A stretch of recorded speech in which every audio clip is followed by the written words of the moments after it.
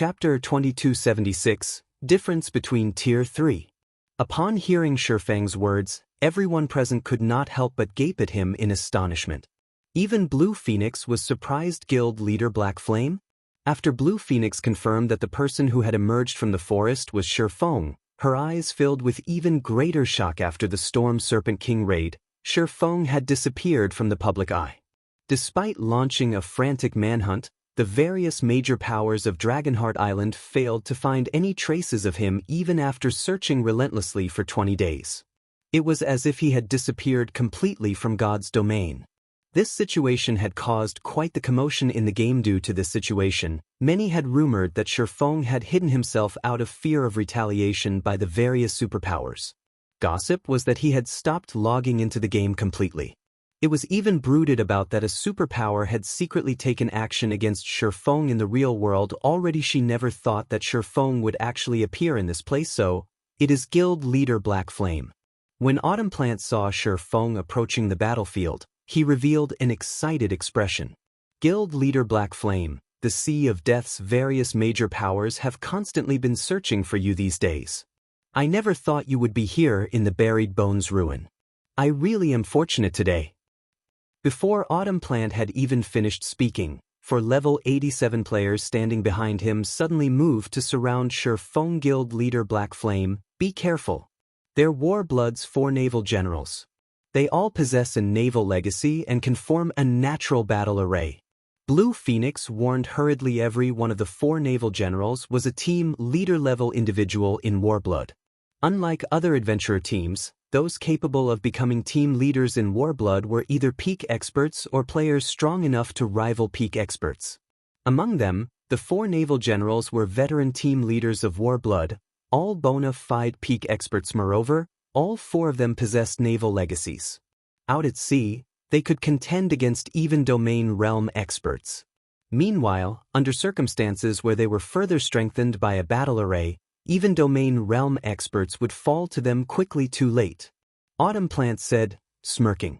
He had deliberately spoken so much and so slowly before in order to buy the 4 naval generals time to activate the legacy battle array they possessed. In the next moment, the 4 naval generals appeared at Shifeng's 4 corners, a dark blue magic array forming beneath each of them. Suddenly, a dark blue pillar rose into the air, creating a battle array with a 300-yard radius. Immediately after, the intensity of the 4 naval generals' auras burgeoned. Their physical appearances started transforming as well. After just 3 short seconds, all 4 of them had become 6-meter-tall giants lavished with mysterious, dark blue runes. The Sea Giant Legacy? Shifeng concluded as he looked at the 4 naval generals. Although the Sea Giant Legacy was not a peak legacy, it was still a very rare advanced legacy, which had been very famous in Shifeng's previous life. Upon activating the Sea Giant Hidden Class's Legacy Battle Array, players would transform into a sea giant and have their life rating increased until it was only slightly inferior to that of archaic species. If the battlefield was out at sea, a Tier 2 sea giant would even be capable of fighting an ordinary Tier 3 player. At this moment, Shifeng more or less understood why Warblood ranked 3rd among the numerous adventurer teams on Dragonheart Island and that its naval strength could rival even that of superpowers. Warblood daring to send a team to target Blue Phoenix was also natural. With such strength, Phoenix Rain's faction alone was no match for Warblood. Phoenix Rain would have to become the Dragon Phoenix Pavilion's Great Pavilion Master and unite the entire pavilion to be able to contend with the adventurer team. I never thought that you would know about this Sea Giant Legacy, Guild leader Black Flame. You really are a knowledgeable person. Autumn Plant was slightly surprised when he heard Shifeng's words. At this point, most people only knew that the 4 naval generals had obtained a naval legacy but not what it was exactly. Since you know about the Sea Giant Legacy, then you should know of its capabilities. I won't trouble you too much, Guild leader Black Flame. If you hand over the fragmented legendary item you got from the Storm Serpent King, then I can let you all leave this place safely. You think you can stop me with just 4 sea giants? Shifeng asked, smiling. How would I dare underestimate you, Guild leader Black Flame? The 4 naval generals would indeed have a very difficult time stopping you, but I'm afraid that you aren't aware that the current era has already changed. Autumn Plant said, looking at Shi Feng with a playful expression. What do you mean? Shi Feng asked, unsure what Autumn Plant was talking about. What I mean is that you are already outdated.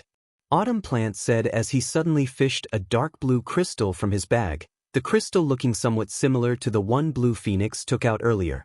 He then squeezed and shattered the crystal. While you were hiding here in the Buried Bones ruin, Starlink led the various major powers to capture the Gravity Mountain Range's gravity temple and secured the ancient civilization's strength. In the next moment, a threefold magic array formed on Autumn Plant, then rapidly absorbed the surrounding mana and condensed it on him. As a result, the intensity of Autumn Plant's aura skyrocketed. His aura became so strong that it even surpassed the 4 naval generals and now stifled those who were bathed in it. Not good. That's a deification crystal. Blue Phoenix revealed a look of despair when she saw Autumn Plant's transformation. That's right. This deification crystal is the ancient civilization's power. Autumn Plant stated proudly as he looked at Shi Feng. Thanks to the deification crystal's power, I am now a bona fide Tier 3 player. Do you think you can still escape me? After saying so, Autumn Plant raised his staff and cast a spell. Suddenly, a twofold magic array appeared in the sky, enveloping a 50-yard radius. Immediately, Shi Feng, Blue Phoenix, and the other members of the Dragon Phoenix Pavilion felt intense pressure assaulting their bodies. At the same time, their basic attributes also decreased by 20% and movement speed by 30%. Tier 3 Legacy Spell, Oceanic Sky Domain. Domain skills and spells were incredibly powerful. A domain spell might not seem very powerful at Tier 2, but after reaching the Tier 3 standard, it would allow a magical class's combat power to undergo a qualitative transformation. Moreover, players would no longer have to stand still while channeling the domain and could move around freely. In addition, all mana within the domain's AoE would be under the caster's control, allowing Chantless Spellcasting Guild leader Black Flame run away quickly. The deification crystal not only transforms him into a Tier 3 player but also allows him to enter the Nothingness realm, which greatly increases his spell's completion rate. Blue Phoenix hurriedly warned when she saw Autumn Plant getting ready to take action. An increase in spell completion rate would provide instantaneous improvements to a magical class player's combat power. In addition, Autumn Plant owned a naval legacy, so his current combat power was far superior to that of an ordinary Tier 3 player. Runaway? Do you think that's possible? Autumn Plant sneered. In the next moment, the level 96 Hell's Guardian appeared behind Shi Feng, cutting off his path of retreat completely. With the Oceanic Sky Domain in effect, there was no way he could surpass the Hell's Guardian in terms of movement speed. Now, just the Hell's Guardian alone would be more than enough to finish him off. Not to mention, Autumn Plant could also control the elemental mana inside his domain to attack Shi Feng. After speaking, Autumn Plant directed the drifting mana to create 6 water torrents and sent them shooting at Shi Feng. Each of the 6 water torrents carried strength rivaling that of a level 87 Grand Lord. Under Autumn Plant's control, the water torrents were like nimble snakes, their attack trajectories simply unpredictable. If these 6 water torrents coordinated with the Hell's Guardian, killing a domain realm expert would be a piece of cake. Moreover, the 4 naval generals were still patiently waiting for an opportunity to strike at Shi Feng from the sidelines. So long as Shi Feng suffered an attack and revealed an opening in his defense, they would immediately move in to deal him a fatal blow. However, even when the Hell's Guardian's battle axe and the 6 water torrents were about to devour Shi Feng, he did not activate a life-saving skill, contrary to everyone's expectations. Instead, he simply unsheathed the Twilight Blade and started brandishing it together with Killing Ray Sword's transmigration. After the arduous training in the Tower of 4 Gods, Shi Feng had further perfected and simplified Sword's transmigration. When he executed the technique now, the descending battle axe and the approaching water torrents all seemingly avoided him, as they merely brushed past his body without harming him in the slightest. Impossible. Autumn Plant gasped involuntarily. Autumn Plant had thought that Shi Feng might defend against his attacks with a life-saving skill. He had also considered the possibility of him using a berserk skill. However, he never imagined that Shi Feng could actually defend against such a powerful assault with just his 2 swords. Shi Feng didn't even use a skill throughout this process. Before Autumn Plant could snap out of his daze, Feng executed Wind Blade with a 103% completion rate, disappearing from his original location and arriving before Autumn Plant in the blink of an eye. Feng's movement speed far surpassed even that of the Hell's Guardian secret technique, Lightning Flash. In the next moment, an all-encompassing net of sword lights flew toward Autumn Plant. In response, Autumn Plant activated Blink and instantly appeared 20 yards away from Feng. However, before Autumn Plant could do anything else, his body suddenly crumpled forward powerlessly because, at this moment, his HP had already reached 0. Chapter 2277, Fragmented Legendary Item. The instant Autumn Plant collapsed to the ground, silence descended across the entire battlefield. Warblood's members, who originally wore playful expressions on their faces, were thoroughly stupefied, gaping at Autumn Plant's motionless corpse. Vice Commander? The 4 naval generals who were poised to help Autumn Plant were similarly dumbfounded by this scene, their bodies petrified from shock. Autumn Plant died. The man nicknamed the Bloody Mage was killed, just like that. Despite having used a deification crystal to upgrade himself into a Tier 3 player temporarily, Autumn Plant still died so decisively, without even a chance to retaliate. This situation was simply unbelievable. A Tier 3 player. That was a bona fide Tier 3 player they were talking about. That was not something pseudo-Tier 3 players like themselves could hope to contend with. The 4 naval generals simply could not fathom how Feng had pulled off such a straightforward victory over Autumn Plant. Could the rumor be true? During the time everyone was shocked over Autumn Plant's death, someone among Warblood's members suddenly remembered the rumor that had been circulating in the outside world for quite some time now. Right? Black Flame must have gained the strength of a fragmented legendary item. That's why he's able to instantly kill the Vice Commander. A fragmented legendary item? At this moment, aside from Warblood's members, even the distant Blue Phoenix entertained such thoughts. Even the Dragon Phoenix Pavilion had not seen a fragmented legendary item before. Although one was rumored to have been among the Storm Serpent King's loot, as a member of the Dragon Phoenix Pavilion's upper echelon, she knew that this remained only a rumor.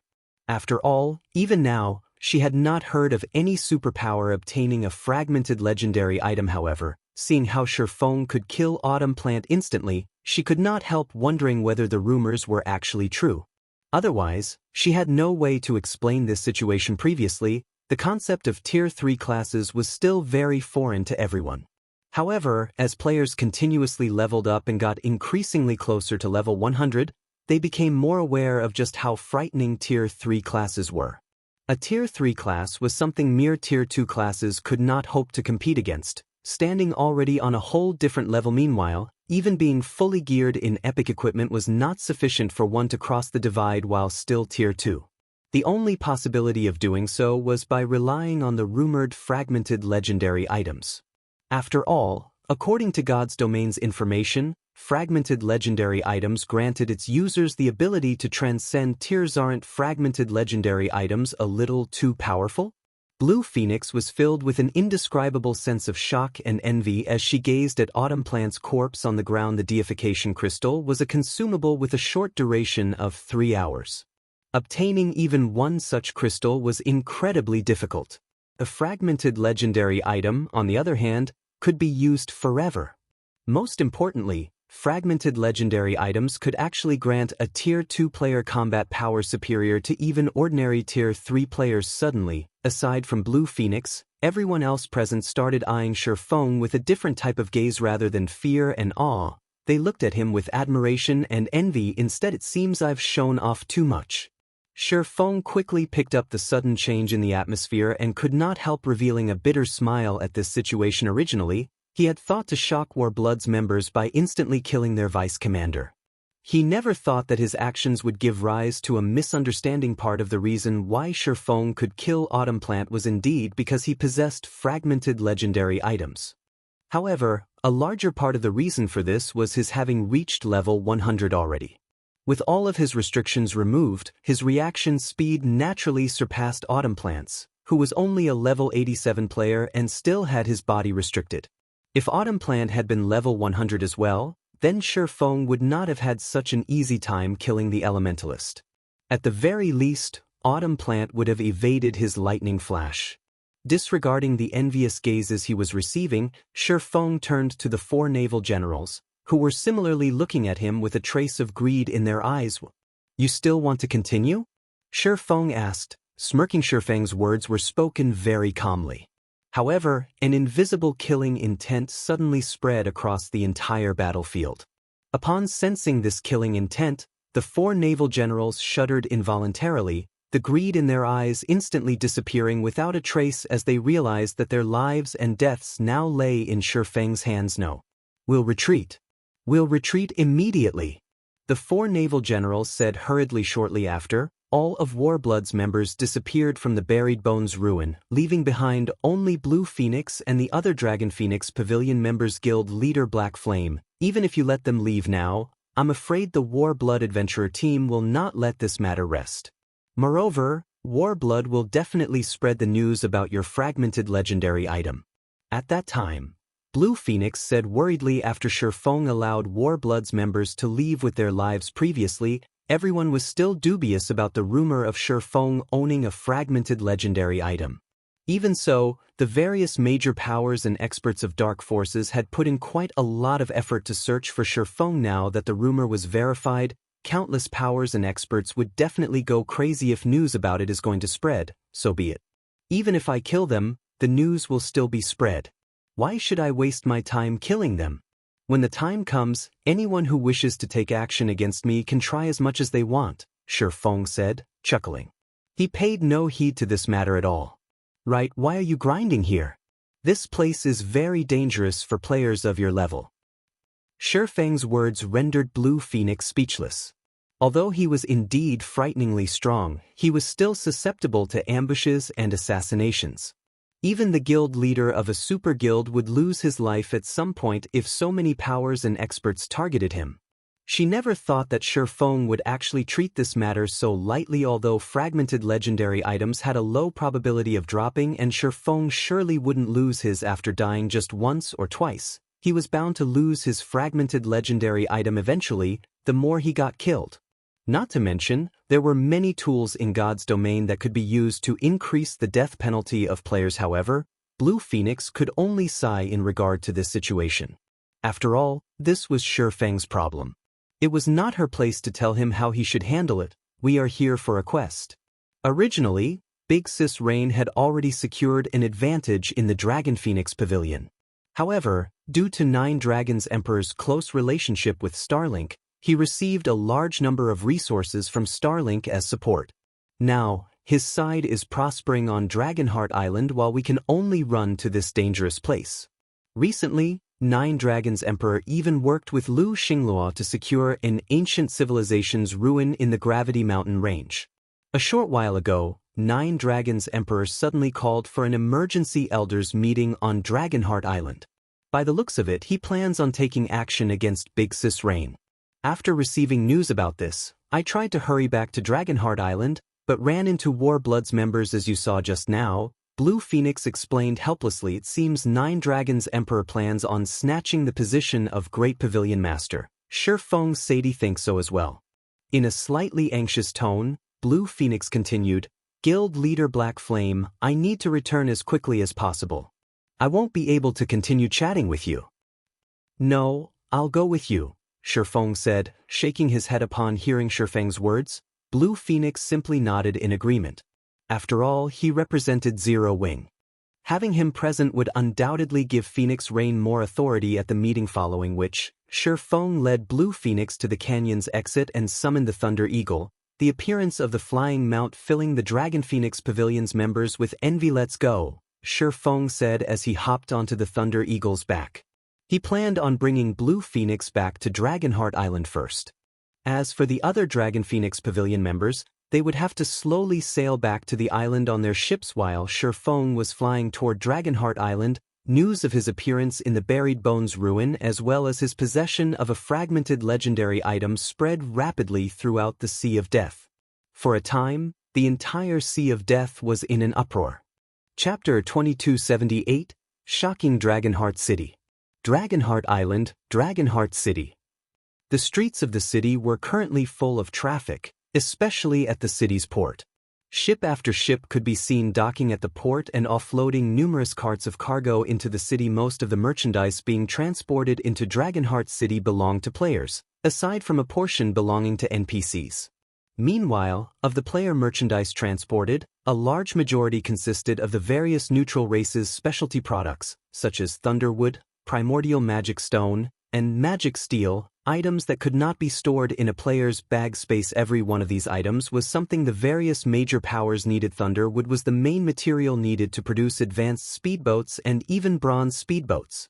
It possessed very high magic resistance, and the ships made with this type of timber were insusceptible to magic attacks. The Primordial Magic Stone, on the other hand, was an ideal material for tool production due to its toughness and the mana it contained. If made into a test bench, it could increase the production success rate of lifestyle players by a large margin. As for Magic Steel, it could be used to strengthen ship cannons. Cannons strengthened by Magic Steel could enhance their cannonballs with mana, significantly increasing the cannonball's power and attack speed. Due to the properties of these rare items, they were in high demand among players, yet they were all very difficult to procure in human kingdoms and empires. However, since Dragonheart City was a neutral trade city, many neutral races would ship their specialty products here to sell and earn ancient coins to exchange for other resources. Moreover, the appearance of an ancient civilization in the Gravity Mountain range was attracting an increasingly larger number of neutral players to Dragonheart City. This situation served to boost the city's prosperity, allowing Dragonheart City to cast even imperial capitals in the shade. During the time everyone was busy traveling in and out of Dragonheart City's port, a figure suddenly popped into view on the horizon. In the next few moments, this figure could be seen approaching Dragonheart City. After just 8 short seconds, a gigantic eagle with a wingspan of 20 meters appeared before everyone. Faint, blue arcs of electricity crackled around this giant eagle's body. The frightening aura the bird gave off plunged the horse carriages moving about at the port into chaos. Players that were below level 70 even felt an intense, stifling pressure on their bodies. For a time, the entire port went into an uproar. Crap. That's a flying mount. A flying mount is actually this powerful? Doesn't that eagle look like Black Flame's mount? What? Black Flame actually came to Dragonheart Island. Is he tired of living? As the giant eagle descended before Dragonheart City's entrance, everyone quickly recognized the eagle's identity. A heated discussion immediately broke out as they looked at the black-armored man riding the giant eagle. Nowadays, everybody operating in the Sea of Death knew Black Flame's name. After all, there was nobody who would not pay attention to a fragmented legendary item. Previously, when Starlink announced that Black Flame had obtained a fragmented legendary item from the Storm Serpent King, everyone was skeptical. However, after news of Black Flame's performance in the Buried Bones ruin spread, people changed their minds. This situation ignited a burning desire in countless players. This reaction was because Black Flame's fragmented legendary item was the sole fragmented legendary item known to exist thus far. If they could get their hands on it, then their future would be limitless. After all, the strength of a fragmented legendary item enabled Black Flame to kill Autumn Plant, one of Warblood's vice commanders, without breaking a sweat. At that time, Autumn Plant had even used a deification crystal to forcibly upgrade himself into a bona fide Tier 3 player. One could easily imagine how much improvement a fragmented legendary item provided players. Due to this reason, every expert and power operating in the Sea of Death was frantically searching for Shurfang's whereabouts. Hence, his arrival in Dragonheart Island was no different from him walking straight into the tiger's den. While Dragonheart Island's security level might surpass that of Imperial capitals and rival even that of Blackwing City, it did not stop players from tracking Shurfang's movements. After all, there were many tracking magic in God's domain that would not alarm NPCs. Then, so long as Shurfang dared leave the safe zones of God's domain, he would face endless pursuit and ambush. After Shurfang alighted from the Thunder Eagle, the various major powers members at the port quickly relayed this information to their superiors. What? Black Flame actually appeared in Dragonheart City? Keep an eye on him. I'll send experts to track him right away. Do not let him get away, no matter what. That fragmented legendary item is mine. Upon receiving news of Shurfang's arrival in Dragonheart City, the various major powers promptly dispatched all their expert trackers to Dragonheart City. Some powers even cancelled set plans in order to head over to Dragonheart City immediately. Guild leader Black Flame, are you really fine with this? Blue Phoenix asked worriedly as she looked at Shifeng. From the moment she alighted from the Thunder Eagle, she already sensed several hundred players staring at Shifeng. Despite not being the focus of this attention, she still could not help but feel her scalp tingle. Moreover, this was only the beginning. There would definitely be more people keeping track of Shifeng's movements later. Relax. Right now, the most they can do is stare at me, Shifeng said, utterly unperturbed by this situation. Letting out a chuckle, he set off into Dragonheart City. During his previous life, all known owners of fragmented legendary items had frequently received such stares, so this kind of trouble right now was only natural. Not to mention, he was currently the only person known to own a fragmented legendary item. This was also the reason why he constantly reminded Fire Dance and the others to keep their fragmented legendary items secret. If it were before he had reached level 100, the exposure of this secret of his would indeed have brought him a lot of trouble. However, now that he had reached level 100, nobody in God's domain could do anything against him. Even if he went out into the fields, he would not have to worry about getting ambushed by players. After all, the maps he would be visiting would be level 100 plus maps. To players below level 100 plus maps were no different from Forbidden Lands. Let alone targeting him, they wouldn't even be able to guarantee their own survival there. This was also the reason why Shifeng dared to arrive boldly at Dragonheart City using the Thunder Eagle. Blue Phoenix fell speechless at Shifeng's confident behavior. However, her evaluation of Shifeng had also risen considerably as a result. Very few people would willingly put themselves in danger to help Phoenix reign during her time of need, particularly when a fragmented legendary item was at stake. Even the guild leaders of super guilds would not dare take such a risk. Afterward, Blue Phoenix led Shifeng toward the Dragon Phoenix Pavilion's residence.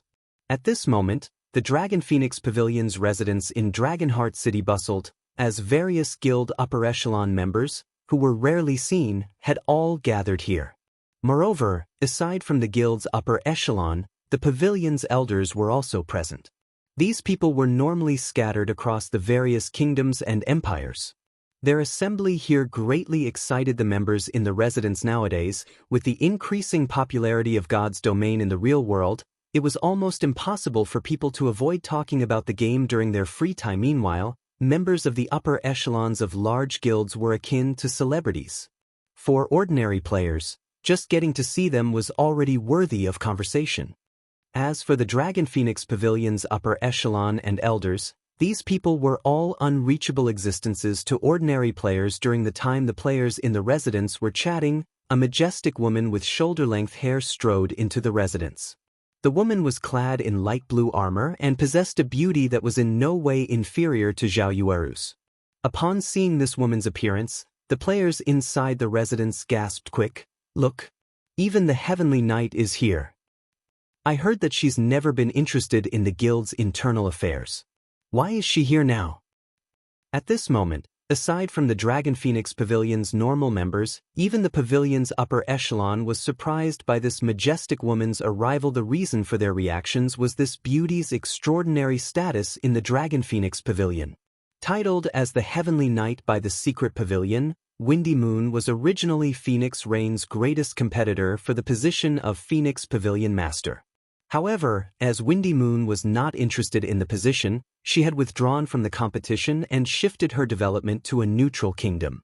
As a result, Phoenix Reign became the new Phoenix Pavilion Master without any difficulty. Meanwhile, Windy Moon had defeated the various superpowers operating in the neutral kingdom she had shifted to and taken control of the entire neutral kingdom.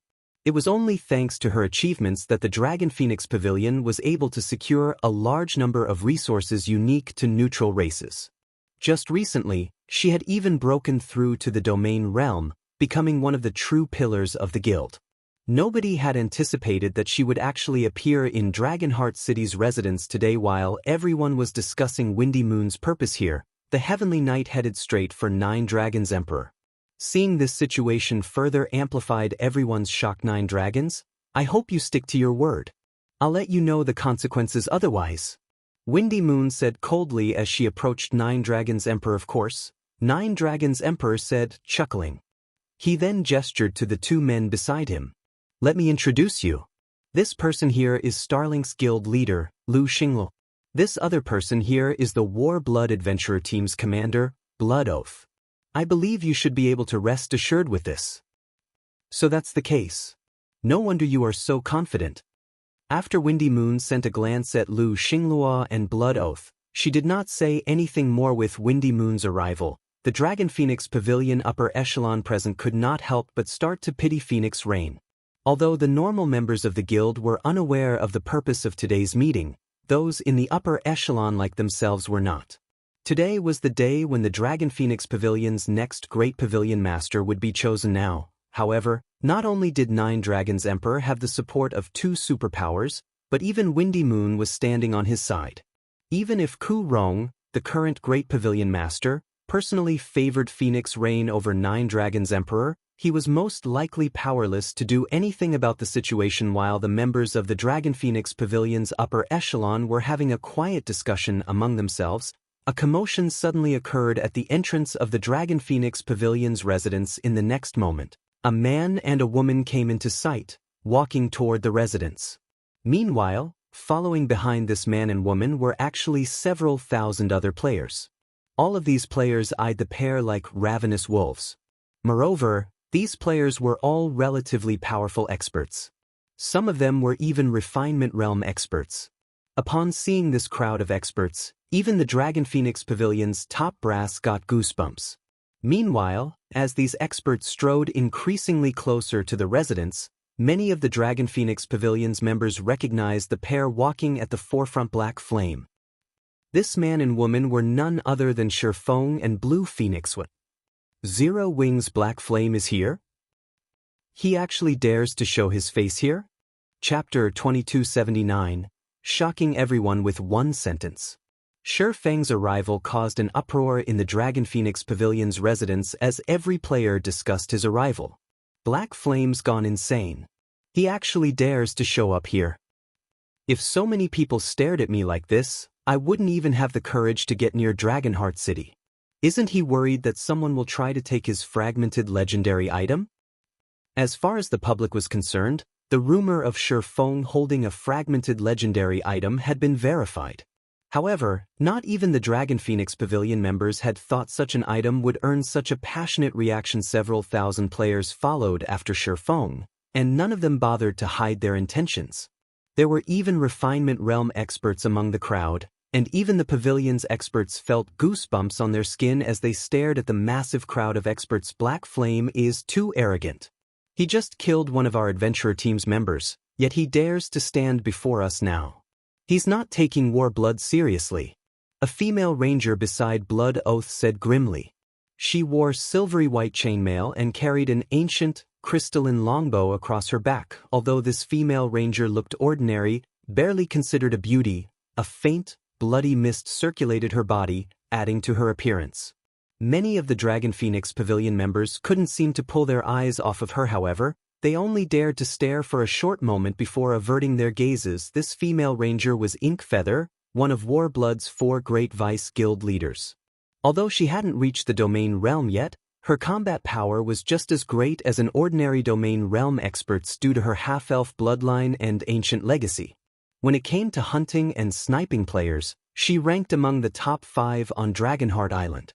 She had sniped countless experts out at sea thus far, including a few domain realm experts. Feather, leave the matter be for now, Blood Oath said as he glanced at Shifeng. We're still in Dragonheart City. Lock onto his soul for now, and we'll take care of him properly later. Blood Oath had already learned about Autumn Plant's battle with Shifeng from a subordinate.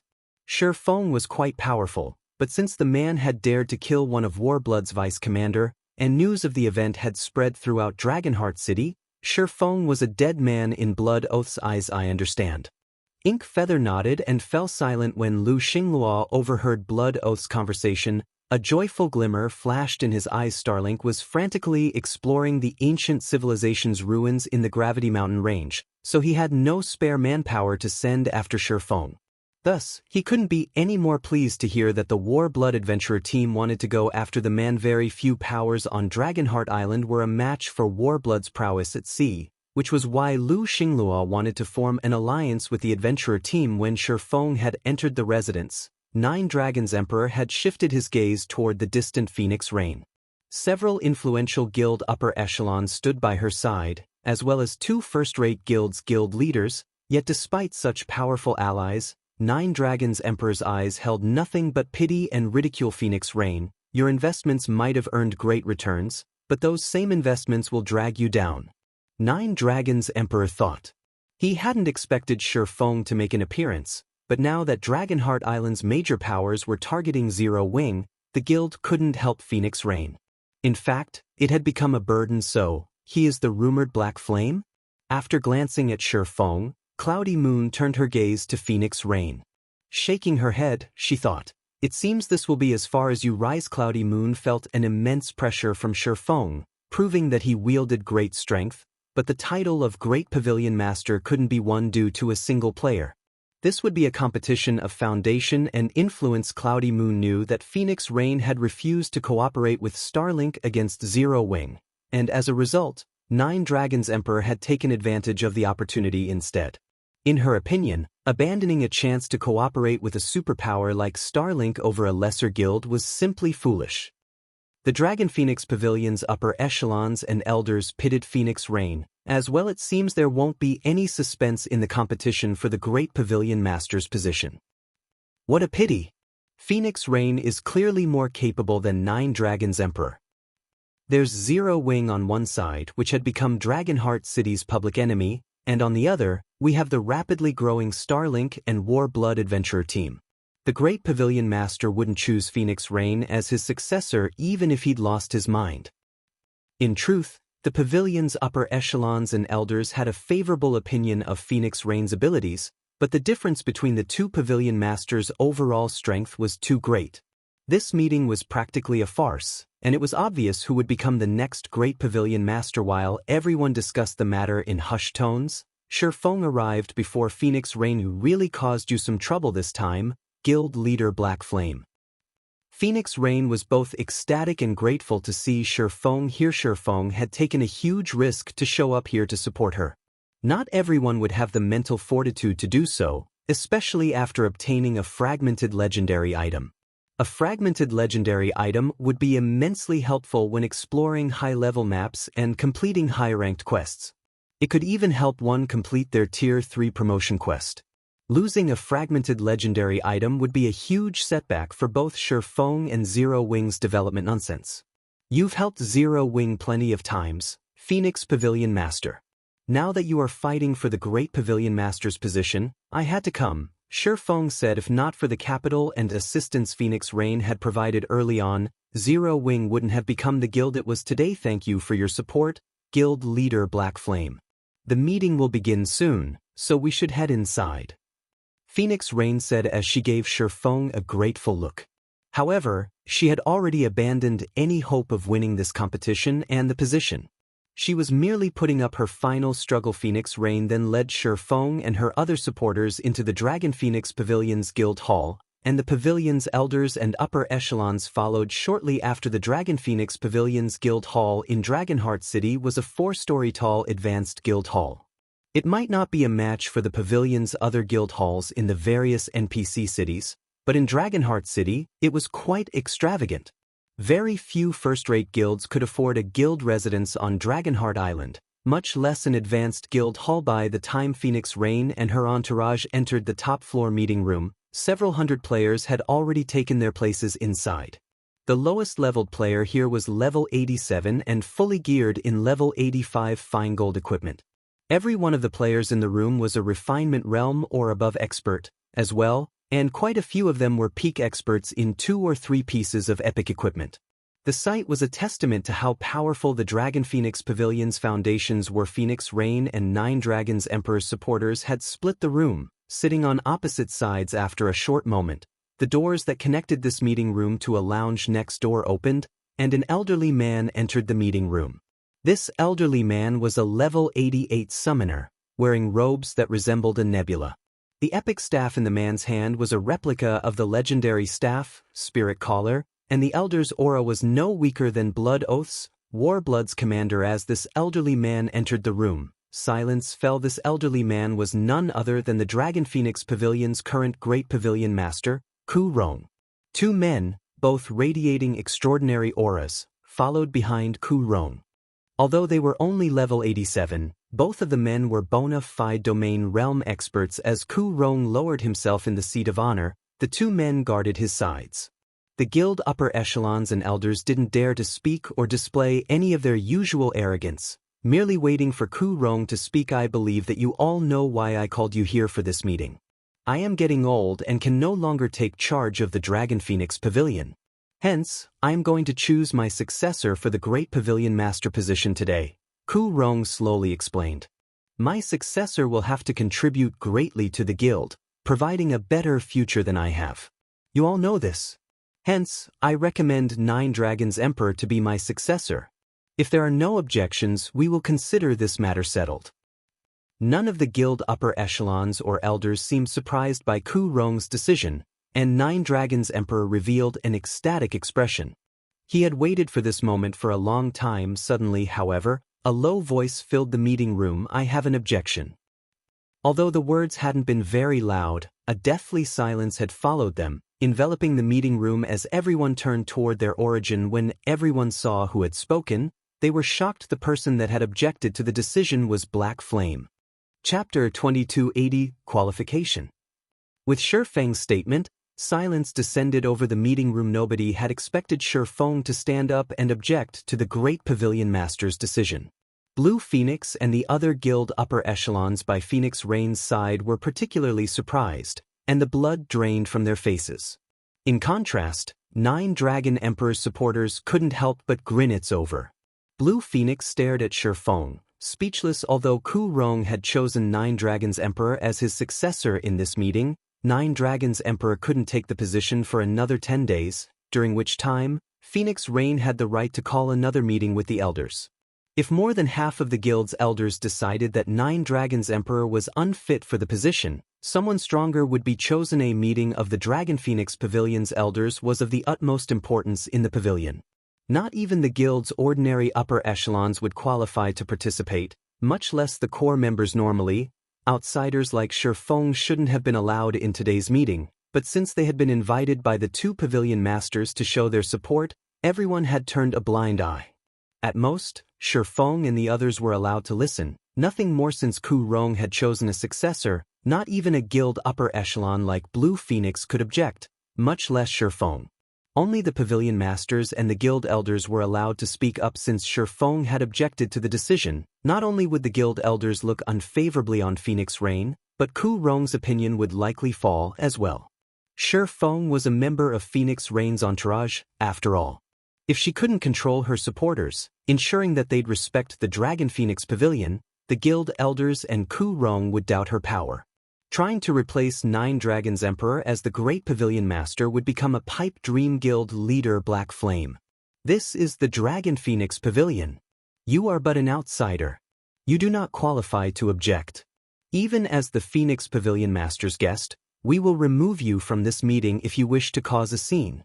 Martial Dragon, who sat beside Nine Dragons Emperor, snarled, sneering at Shifeng. Although Martial Dragon's statement had been a warning for Shifeng, his words reminded the guild elders and Great Pavilion Master that he was Phoenix Rain's supporter.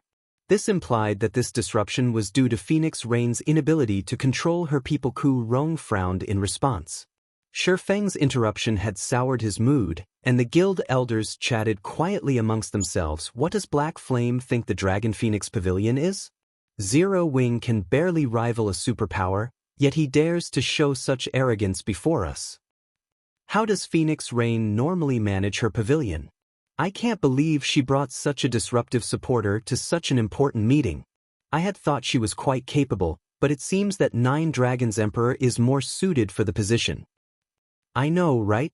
Nine Dragons Emperor has managed to ally himself with Starlink and Warblood. With such success, Phoenix Rain has no hope of catching up.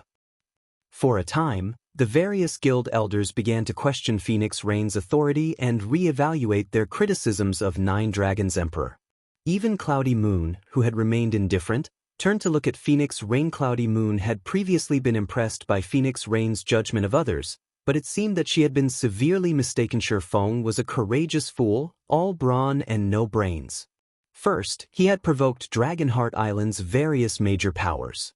Then, ignorantly, he returned to Dragonheart Island, revealing himself. Now, he had even upset the Dragon Phoenix Pavilion's elders, but despite the opinions everyone in the room expressed about him, Shifeng didn't react in the slightest. Instead, he calmly turned to Martial Dragon. Everyone is aware that Zero Wing has allied with the Dragon Phoenix Pavilion. Thus far, our guilds have enjoyed a good working relationship with the Phoenix Pavilion Master on Thunder Island. Why can't Zero Wing object since it is uncomfortable with the proposed successor? Shifeng asked, chuckling. If he is to become the great Pavilion Master, Zero Wing will have to reconsider selling the Pavilion 100 bronze speedboats. As Shifeng finished speaking, the meeting room's occupants gasped. What? 100 bronze speedboats? Impossible! Even our guild doesn't have 100 bronze speedboats in total. The Dragon Phoenix Pavilion's members were flabbergasted by the idea of 100 bronze speedboats. Their reaction wasn't due to a lack of experience, but because Shifeng had mentioned such a frightening number. Although the various superpowers had constructed powerful fleets, they mostly consisted of advanced and ordinary speedboats. Most fleets had less than a handful of bronze speedboats. Even the superpowers' top fleets only had a dozen or so. Even Starlink and War Blood, organizations that had the most powerful naval forces in the Sea of Death, only had 30 or so bronze speedboats. Not even a super guild like 13 Thrones could form a force of nothing but bronze speedboats, much less Starlink. Superpowers needed to consider their average strength. They couldn't just assign all of their bronze speedboats to a single force, much less sell an entire fleet of such ships to another power. Only a lunatic would do something like that. Bronze speedboats were a power's main combatants at sea. The number of bronze speedboats a power owned determined how much influence it commanded, and the greater one's influence was at sea, the more naval resources they could obtain. Needless to say, they would also wield far greater authority. Ku Rong turned toward Phoenix Rain, and although he said nothing, his intentions were clear. He wanted to know what was going on. Why hadn't he been made aware of such a monumental deal before this meeting? Unfortunately, Phoenix Rain didn't have an answer for her great Pavilion Master. Shifeng's declaration had shocked her just as much as it had stunned him. She didn't remember discussing a massive transaction involving 100 bronze speedboats with Shifeng. If she had, she wouldn't have acted as passively as she was. Fortunately, Phoenix Rain hid her emotions and adjusted her shocked expression. She then gave Ku Rong a look that confirmed Shifeng's claim. However, she was still confused. She did not know what Shifeng was trying to do, and she felt that he was playing with fire. In contrast, Nine Dragons Emperor's expression had darkened. Impossible. There is no way Zero Wing can produce 100 bronze speedboats. Nine Dragons Emperor instinctively stood to deny Shifeng's words. If Zero Wing has so many bronze speedboats, it would have prospered on Dragonheart Island, yet Zero Wing doesn't even have a guild residence in the city. That's right. Guild leader Black Flame, this behavior is shameless. You spout lies just to prevent the Dragon Pavilion Master from becoming the Great Pavilion Master. Lu Xinghua added. Everyone in the room agreed with Nine Dragons Emperor's statement. If Zero Wing had so many bronze speedboats under its command, it would have become an overlord in the Sea of Death. Is that so? Shifeng asked, flashing Nine Dragons Emperor and Lu Xinghua a confident look. He then pulled an ancient, dilapidated tome from his bag, sharing its details on the meeting room's holographic screen. What is this then? When the room's occupants saw the information displayed, they were dumbfounded. It was the design for the bronze-ranked Storm speedboat. May I know if I qualify to object now? Shifeng asked as he surveyed the people in the room. Chapter 2281, Going Too Far. Shifeng's voice echoed throughout the quiet meeting room for a long time. No one dared to question or complain about his presence.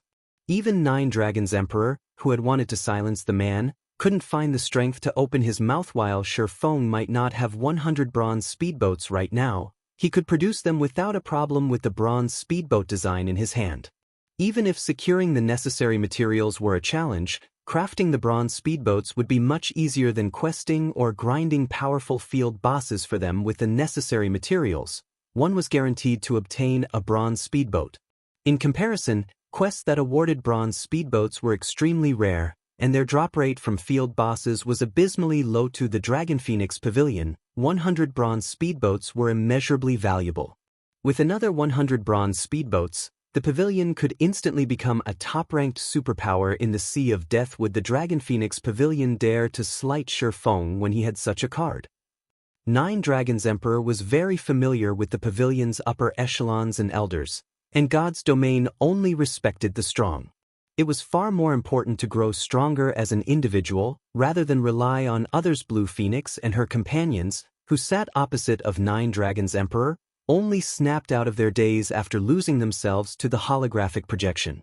They immediately turned to Shifeng with an intense excitement in their eyes. Black Flame is too awesome, Big Sis Rain. Not even Starlink and Warblood's support can help Nine Dragons Emperor now. Blue Phoenix whispered to Phoenix Rain. Blue Phoenix had never thought that Shifeng would have such an amazing trump card. The Storm speedboat design was a priceless treasure that could strongly influence the status quo in the Sea of Death if the Storm speedboat design hadn't been in Shifeng's bag space, essentially reducing its chances of dropping to zero. Blue Phoenix had no doubt that everyone in the room would have pounced on him. Don't get too excited. We still need to hear the Great Pavilion Master and Guild Elders' thoughts on this. I don't think they would have chosen Nine Dragons Emperor as the next Great Pavilion Master so quickly simply because he's gained Starlink and Warblood support. Phoenix Rain quietly replied the Dragon Phoenix Pavilion wasn't as powerful as Starlink, and its naval strength was no match for Warblood. However, it was still a super first-rate guild. Moreover, the pavilion had been growing stronger recently. Hence, Nine Dragons Emperor's alliance with Starlink and Warblood wasn't that surprising. If the Dragon Phoenix Pavilion wanted to, it could easily form alliances with various super guilds, let alone these two organizations. Ku Rong knew that Phoenix Rain could only assume that Nine Dragons Emperor had revealed some reason or item that forced Ku Rong to make such a hasty decision. There was also the fact that Cloudy Moon had joined them to show her support for Nine Dragons Emperor. Cloudy Moon had never cared about who would become the next Great Pavilion Master.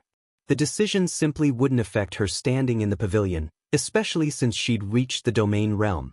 Her position in the guild was practically unshakable, but not even the Great Pavilion Master can ignore how tempting 100 bronze speedboats are, right? Blue Phoenix said. Phoenix Rain's statement had helped her realize how peculiar this meeting was, but she couldn't help her excitement. Shifeng had clearly stated that if Ku Rong chose Nine Dragons Emperor as the next Great Pavilion Master, the matter of the 100 bronze speedboats was moot. This was an opportunity for the Dragon Phoenix Pavilion to rise to the top out at sea. There was no way the offer wouldn't tempt Ku Rong. After the silence stretched on for a moment, Ku Rong, who hadn't said a word, finally spoke. Guild leader Black Flame, as an invited guest and the Dragon Phoenix Pavilion's ally. Of course, you qualify to express your opinions in this meeting. Since Martial Dragon was unaware of our rules, I ask that you forgive him, Ku Rong stated, giving Shifeng a friendly smile. The guild elders and upper echelons stared at their Great Pavilion Master in astonishment. None of them had thought that Ku Rong would admonish Martial Dragon. Martial Dragon was Nine Dragons Emperor's capable and trusted aide, as well as the commander of Nine Dragon Emperor's main force. He took care of the Heavenly Dragon Pavilion Master's normal affairs. As a domain realm expert, he was also a pillar of strength in the guild. Martial Dragon would know the Dragon Phoenix Pavilion's rules more intimately than most people in the guild. Ku Rong's statement only proved how much he valued the 100 bronze speedboats. I see, so he didn't know of the rules. If that's the case, I can understand. Revealing a faint smile, Shifeng turned to Martial Dragon and said, Levin, forgive him with an apology.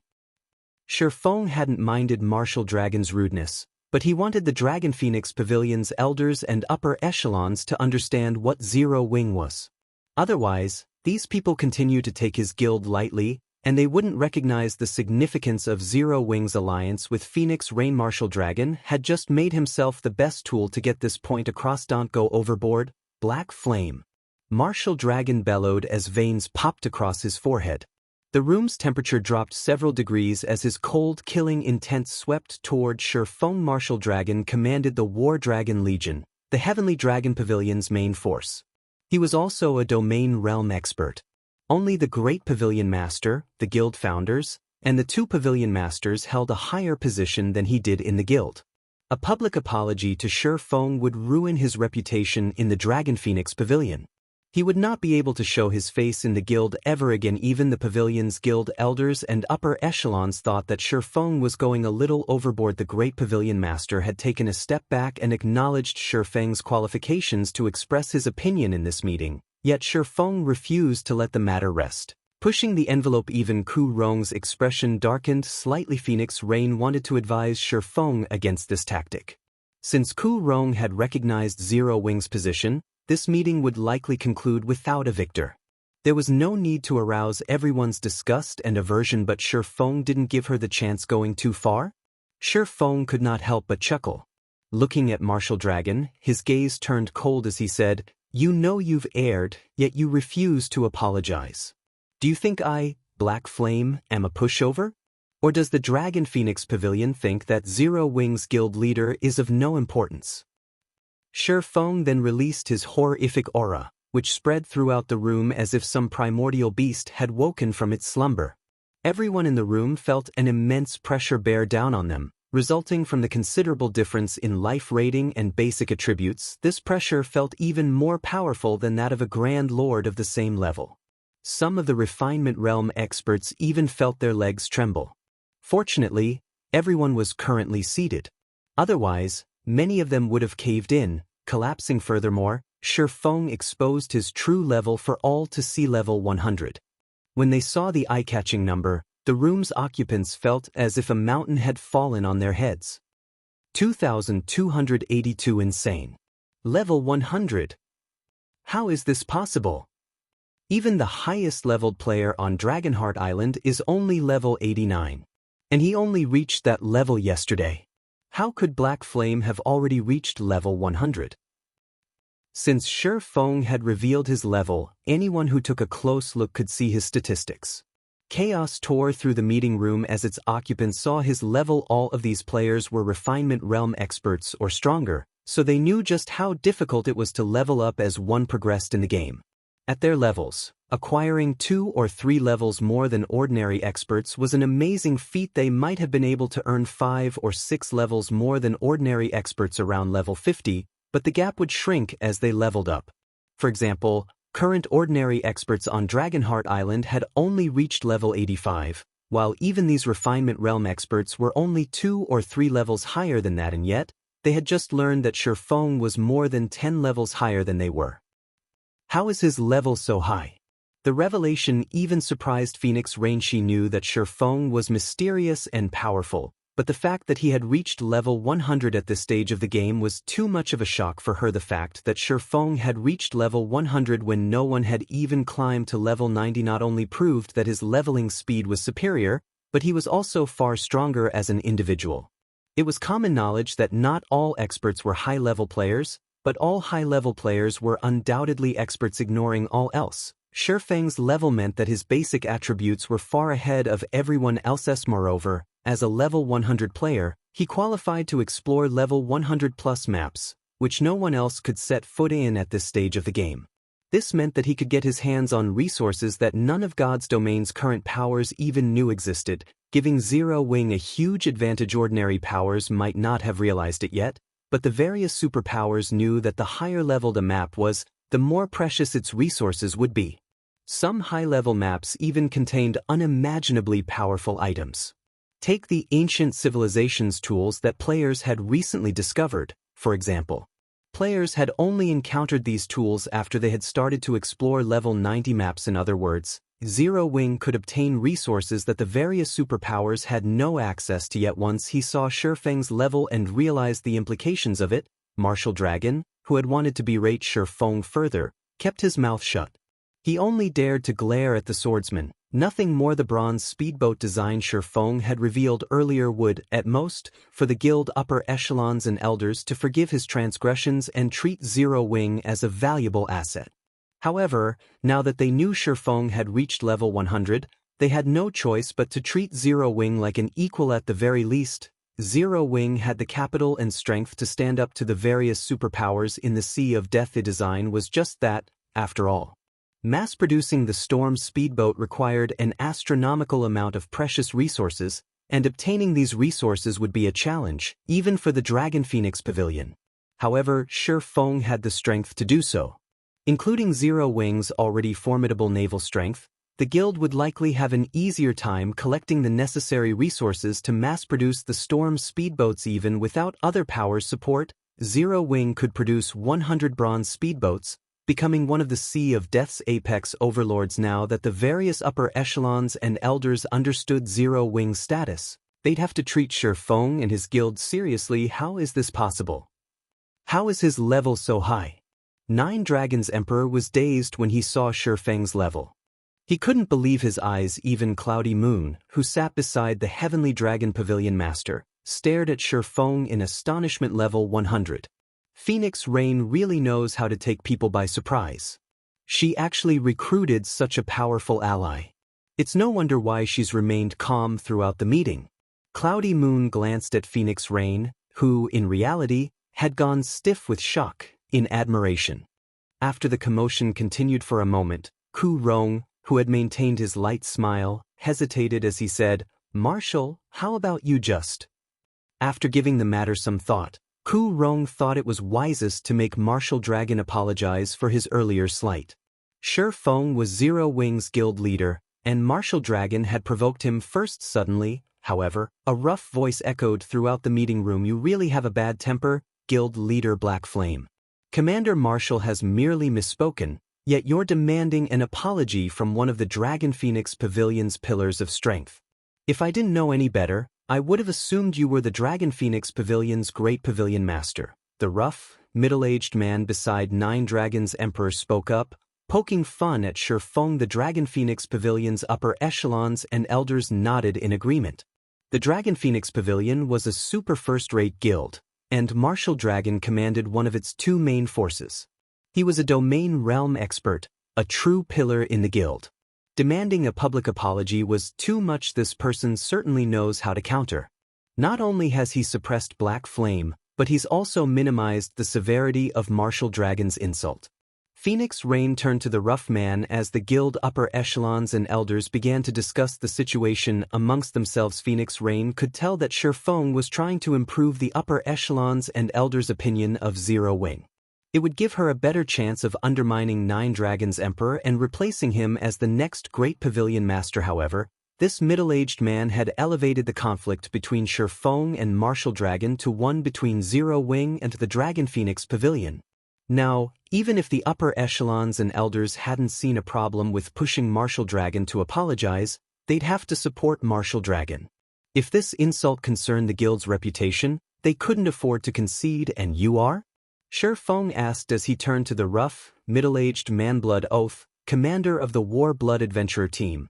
The man responded, smiling faintly. The many guild upper echelons and elders that supported Nine Dragons Emperor mimicked the grin. Shifeng had only been allowed to act so arrogantly because he had an item that could tempt the pavilion, and Marshal Dragon's status wasn't as high as his.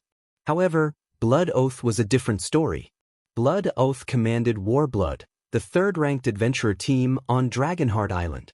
The adventurer team had just as many experts as the Dragon Phoenix Pavilion, and its naval prowess was even slightly stronger than the pavilioness. Even Ku Rong had to treat Blood Oath with respect, and now that he had spoken, Shifeng could no longer suppress Nine Dragons Emperor's position. "So, you're Warblood's commander," Shifeng said nonchalantly. "Your adventurer team ambushed Commander Blue Phoenix's people in the Buried Bones ruin and nearly took her life. She's a friend of mine, you know. I had planned to seek you out, but since you're here, things have become a lot simpler. Compensate for the damage and apologize to my friend." As Shifeng finished speaking, a deathly silence descended upon the room again, and everyone turned to stare at him with stupefied expressions. Insane. He was insane. Chapter 2283, Power of Level 100. What is Black Flame trying to do? Is he trying to start a war? Is he insane? Doesn't he know who Blood Oath is? The Dragon Phoenix Pavilion's upper echelons and elders couldn't bring themselves to look at Blood Oath. None of them had thought Shifeng would go so far as to provoke the man-even Nine Dragons Emperor, who sat across from Phoenix Rain, stared at Shifeng in shock. They were all aware that Blood Oath had targeted Blue Phoenix Ku Rong, in particular, must have watched the battle multiple times, but what difference did that make? It was common for the various powers to attack their rivals in the fields. With Warblood supporting Nine Dragons Emperor, its assault against Phoenix Rain's aid wasn't unusual. However, there was a limit to how far the various powers would go. As long as they kept the situation in the dark, everyone involved would turn a blind eye, and yet, Shifeng had brought the attack into the light. He refused to conform, and because of this, the pavilions and Warblood's members wore ugly expressions. It would have been fine if Shifeng had simply insisted on an apology from Martial Dragon. He was, after all, a guild leader, while Martial Dragon was merely an upper echelon. It was understandable to expect Martial Dragon to apologize, but it was an entirely different story to demand an apology from Blood Oath. Setting aside Warblood's attack on Blue Phoenix, very few people on Dragonheart Island dared to disrespect Blood Oath. Even Ku Rong feared the man in the Sea of Death. Yet, not only did Shifeng demand an apology from Blood Oath, but he also wanted Blood Oath to apologize to Blue Phoenix, not the Dragon Phoenix Pavilion. Not even Melancholy, 13 Thrones guild leader, would dare to do such a thing. The meeting room was frighteningly silent, and the temperature seemed to drop steadily. Even the Void Realm experts in the room felt stifled, not to mention the Refinement Realm experts. Their reactions weren't a result of the powerful pressure in the room, but because the meeting room's atmosphere had become oppressive. They had no doubt that the slightest movement would spark a fight. After a long period of silence, Blood Oath opened his mouth and asked, "What if I refuse? What will you do about it?" Blood Oath's questions were simple and straightforward. Not only did his statement blatantly provoke Shifeng, the smile he wore and his frosty tone made the room feel even colder. Even the guild upper echelons around Phoenix Rain struggled to breathe, their vision fading. Their heartbeats grew increasingly louder, as if their hearts would jump out of their chests. The killing intent and pressure they felt from Blood Oath was almost 10 times stronger than that of mythic monsters. Ku Rong's expression twisted into something unpleasant. He had never thought that Shifeng would be this bold. Blood Oath was a murderous god in the Sea of Death. He didn't even respect Super Guild's guild leaders, let alone the Dragon Phoenix Pavilion. Trying to force a public apology out of this murderous god was suicidal. Even if Ku Rong stepped forward to ease the tension, he'd be powerless to calm Blood Oath's fury. It's simple. Shifeng could not help his grin after hearing Blood Oath's statement. "I'll just drag you over here to apologize." The room's occupants nearly collapsed with shock after listening to Shifeng's reply. They stared at him in astonishment, with no idea of what he was trying to accomplish. That was Warblood's commander they were talking about. As an individual, Blood Oath was the third-ranked berserker on Dragonheart Island. Not only did he wear 6 pieces of epic equipment, but he also wielded the magic dragon spear, a well-known magic weapon in the Sea of Death. Moreover, he had a special bloodline related to the sea god. He was basically invincible at sea. On top of that, at least 1 vice guild leader and 3 bodyguards were constantly by his side. Although the bodyguards couldn't rival domain realm experts, they had a mysterious item that allowed them to manifest a special domain. This domain could suppress their enemies in every aspect, as well as form a barrier around specific targets. This barrier could even withstand mythic monsters' attacks. Blood Oath was practically impossible to kill, much less capture. Good. Very good. Blood Oath laughed, his killing intent so intense that it even made Phoenix Rain shudder. "It's been a long time since anybody has dared to joke with me in the Sea of Death. If you don't mind, Great Pavilion Master Ku Rong, I'd like to take Guild Leader Black Flame to Warblood's headquarters and teach him the rules on Dragonheart Island." Ink Feather and Blood Oath's 3 bodyguards moved as soon as the words left their commander's mouth. Dragonheart City's NPC soldiers would kill anyone who attacked another player within the city, but the guild residences, which were private property, were an exception. Players were free to do whatever they wished within their own guild residence. Ku Rong's expression darkened when he heard Blood Oath's request. The commander might sound like he was asking for permission, but he was merely notifying the room of his intentions. Each of Blood Oath's bodyguards retrieved a crystalline totem from their bags, sacrificing 1,000 magic crystals to the items. The crystalline totems then formed a domain that enveloped the meeting room, and everyone felt as if a weight had dropped on their shoulders. Not only had the domain reduced their basic attributes by 15%, but their physiques had also weakened by 20%. To make matters worse, the gravitational force they experienced had significantly increased, making movement inconvenient. The moment the domain took form, Ink Feather squeezed and shattered a deification crystal, forcibly upgrading herself to Tier 3. She then pulled multiple purple, crystalline arrows from her bag. Many of the players in the room gasped when they saw the arrows. Starburst arrows. These arrows had been created by an ancient civilization that had lived in the Gravity Mountain range. Each arrow contained incredible power and could elevate its user's attack by 1 tier to a maximum of Tier 4. Because of this, the Starburst arrows cost an exorbitant sum on the market. One could even trade 20 Starburst arrows for a piece of ordinary epic equipment. What truly surprised the meeting room's occupants was the act that Ink Feather had 12 of these arrows. Don't think that you're unstoppable just because you're level 100. I will ensure that you suffer the consequences for provoking war blood. Ink Feather said, her lips curling slightly as she glared at Shurfeng. She pulled back the string of her ancient bow and activated the Tier 3 skill, Heart-Seeking Arrow. Heart-Seeking Arrow gave players full control over the arrow they fired during the skill's activation and allowed the player to control a maximum of 36 arrows at once. Although Ink Feather couldn't yet control all 36 arrows, she'd have no problems controlling 12 with perfect precision. 12 Starburst arrows flew toward Shurfeng, each with enough power to knock back a mythic monster. All 12 arrows could even instant-kill a true Tier 3 player. Everyone in the room squeezed their eyes shut as the arrows flew. A level 100 player might be very strong, but not all fights in God's domain required a frontal confrontation. One could use tools to end a fight. However, just before the 12 arrows found their target, Shurfeng brandished Killing Ray Shadow Blade. Immediately, 12 sword lights flashed as Shurfeng achieved a 100% completion rate with Shadow Blade. Each sword light slammed into one of Ink Feather's Starburst arrows, altering their trajectories. You have quite a bit of power behind your attacks. Unfortunately, raw power isn't enough to win all battles in God's domain, Shurfeng said, glancing at the Starburst arrows as they brushed past him. Although he was not a Tier 3 player, the difference between a level 100 player and a lower-leveled player wasn't easy to make up. Shurfeng then activated Wind Blade and charged at Blood Oath. Don't think I'll let you get close to the commander so easily. As Shurfeng approached, the 3 bodyguards formed a barrier before Blood Oath, separating the two. In response, Shurfeng swung Killing Ray again. Lightning Slash. A massive thunderbolt tore through the magic barrier, stupefying the bodyguards. At the same time, Blood Oath reacted, lifting his magic dragon spear to counterattack. Unfortunately, he wasn't fast enough to keep up with Shurfeng, even with the domain suppressing the swordsman. Shurfeng's Twilight Blade pushed aside the spear, and his sacred sword stopped right before it touched Blood Oath's throat. Less than 3 seconds had passed since Ink Feather had attacked. Chapter 2284, Confounding the Venue.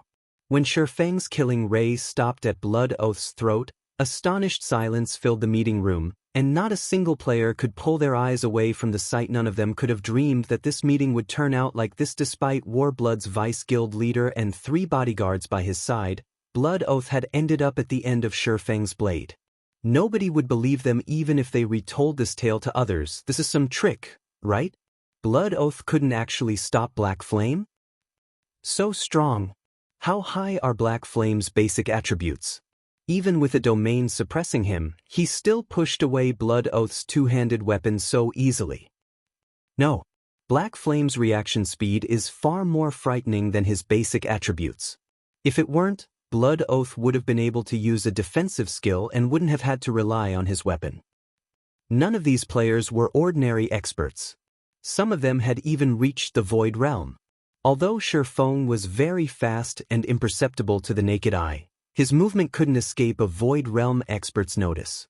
Thus, many of the room's occupants had caught a clear glimpse of what had just happened. Of course, Witnessing that exchange was the very reason for their shock. The domain realm experts in the room evaluated Shifeng with a far more serious gaze than before. They had watched the recording of Shifeng killing Autumn Plant, and they had assumed the swordsman only had high basic attributes, combat techniques, and reaction speed. They had assumed that these factors were the only reason that Shifeng had been able to instant-kill Autumn Plant. However, this display made it clear that they had been severely mistaken. The fluidity of Shifeng's movements was the true reason that he was so frightening. They had no doubt that even if Shifeng's basic attributes were on par with Blood Oath's, the result of this exchange would have been the same. If not even Blood Oath was a match for Shifeng, they, who were weaker than the Warbloods commander, had no hope against Zero Wings Guild leader. Stop messing around, Black Flame. Blood Oath is the Warblood Adventurer team's commander. Inkfeather coldly warned Shifeng. Watching him hold Blood Oath captive, Shifeng's strength was far beyond her expectations. She had never expected an outcome like this. God's Domain was a virtual reality game that mimicked reality to a frightening degree. Although players could view details that weren't available in the real world, there was little difference between the two. Unlike monsters, players didn't have thick hides and powerful life forces, and because of that, players had to don armor to protect their vulnerable bodies. Even an ordinary Tier 2 player could deal an absurd amount of damage if they attacked Blood Oath's unprotected neck, not to mention Shifeng, who had incredible basic attributes and wielded an epic weapon with Shifeng's blade against his throat. Blood Oath's life was in Shifeng's hands, although a player would only lose one level if they died. In God's Domain, the significance of one level differed from player to player. An ordinary expert would have no problem coming back from the loss. They couldn't catch up to God's Domain's frontline players, to begin with, and they weren't strong enough to contest for resources in new, unexplored maps. However, dying and losing a level was an immense loss to a frontline player like Blood Oath. With Inkfeather's warning, the meeting room fell silent again as everyone stared at Shifeng. Even Phoenix Rain was extraordinarily tense. Shifeng might have control of Blood Oath's life, showing off his strength before every player in the room, but he had also grievously offended the Warblood Adventurer team. For Warblood, allowing its commander to be taken captive in such a public setting was immensely embarrassing. To save its reputation from this blow, the Adventurer team couldn't allow Shifeng to get away with this. You really know how to dig your own grave, Black Flame. I won't even need to lift a finger to deal with you now.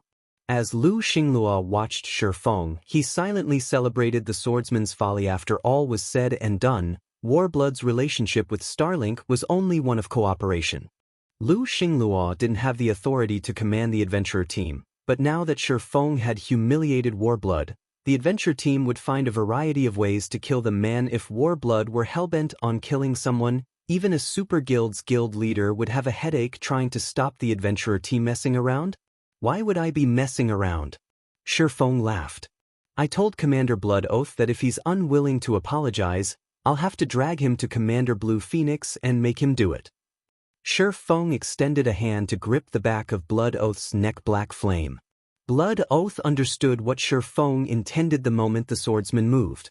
He immediately activated his berserk skill, disregarding the blade pressed against his throat. However, Blood Oath did not stop with just one berserk skill. Following which, he activated his legacy berserk skill, the intensity of his aura instantly skyrocketing to the standard of a mythic monster of the same level. Tier 2 taboo skill, Storm Rage. With the power to rip apart space itself, Blood Oath thrust his magic dragon spear at Shifeng. However, golden, divine runes began to appear across the swordsman's body, and his aura's intensity skyrocketed. Heavenly Dragon's power.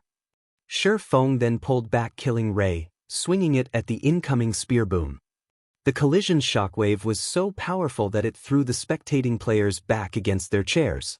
The magic dragon spear, which had far more power than Inkfeather's starburst arrows, came to an abrupt halt, unable to harm Shifeng in the slightest. Blood Oath's expression darkened. He hadn't expected that, even after activating twofold berserk, he'd still be helpless against Shifeng. He quickly activated another skill to put some distance between him and Shifeng. Unfortunately for Blood Oath, Shifeng was a step ahead. Tugging Killing Ray sharply, he dragged the magic dragon spear, and Blood Oath with it, forward.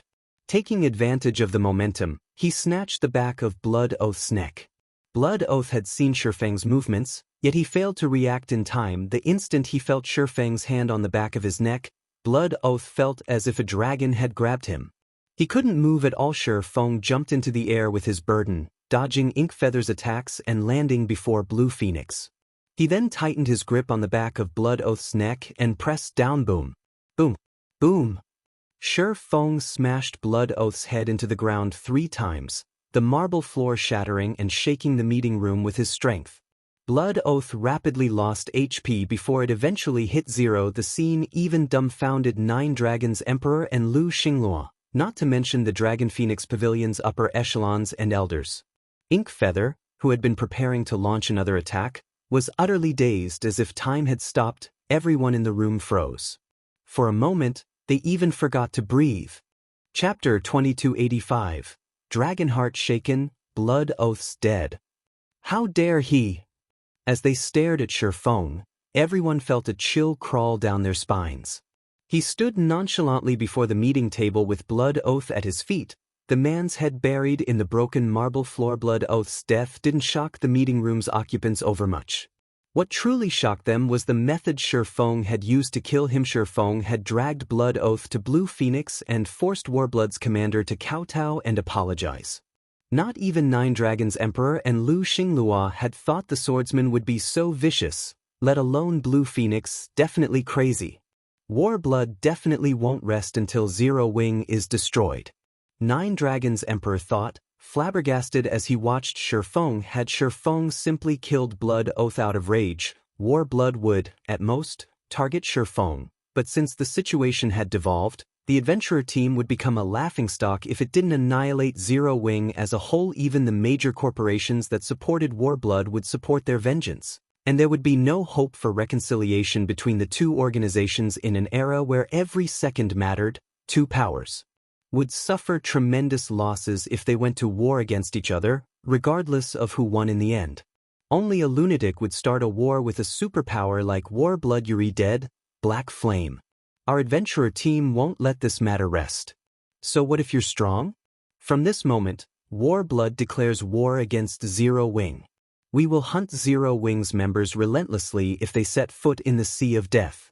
Inkfeather bellowed when she saw her commander's corpse with such powerful killing intent that even the Dragon Phoenix Pavilion's members shuddered.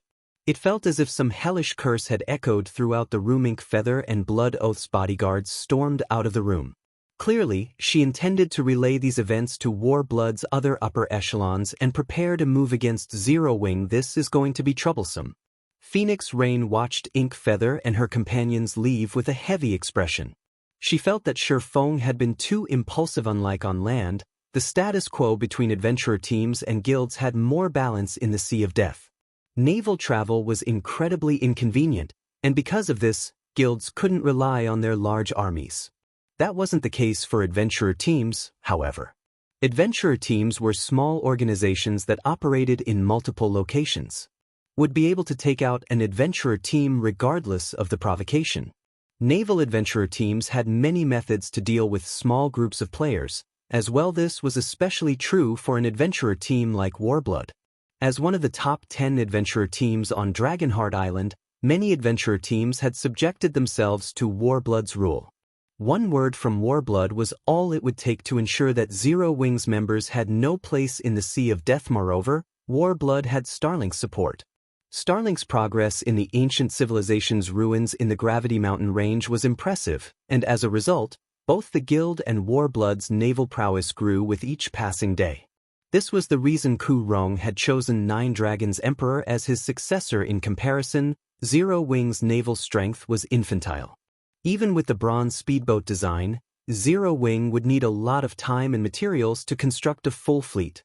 Furthermore, adventurer teams supplied 80% of the naval resources on the market, and after today, not a single adventurer team would dare sell their resources to Zero Wing. With one of Zero Wing's main supply lines severed, Warblood and Starlink would occupy a large number of shops and resources in Dragonheart City by the time Zero Wing developed its naval forces. If they purchased Dragonheart City's large shipyard, they'd become unimaginably powerful at sea. How, exactly, was Zero Wing supposed to fight Warblood? Zero Wing wasn't even guaranteed to survive this war, let alone prosper in the Sea of Death. However, Phoenix Rain had to admit that Shifeng's performance had been effective. The Dragon Phoenix Pavilion's upper echelons and elders had a newfound respect and fear of Zero Wing. Shifeng had followed through with his threat of dragging Warblood's commander to Blue Phoenix and forcing him to apologize. Not even a Super Guild's guild leader would dare to pull such a stunt for a time. Everyone in the Dragon Phoenix Pavilion re-evaluated their opinions of Phoenix Rain. Shifeng might be a lunatic, but he was a powerful lunatic. Moreover, he had a bronze speedboat design. Because of this, Ku Rong decided to postpone the matter of his successor. At the very least, he'd wait to announce a decision until the war between Zero Wing and Warblood had reached a conclusion. Fortunately, this meant that Nine Dragons Emperor's plans had gone to waste. It seems Black Flame is quite capable after all, Cloudy Moon, who was about to leave the meeting room, said, smiling gently as she glanced at Shifeng. His good luck will only last a short moment, Nine Dragons Emperor hissed with a sneer. You're new to the Sea of Death, so you might not understand what kind of power Warblood is. Not even Starlink is a match for the adventurer team's naval prowess, much less the pavilion. Not only has Warblood secured a stable source of naval legacies, but it has also acquired a source for hidden bloodline legacies. It can nurture experts with horrific combat power at sea. Moreover, I've heard that Warblood has gained a large number of deification crystals and ancient contract scrolls that allow players to tame sea monsters as mounts due to its partnership with Starlink. Even 13 Thrones shows Warblood some respect at sea. Why else would the Great Pavilion Master choose me as his successor so quickly? Black Flame doesn't realize who he just provoked. He thinks everything will be fine just because he's so powerful as an individual. If Warblood goes all out, Dragonheart City will tremble at its might. There's no guarantee that Zero Wing will even be able to enter Dragonheart City, much less gain any standing. Nine Dragons Emperor's explanation surprised Cloudy Moon. She hadn't thought that an adventurer team could be so powerful, even having the ability to tame sea monsters as mounts. It was no wonder why Ku Rong had been so lenient about Blood Oath's disrespect and arrogance. Although her main activities were on land, she knew a little about sea monsters. With a sea monster as a mount, a player's combat power at sea would be impressive. If a power had enough sea monster mounts, it would usher in a new era in the Sea of Death. Despite the Dragon Phoenix Pavilion's efforts to keep the incident quiet, news quickly reached Dragonheart City's various major powers. It caused an uproar in the city. Is Zero Wing trying to dig an early grave? This is going to be an interesting show. Meanwhile, Phoenix Rain worried as she read the report on Warblood's declaration of war in an office in the Dragon Phoenix Pavilion's guild hall. Guild leader Black Flame, I'm afraid that Warblood is already on the move. If you need any resources, I'll try to get you as many as I can from the Dragon Phoenix Pavilion, Phoenix Rain offered, watching Shifeng as he prepared to leave the office. Shifeng had only started a war with Warblood on her behalf, so she couldn't just sit aside and do nothing, but she couldn't help but feel powerless with their opponent being the Warblood adventurer team. That's wonderful. In that case, I'd like to borrow some of your people, Shifeng said, nodding. He wouldn't refuse the help. Zero Wing's foundations in Dragonheart City were just too fragile. Borrow some of my people? What are you planning? Shifeng's request confused Phoenix Rain. Want to capture the Gravity Mountain Range's northern fortress? Shifeng calmly stated. Chapter 2286, Size Upgraded. Capture the northern fortress? Phoenix Rain stared at Shifeng with wide eyes. There were quite a few fortresses in the Gravity Mountain Range, with over a dozen of varying sizes scattered across the map. The northern fortress was a medium fortress in the map's northern region, the largest in the area. Even working together, 13 Thrones and Starlink had gone to great lengths to capture a small fortress. While that might not seem like a great feat, they were the only superpower to capture a fortress in the Gravity Mountain Range, and Shifeng intended to capture a medium fortress. No matter how Phoenix Rain considered the idea, she had little hope of the operation succeeding. Even if the Dragon Phoenix Pavilion and Zero Wing went all out, working together, their chances of capturing a small fortress were less than 10%. That's right. Zero Wing isn't quite strong enough to succeed, so I'd like to borrow 30,000 elites and experts for the operation, Shifeng said, nodding. Of course, I won't borrow them for free. If we succeed, I'll give you 20% of the fortress's shares. The majority of Zero Wing's forces were stationed in the bottomless abyss and/or empire. There were barely any members in Dragonheart City. Although the guild could gather its members here, it would take a long time to do so, and he couldn't afford to wait. The main reason that the Gravity Mountain Range's fortresses were so difficult to capture was the level 100+ mythic monsters that guarded each of them. The fortresses were also full of level 100+ Great Lords and Grand Lords. Medium fortresses, in particular, were guarded by significantly more monsters, and these monsters operated like a well-trained army. Zero Wing hadn't previously had the strength to capture a medium fortress, but that had changed while Shifeng had been in the Tower of Four Gods. Both Anna and Kite had reached level 100 and completed their Tier 3 promotion quests. Including the level 100+ demons, Shifeng could summon with the Bible of Darkness. Zero Wing qualified to challenge a medium fortress. It would be less risky to challenge a small fortress, but the northern fortress was near the Gravity Mountain Range's vein area. Not only could the rare ores in the area be used when crafting ships, but they would also be useful for producing level 100+ weapons and equipment. After level 100, the system reduced equipment drop rates even further. One would already be quite lucky to obtain a piece of mysterious iron equipment from a Great Lord, and Lord-ranked monsters had practically no chance of dropping level 100+ bronze equipment. Hence, demand for player-made weapons and equipment would skyrocket after level 100. Since no one was paying attention to the northern fortress, he had to secure it as quickly as possible. If he waited until this fortress attracted attention, not only would he have to deal with the monsters that guarded the northern fortress, but he'd also have to deal with player interference, which would significantly reduce his chances of capturing IDIS 30,000. Enough. Phoenix Rain gave Shifeng a skeptical look. Although gathering 30,000 elites and experts on Dragonheart Island would be difficult, it wasn't impossible for her. However, 13 Thrones and Starlink had sent a massive 150,000 player army to capture a small fortress, and over 70% of their forces had been slaughtered by the end of the battle. And yet, Shifeng only asked for a fraction of that. They'll be enough, but we'll need to move quickly. Shifeng said the most important factor when attempting to capture a fortress in the Gravity Mountain Range was whether or not one could hold their ground against the monsters. If an army could stand strong, even 10,000 players would be enough to capture a fortress, not to mention 30,000. However, they would need a lot more time to succeed. That won't be a problem. I'll contact them immediately. I should be able to get 30,000 players here within a day, Phoenix Rain said. She knew that Shifeng was no fool. If he thought it was possible to capture a medium fortress, she had to take the risk. Starlink and 13 Thrones had gained massive advantages in Dragonheart City due to the small fortress they had captured. If she could get her hands on a medium fortress's shares, Nine Dragons Emperor would have an extremely difficult time shaking her position in the Dragon Phoenix Pavilion. In the future, Phoenix Rain and Blue Phoenix got to work contacting the necessary players. They called in the pavilion's various elite and expert players scattered in the Sea of Death and various countries on the main continent. Meanwhile, Shifeng headed toward the Wanderer's shop after leaving the Dragon Phoenix Pavilion's residence. Since he had been stuck in the Tower of Four Gods, he hadn't been able to manage the Wanderer's shop, allowing it to operate itself. After so many days, the shop should have accumulated a fortune.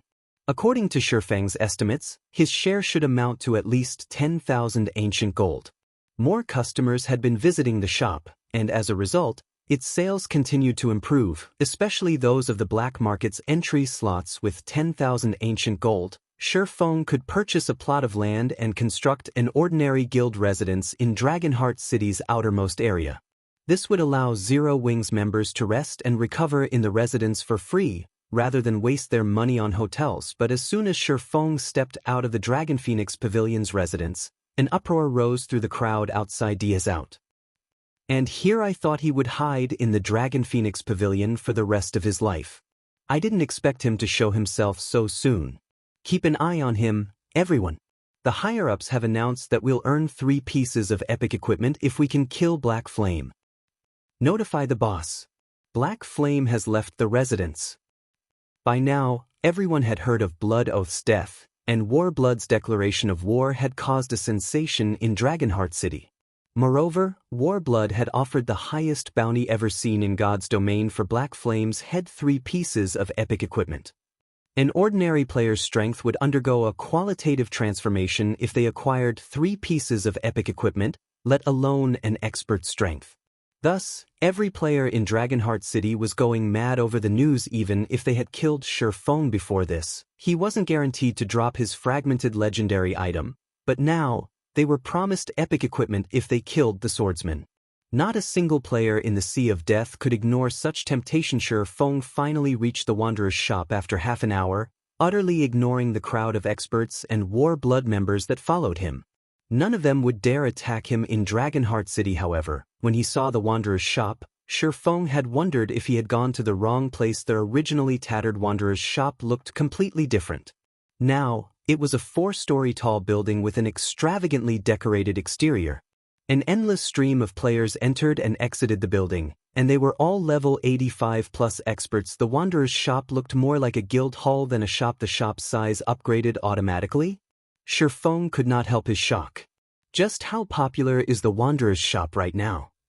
It wasn't particularly unusual for independent shops to upgrade automatically, but fulfilling the conditions for such an upgrade was immensely difficult. Not only did the shop require enough popularity and traffic, but it also needed to reach a certain sales volume. Shurfeng entered the shop, only to find that the first-floor hall had more than doubled in size.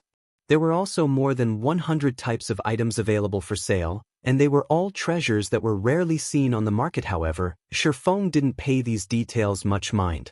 He immediately opened the shop's interface to learn how much ancient gold he had earned. Is this real? Shurfeng couldn't believe his eyes when he saw the numbers 27,615 ancient gold. Chapter 2287, Special Area. Shurfeng had earned a lot more ancient gold than he had expected from the Wanderer's shop. He still couldn't shake off the shock after staring at the numbers for a long time. It's no wonder why the powers that secured a Wanderer's shop in the past developed so rapidly. This shop is a gold mine. Realization dawned on Shurfeng after seeing his share of the profits. Many first- and second-rate guilds had mingled in independent cities in Shurfeng's previous life, and despite not occupying high-resource maps, they had established themselves among the many superpowers, with some eventually becoming superpowers themselves. Meanwhile, a large part of the reason for these guilds' success was likely the Wanderer's shops they had owned. Shurfeng had only spent a little over 20 days in the Tower of 4 Gods, yet he had earned over 27,000 ancient gold through the Wanderer's shop. This meant that the shop generated more than 1,000 ancient gold per day. No shop in Dragonheart City earned as much income. Only the fortresses in the Gravity Mountain range could surpass the Wanderer's shop's profits. Moreover, the Wanderer's shop had earned so much income despite being a 2-star shop. Once he promoted it to 3-star status, the shop would sell items that would even tempt superpowers. Most importantly, the Wanderer's shop would undergo a qualitative transformation upon reaching 3-star status, periodically hosting a miniature black marketplace. The items available in this marketplace couldn't compare to those in the actual black market, but there were looser entry restrictions. Players could participate as long as they had the Wanderer's shop's customer membership. The Wanderer's shop's income would significantly increase after withdrawing the 27,615 ancient gold. Shurfeng made his way to the city hall. He had originally planned to construct a guild residence for Zero Wings members on Dragonheart Island, but since he had more ancient gold than he had expected, his plans had changed. Dragonheart City was split between its inner and outer areas. But there was also a special location within the city. It was the area closest to the World Tower. Not only did this special area provide more convenient access to the World Tower, but the mana density there was also incredible. Moreover, this secret area had a hidden secret: the World Power Tolerance value. As players roamed the World Tower's first underground floor, they might not notice a difference, sensing an ever-present malicious energy in the underground world. This malicious energy was world power, and it discriminated against and rejected all outsiders. Not only would this world power weaken players' physiques, but it would also interfere with their 5 senses, severely affecting their combat power. Of course, one could counter these negative effects by consuming the food and drink available in Dragonheart City, but doing so carried a high price. Even ordinary experts would blow through their savings if they relied on this method. However, after a long investigation, some players had discovered that one could reduce the world power's suppression by resting in an area near the world tower. It wouldn't make them immune to the world power's effects, but it could reduce them by half. With this reduction, players could continue to explore the world tower without relying on Dragonheart City's expensive consumables. Because of this, the shops around the world tower had been incredibly popular in the past.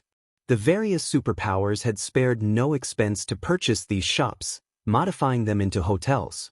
If players had been allowed to construct guild residences in the area, such buildings would have surrounded the world tower in the past. Even so, the area around the world tower had become something of a famous tourist spot during Shurfeng's previous life due to its many hotels. Unfortunately, first-rate guilds hadn't had a chance to build a hotel of their own.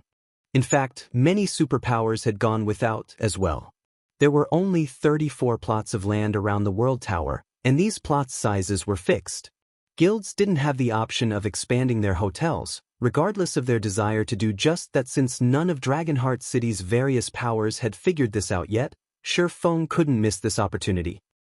When he had first visited Dragonheart City in search of a shop, he had only had 10,000 ancient gold on hand. It hadn't even been enough to purchase the shops in the city's outer area, much less those near the world tower.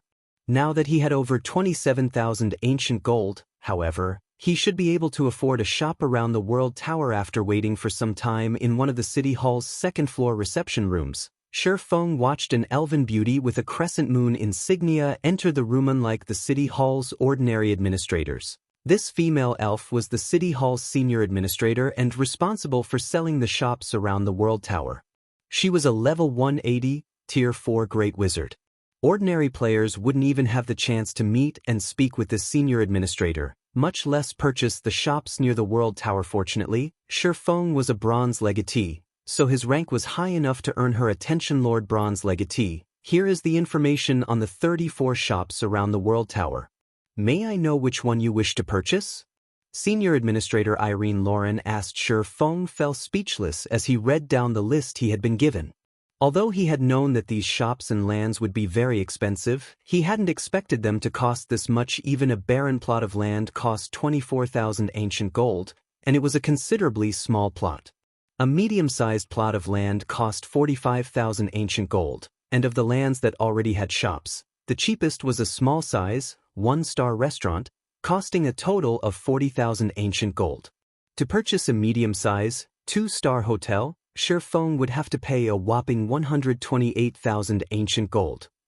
Suddenly, Shurfeng felt like a pauper in Dragonheart City, even with the Wanderer's shop.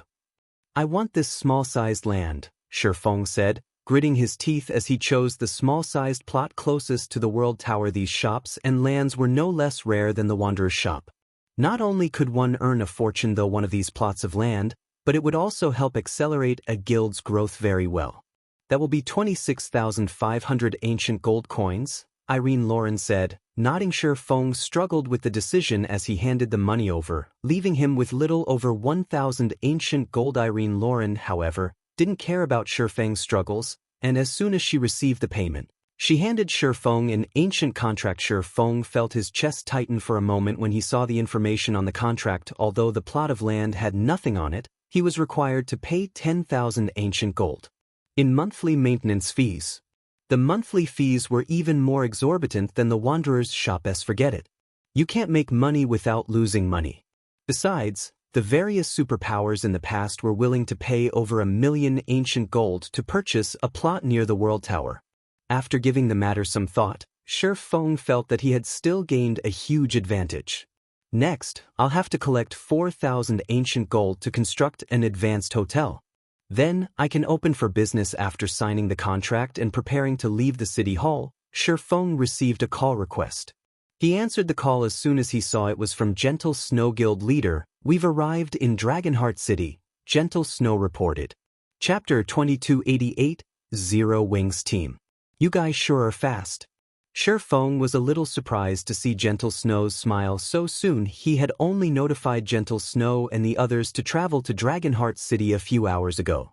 He hadn't expected them to reach the city so quickly. The tidal vortex was located in the Sea of Death's core region. Even with a flying mount, it would take some time to return to Dragonheart City. Furthermore, there were 100 players in Zero Wing's main force. Gentle Snow would need several trips to fly everyone back to the city. It would have taken a few more hours to get everyone back to Dragonheart City, but the last level 95 mythic boss we killed dropped a twin-headed flying dragon. Cola won the bid for the mount, and it substantially reduced our travel time, Gentle Snow said excitedly. She had already enjoyed the benefits of having a flying mount, and now that another Zero Wing main force member had won, the team's overall strength and leveling speed had significantly increased. A twin-headed flying dragon? Aren't you guys a little too lucky? That thing only has a 1% drop rate. The news stunned Shi Feng. The Tidal Vortex's mythic bosses did have a chance of dropping flying mounts.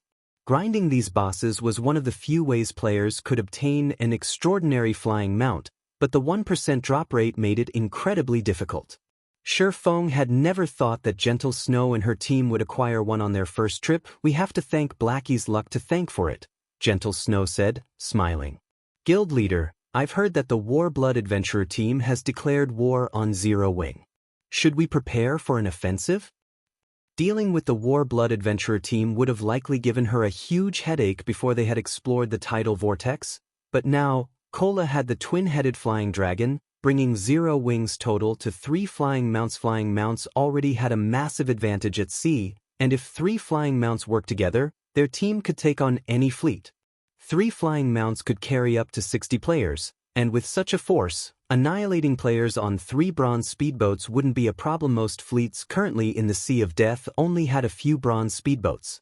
They could easily destroy any fleet's core combat power with a few rounds of attack. Zero Wing might not be able to establish itself in the Sea of Death, but they wouldn't give the Warblood Adventurer team an easy time either. No.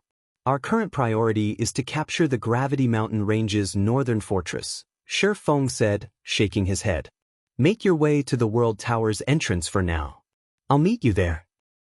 Although they could rely on the flying mount's mobility to cause trouble for Warblood, doing so would slow their development speed. It wasn't a worthwhile trade. The struggle between powers required resources and experts. Securing the northern fortress was the best way to defeat Warblood. Weary capturing a fortress?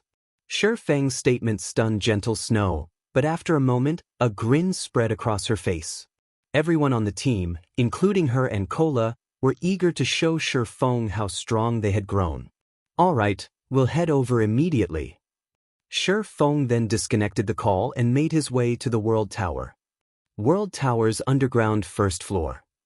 Due to Phoenix Rain summons, a large number of Dragon Phoenix Pavilion experts had gathered near the first underground floor's entrance.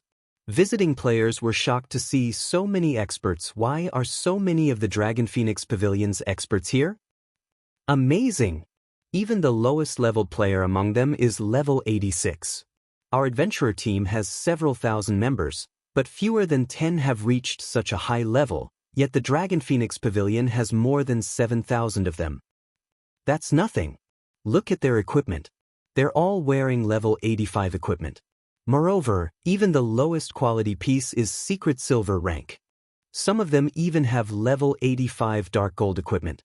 I thought I've been doing quite well in my guild, but I only have a few pieces of level 85 secret silver equipment, while the rest is level 80 equipment. I wonder why the Dragon Phoenix Pavilion has gathered so many experts? Are they planning to complete a quest, maybe? The various players nearby couldn't help but wonder why so many of the pavilion's experts had gathered. They rarely saw so many in one place. Big Sis Rain, 9,000 people have arrived thus far. It'll take another 2 or 3 hours for the rest to get here, Blue Phoenix reported as Phoenix Rain examined the supplies she had prepared for the operation. Worriedly, she continued, however, 9 Dragons Emperor has found out about the operation. So be it. How could such a large-scale operation escape the notice of 9 Dragons Emperor's men? Phoenix Rain nodded. The news didn't affect her in the slightest. We just need to take down the northern fortress before 9 Dragons Emperor can gather enough players to do anything about it. It was too easy for information about such large-scale operations to reach other powers. There was no way to ensure that there weren't any spies among their people. Now they were in a race against time. Meanwhile, A report stating that Zero Wing and Phoenix Rain intended to capture the northern fortress sat on the guild leader's desk in 13 Thrones. Dragonheart city residents' black flame never ceases to surprise me, Melancholy said, smiling at the report before him. He then turned to Happy Art and asked, Art, what do you think of this matter? His favorable opinion of Shifeng was the reason he had invited Zero Wing to participate in the mission to capture a small fortress. Unfortunately, he was forced to go back on his word. Zero Wing should have some confidence in succeeding, Happy Art said, uncertain. While capturing the northern fortress might be extremely challenging, she didn't think that Shifeng was foolhardy. Since he had decided to attempt the capture, he was confident of succeeding. Confidence? Do you think capturing a fortress is so easy? The masked woman beside Elder Wu commented disdainfully. In my opinion, this is simply the guild's death throes. It's run out of moves. After all, Black Flame so foolishly provoked Warblood. 13 Thrones had gone all out, even cooperating with Starlink, to secure a small fortress. What, exactly, did Zero Wing have to rely on to capture the northern fortress? A medium fortress. Little Melancholy, are you planning to help this Zero Wing? Elder Wu, who sat quietly in a corner, asked. I had considered it. Zero Wing has a lot of potential. It could become a formidable ally in the future, Melancholy answered truthfully. He had no reason to hide his thoughts. More major corporations continued to invest in God's domain, and as a result, the competition between the game's powers grew more intense. Even a super guild like 13 Thrones would have to consider alliances if it wished to continue its smooth development in God's domain. Meanwhile, Zero Wing's development speed had been quite impressive. It was an optimal candidate as an ally. Moreover, if 13 Thrones lent aid during Zero Wing's time of need, the guild would have a more friendly view of 13 Thrones. I understand what you're thinking. That kid certainly knows how to get things done. But you need to understand that Warblood isn't the only power Zero Wing has provoked. Starlink is hellbent to see the guild destroyed. If you help Zero Wing, our relationship with Starlink will become complicated, Elder Wu said calmly. Moreover, we already have plans to capture another fortress with Starlink, and the guild has something crucial for the siege. As 13 Thrones guild leader, you need to consider the guild's benefit carefully. With Elder Wu's warning, Melancholy had no choice but to dismiss the thought. Elder Wu was one of the 13 Thrones founders, and the old man had immense influence in the guild. He wasn't wrong either, and Melancholy didn't have a good enough reason to move against the old man's advice. While the various superpowers in Dragonheart City discussed the news, Shifeng and the rest of Zero Wing's main force arrived in the main hall of the World Tower's first underground floor. The instant Shifeng appeared, a commotion erupted throughout the Hallis. Black Flame stupid. He actually dares to visit the Gravity Mountain range.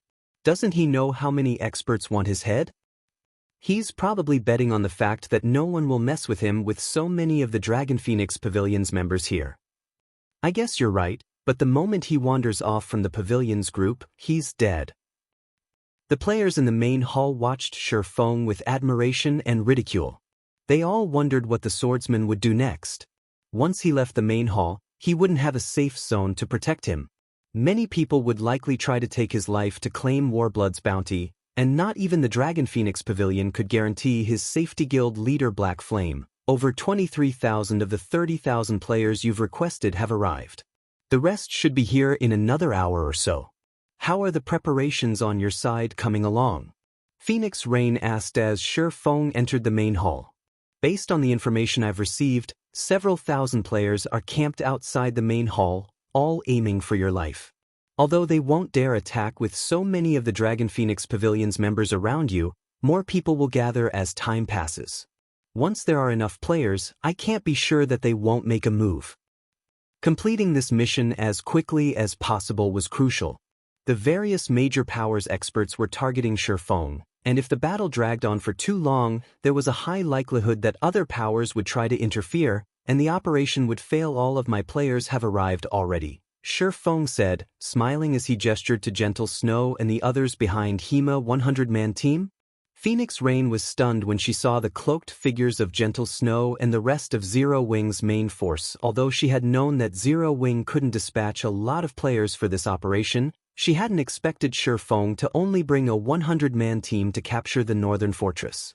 This had to be a joke. While Phoenix Rain was silent, Aqua Rose spoke up. These people dare to target you, guild leader. If we don't teach them a lesson, they'll likely think that Zero Wing is just a pushover, Aqua Rose coldly stated as she glanced at the players outside the main hall. That's right. We might as well take care of these fools since we're still waiting on some of the others. It'll save us some trouble, Cola insisted. All right, let's take care of them first then. Shifeng agreed, nodding after giving the matter some thought. He did not want to deal with unceasing stalkers either. They'd constantly pose a problem. You guys shouldn't mess around.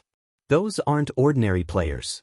There are quite a few Refinement Realm experts among the group, including some experts from Dragonheart Island's top adventurer teams. Phoenix Rain interjected. Phoenix thought that Aqua Rose and her companions were insane.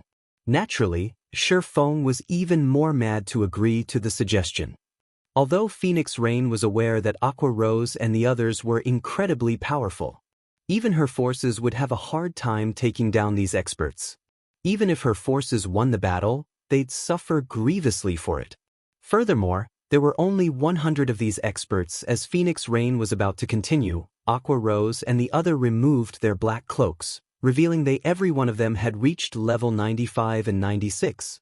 Chapter 2289, Zero Wings Blade. The instant Aqua Rose and the others removed their black cloaks, the players in the hall, who had been busy talking about Shifeng, gasped in shock.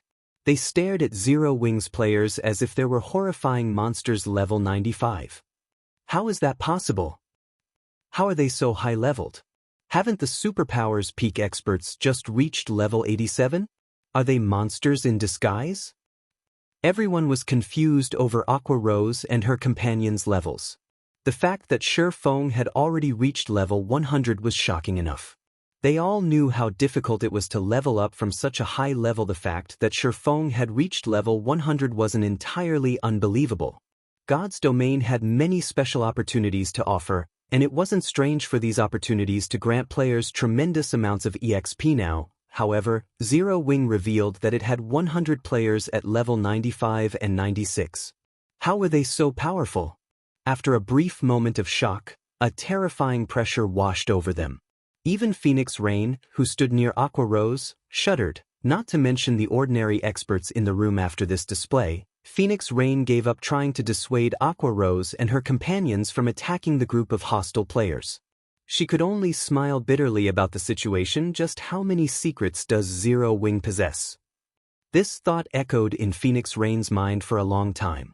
She couldn't understand how Shifeng had helped Aqua Rose and the rest of his main force level up so quickly. Of course, she also understood why Shifeng had so fearlessly provoked the War Blood adventurer team in the Dragon Phoenix Pavilion's residence. Although Shifeng had previously revealed his level, there was a limit to how much an individual could accomplish, especially when exploring new maps. Shifeng could only secure so many resources by himself, and he could clear team dungeons alone, which were one of the largest resource sources for a guild. However, he wouldn't have that problem with a 100-man team that was almost as high-leveled as he was. After Aqua Rose and the other exposed their levels, many of the players in the hall that had considered targeting Shifeng abandoned the idea. Teams with fewer than 50 members, in particular, immediately abandoned their plans to move against Shifeng. If Shifeng were the only powerhouse they had to worry about, they could rely on special tools to restrain him, preventing him from exhibiting his full strength. But since such a group of high-leveled experts guarded him, what was the point in restraining Shifeng? They couldn't even get close to the swordsman, much less attack him. I hadn't thought that Zero Wing had hidden so much of its strength. Targeting Black Flame will no longer be possible. With so many high-leveled expert guards, even assassination experts will be powerless against him. That's right. I doubt War Blood expected Zero Wing to have a card like this. The adventurer team's plan to send everyone in the city after him is likely moot. That might not necessarily be the case. Small teams like ours might not have a chance, but those large adventurer teams could succeed. Zero Wing's members might be very high-leveled, but a team can bridge that gap by outnumbering them. With enough experts, the various adventurer teams might be able to suppress Zero Wing's members long enough to kill Black Flame. I guess you're right. Ordinary experts won't have high enough basic attributes to make a difference, but peak experts could do it if they rely on external items. Besides, even if they have high levels, it means nothing if their weapons and equipment can't keep up. I heard that the Heavenly Beast Adventurer team has dispatched all of its experts to kill Black Flame and steal his fragmented legendary item. Heavenly Beast is quite famous among the Dark Forces. I don't think it's a match for Dragonheart Island's top 10 adventurer teams in an open battle, but its ability to kill individual players is likely even stronger than those adventurer teams. Heavenly Beast is powerful, but Black Flame is no fool. As long as he sticks with the Dragon Phoenix Pavilion's army, Heavenly Beast's members won't get near him. At this point, only the various major powers have any hope of taking out Black Flame. Many of the independent players in the hall sighed and turned to leave after seeing Zero Wing's high-level team. With such powerful players around him, a small team didn't have a chance of taking Shurfeng down. The various major powers experts, on the other hand, chose to stay and continue stalking after him. Unlike independent players, major powers would have no problems sending several thousand experts after the Swordsman A level 95,100-man team. Black Flame sure has a lot of trump cards. So, this is why Black Flame's so confident. Remember to keep a close eye on Black Flame. Report back as soon as you see him leave the Dragon Phoenix Pavilion's protection. I refuse to believe that the pavilion is willing to protect him forever. It took no time for every major power on Dragonheart Island to hear about the levels of Zero Wing's main force members, but although they were shocked by the news, they had no intention of giving up on the bounty. A fragmented legendary item was simply too tempting, not to mention the 3 pieces of epic equipment and Warblood's favor. However, they had decided to avoid taking direct action against Shurfeng for now. He was, after all, protected by the Dragon Phoenix Pavilion's army. When the major powers experts received the commands from their upper echelons, they prepared to follow Shurfeng further into the World Tower. However, they were shocked by what they saw as they passed through the main hall's exit. Corpses littered the ground outside the main hall, every one of them a slain expert. Many experts from Dragonheart Island's well-known and top adventurer teams lay among them.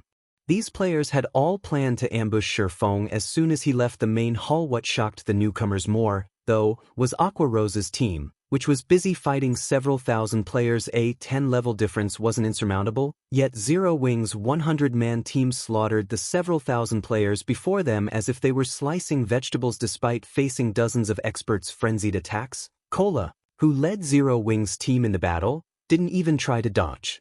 He took every hit with his shield, and none of the attacks from the enemy Tier 2 experts dealt more than -500 damage. To Cola, who had a total of 520,000 HP after reaching level 95, the damage was practically negligible.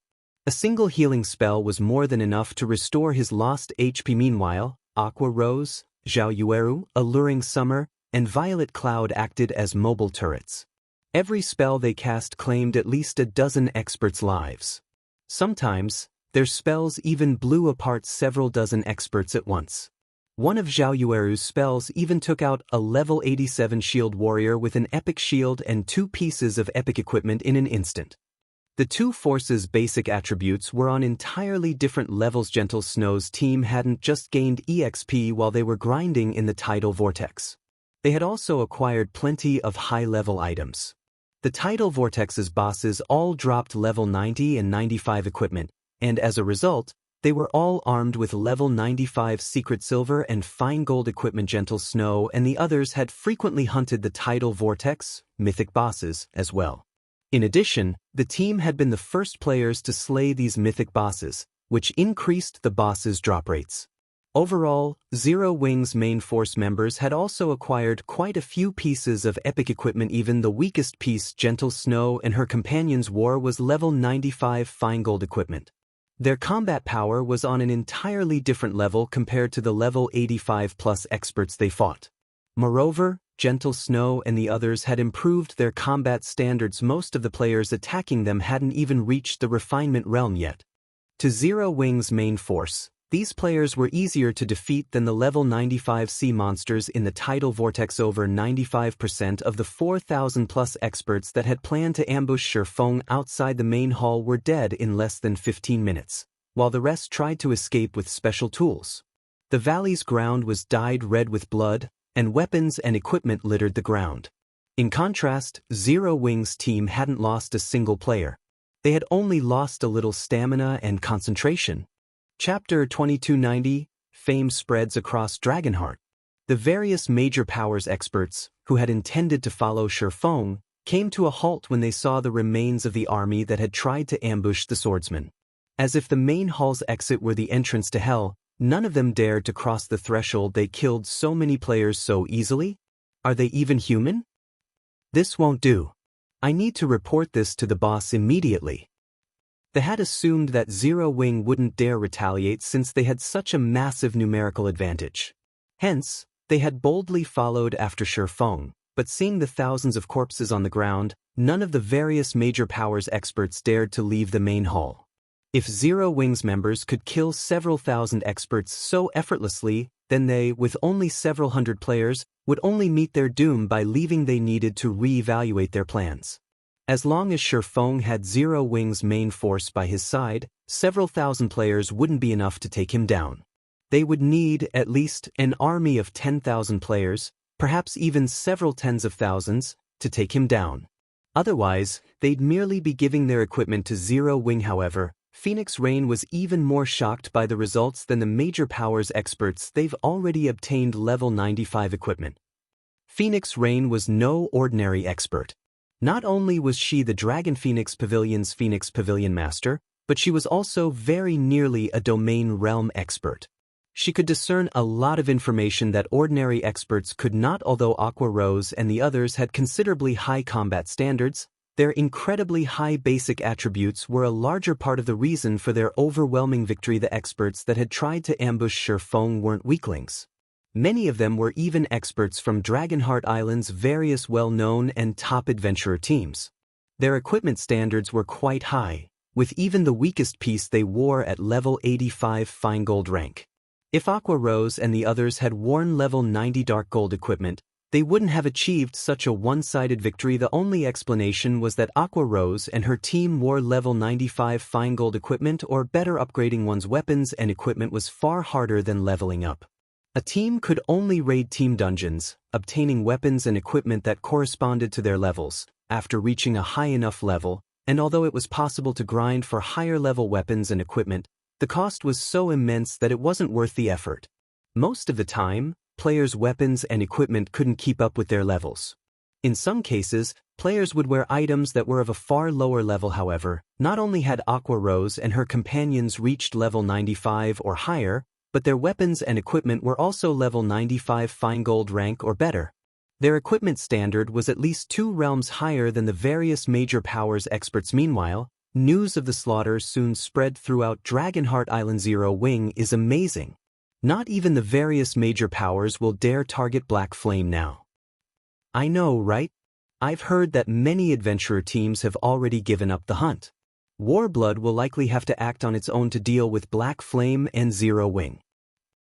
The various major powers had been shocked to learn that Zero Wing's main force members had reached level 95 and 96, but after hearing about the slaughter of several thousand experts in the Gravity Mountain range, that shock transformed into fear. Many of them had given up on Shifeng's fragmented legendary item after witnessing the incident.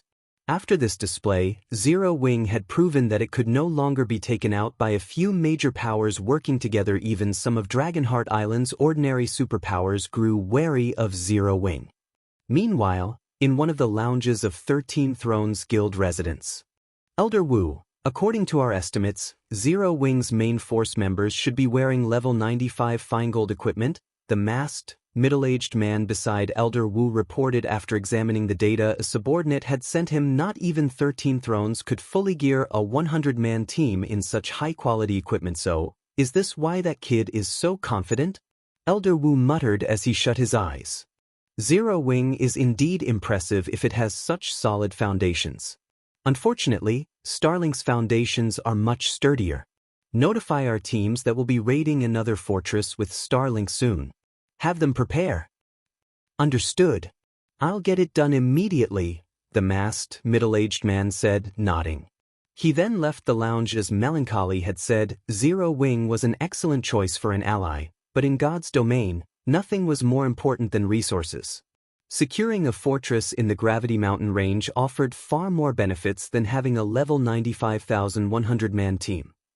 While the various major powers discussed Zero Wing, Shi Feng and his army had arrived at the Gravity Mountain Range's northern fortress as the most important fortress in the Gravity Mountain Range's northern region. Not only was the northern fortress situated at the top of a mountain range, which made it easy to defend, but it also had far more powerful defenses than a small fortress. Over 30 defense turrets and heavy ballistas had been lined up along the fortress's walls, and plenty of level 90.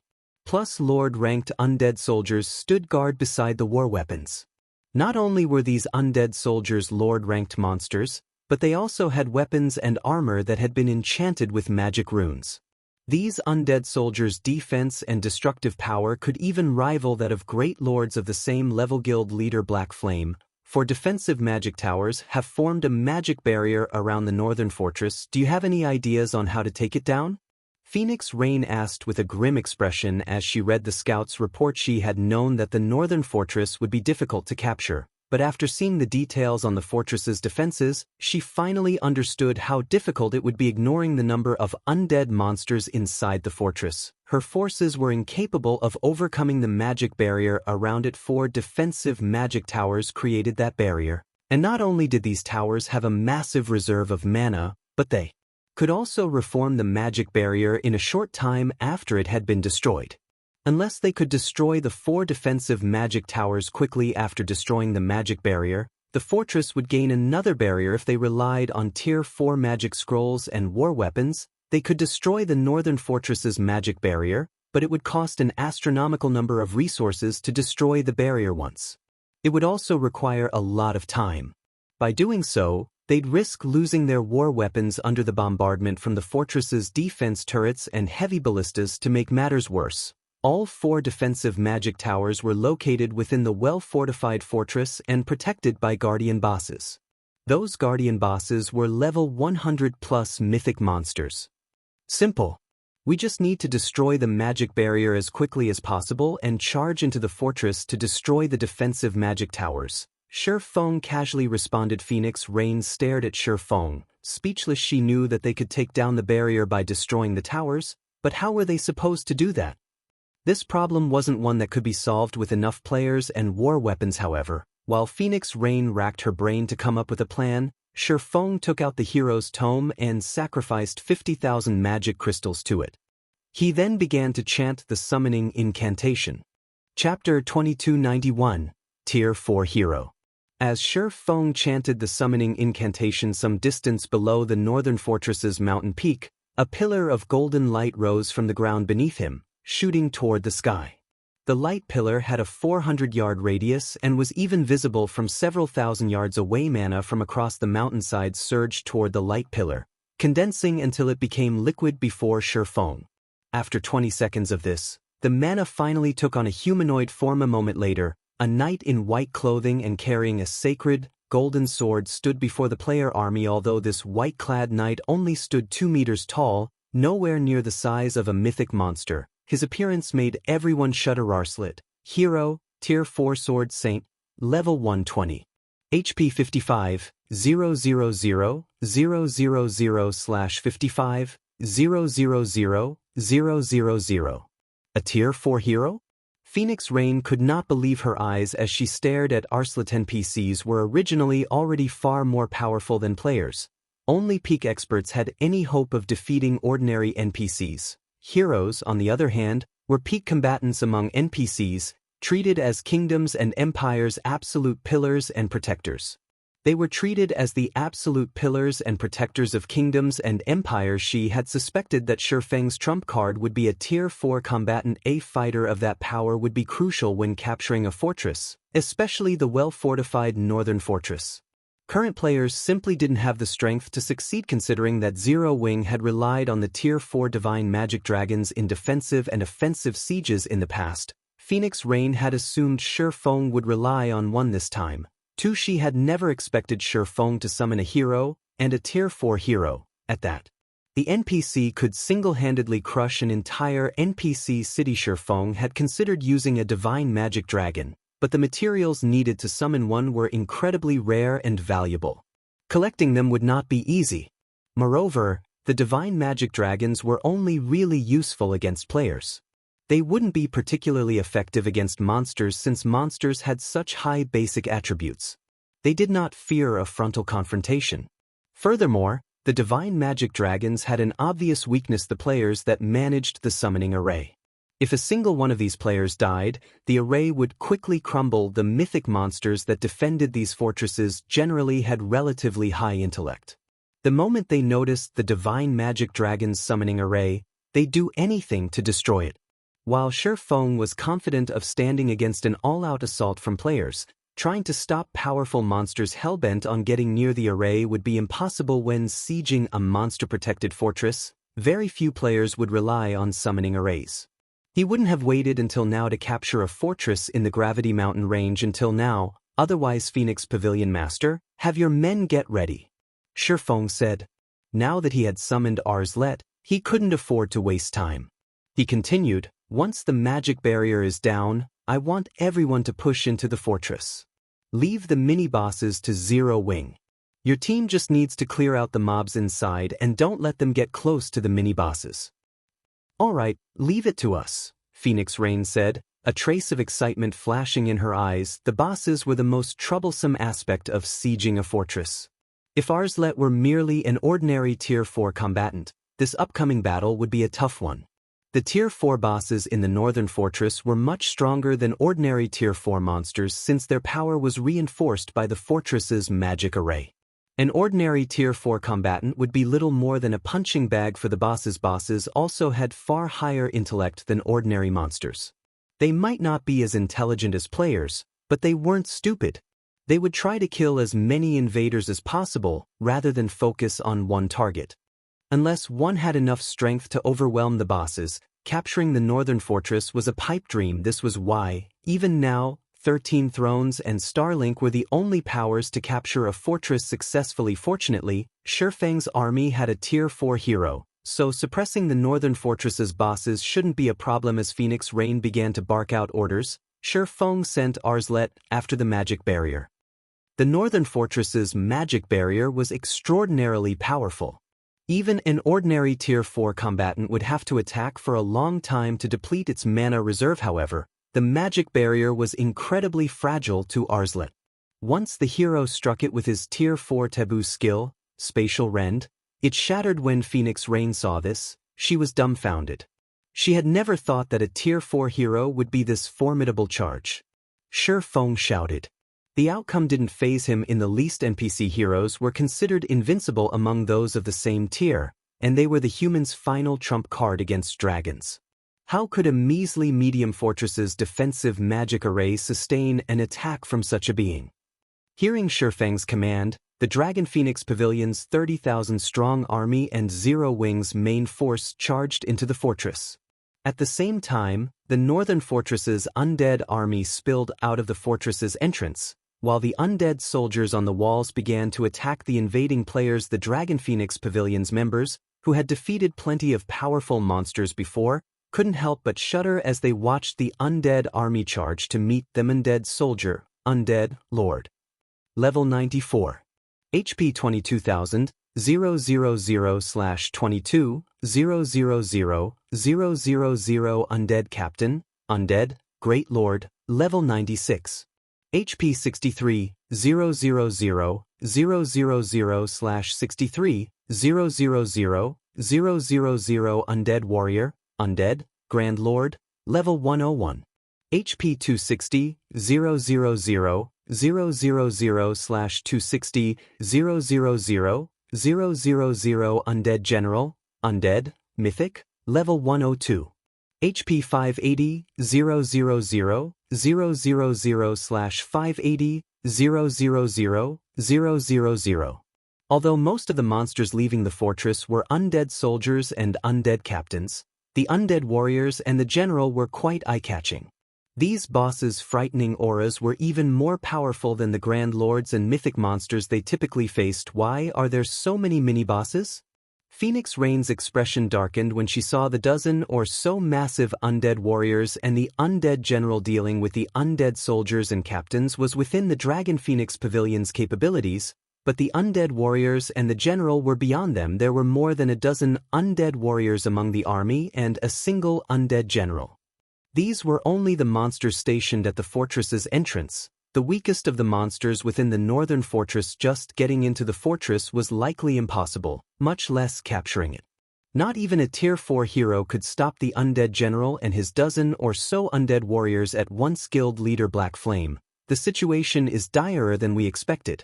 We should retreat, Phoenix Rain called out to Shurfeng. There were more undead warriors protecting the northern fortress's entrance than their scouts had reported.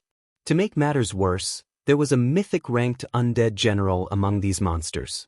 The players would be at a severe disadvantage if they tried to face this undead army head-on. She was very familiar with just how powerful level 100+ monsters were. 13 Thrones had contained a lot of information regarding the fortress it had captured from ordinary guilds and powers, but hiding such details from superpowers like the Dragon Phoenix Pavilion was impossible. One level 100 Great Lord could easily annihilate a 1,000-man legion of current players, not to mention level 100+. Grand Lords. Not even Tier 3 players had the strength to contend with these monsters. By the time Arslet defeated the undead general, the undead warriors would have wiped out half of their forces as expected of the northern fortress. The force protecting its entrance is already so powerful. It's no wonder why the northern fortress had been the last captured in the Gravity Mountain range. The situation even surprised Shurfeng. It seems I can't hide them any longer, following which, Shurfeng took out 2 Summon Guard scrolls and called forth Kite and Anna. Chapter 2292, One-Man Army. He's summoning his personal guards? Phoenix Rain watched Shurfeng, a little surprised. Personal guards were powerful beings, but unlike players, they were incredibly difficult to resurrect. Thus, the various powers avoided risking their personal guards and would never use them to siege a fortress. And with how powerful this undead army was, what could a few personal guards possibly accomplish? 2 figures appeared before Shurfeng, a man carrying 2 long swords, and a woman in luxurious, purple-gold robes with a staff. The instant these NPCs appeared, all of the mana within 50 yards began to gather toward Themis. This for real. Both of those personal guards are over level 100. Even the strongest personal guard in our guild is only level 96. Crap. Those personal guards are actually Tier 3 NPCs. When they saw Anna and Kite, the Dragon Phoenix Pavilion's members gasped, feeling a little jealous. Shurfeng's 2 Tier 3 personal guards shocked them even more than the Tier 4 hero had. Shurfeng had relied on a special tool to summon the Tier 4 hero, which meant he couldn't casually summon the NPC, but that wasn't the case for personal guards. So long as the personal guards in question were alive, he could summon them at any time, and he could continue to nurture them, growing their strengths. There was also the fact that completing the Tier 3 promotion quests wasn't easy for personal guards. Although personal guards could reach Tier 3, they couldn't necessarily be promoted as soon as they hit level 100. Like players, personal guards had to complete a promotion quest, but the promotion quests for these NPCs were actually easier than the ones players had to face. Personal guards could complete their Tier 3 promotion quests in a short time. Bronze guards only had a 20% chance of clearing their Tier 3 promotion quests, and if they failed, they'd have to wait 7 days before challenging the quest again. Without enough luck, it was practically impossible for a bronze guard to complete their promotion quest as soon as they reached level 100. Fine gold guards, on the other hand, had a 50% success rate. Once a personal guard reached Tier 3, they'd be significantly more helpful to their player. Personal guards were NPCs and considerably more powerful than Tier 3 players. With a Tier 3 personal guard, a player would have an easier time grinding, questing, and raiding field bosses.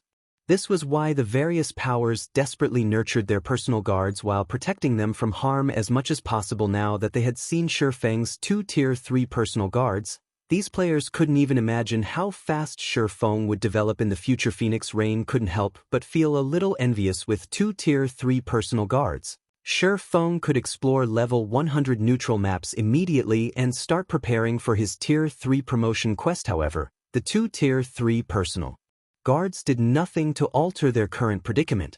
There were still over a dozen Grand Lord-ranked undead warriors to contend with while the rest of the pavilion's members worried about the same issue. Shurfeng commanded Anna and Kite to distract the undead warriors. The level 102 Anna and level 101 Kite then charged at the 15 approaching Grand Lords. Black Flame has gone insane. Big Sis Rain. Blue Phoenix watched the scene with wide, shocked eyes. Sending 2 Tier 3 personal guards against 15 undead warriors was suicidal. Tier 3 personal guards were exceedingly valuable. If they died in battle, resurrecting them would cost tens of thousands of gold. Blue, get ready to use our Tier 3 summoning scrolls and magic arrays. Phoenix Rain hadn't thought that Shurfeng would be so maddeningly bold either. She had no choice but to rely on the Tier 3 summoning scrolls and magic arrays she had prepared. Great Lord-ranked summon creatures wouldn't be a match for the undead warriors, but with their high HP, they should last for some time. If they included the magic array's suppression, the summon creatures could survive even longer. However, as Phoenix Rain finished her command, Anna, who had reached the undead army, began to chant an incantation, swinging her staff gracefully under her command. 18 magic arrays appeared around Anna. Level 102 Great Lord-ranked rock guardians emerged from each array, stupefying Phoenix Rain and Blue Phoenix. They had prepared 16 Tier 3 summoning scrolls for this siege, and that was Phoenix Rain's limit. She wasn't the great pavilion master, so she only had access to a fraction of the guild's resources. Even so, this fraction was far more than what any ordinary first-rate guild possessed, and yet, not even the 16 Tier 3 summoning scrolls were a match for one of Anna's summoning spells. Anna began to chant another incantation before Phoenix Rain and Blue Phoenix had time to snap out of their daze. Golden runes began to appear on the rock guardians' bodies, increasing their basic attributes and defense significantly. The Dragon Phoenix Pavilion's members were utterly flabbergasted. Summoning 18 Great Lords was already ridiculous, yet Anna could strengthen every one of her Great Lords. Her very existence was beyond absurd. However, Anna hadn't finished her spell casting. She then began to cast her third spell. This time, her chant lasted for 5 seconds. When she completed her spell, a magic array with a 40-yard radius appeared above the two armies.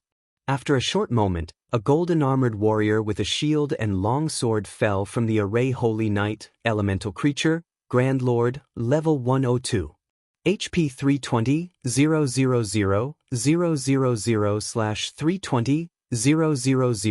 000, 000. Crap.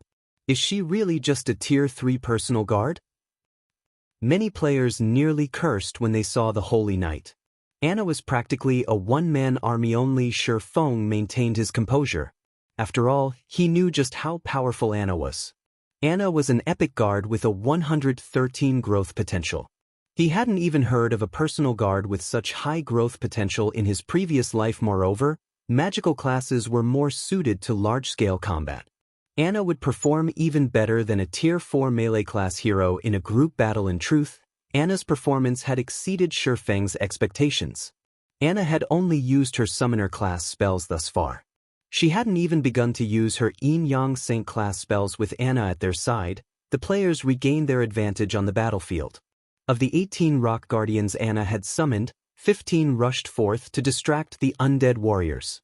The remaining rock guardians worked with the Holy Knight and Zero Wing's main force to target each undead warrior, one by one. Meanwhile, Kite worked with Arslet against the undead general.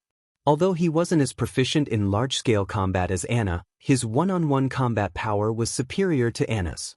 With Arslet suppressing the mythic monster, Kite could attack, unobstructed. All 15 undead warriors were dead in less than half an hour, and facing both Kite and Arslet, the undead general had fallen too, leaving behind a pile of loot by its now still corpse. Chapter 2293. Capturing the Northern Fortress. The Dragon Phoenix Pavilion members gaped in shock when they saw the undead general and 15 undead warriors die. We won. Just like that? Even Phoenix Rain felt as if she were dreaming. She had read the report on 13 Thrones' attempt to capture the small fortress.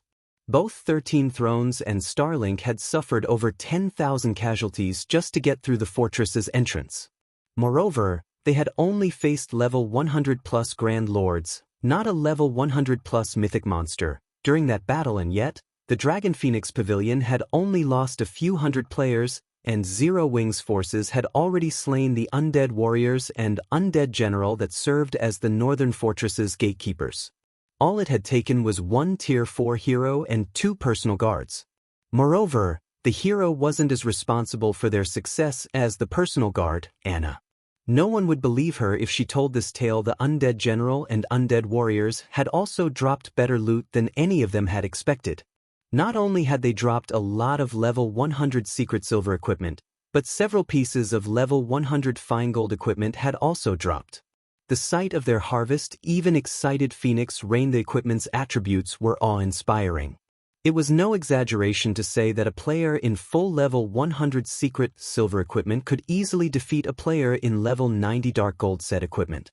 Furthermore, the loot included the Mountain Copper set, a level 100 secret silver set equipment. Everyone, get into the fortress. Ignore the mobs. Shi Feng hurriedly commanded once the mini-bosses had died. We need to destroy the defensive magic towers before they repair the magic barrier. As long as the Northern Fortress's 4 defensive magic towers remained, they would automatically reconstruct the defensive magic barrier around the fortress. If they wanted this operation to succeed, they had to be extremely fast. Although destroying each defensive magic tower would significantly increase the time needed to reconstruct the array, the towers weren't easy to take down. As soon as players entered the fortress, they'd encounter an endless stream of monsters trying to stop them, and it wouldn't be long before the fortress's guardian boss joined the battle. With how large and spacious the Northern Fortress was, it was easy to imagine how difficult it would be to destroy the towers while keeping the guardian boss and mobs at bay. With Shi Feng's command, the players swarmed toward the fortress's entrance, with everyone following the Tier 4 hero. As Arslet opened a path beyond the walls, the Northern Fortress was organized like a town. As soon as they entered, the players were greeted by the sight of tattered houses. Undead filled the streets, and the defensive magic towers stood in the fortress's 4 corners, looking inconspicuous. Once the players crossed the entrance's threshold, they gasped. Numerous Grand Lord-ranked undead warriors roamed the streets, and when they saw the invaders, 2 mythic-ranked undead warlords emerged from the undead army's ranks. A 6-meter-tall undead followed behind the 2 undead warlords, wearing black armor and a crown on its head. When the Dragon Phoenix Pavilion's experts sensed the crowned undead's horrific pressure and death energy, they couldn't help but shudder. Some of them even struggled to move. Undead Warlord, Undead, Mythic. Level 102.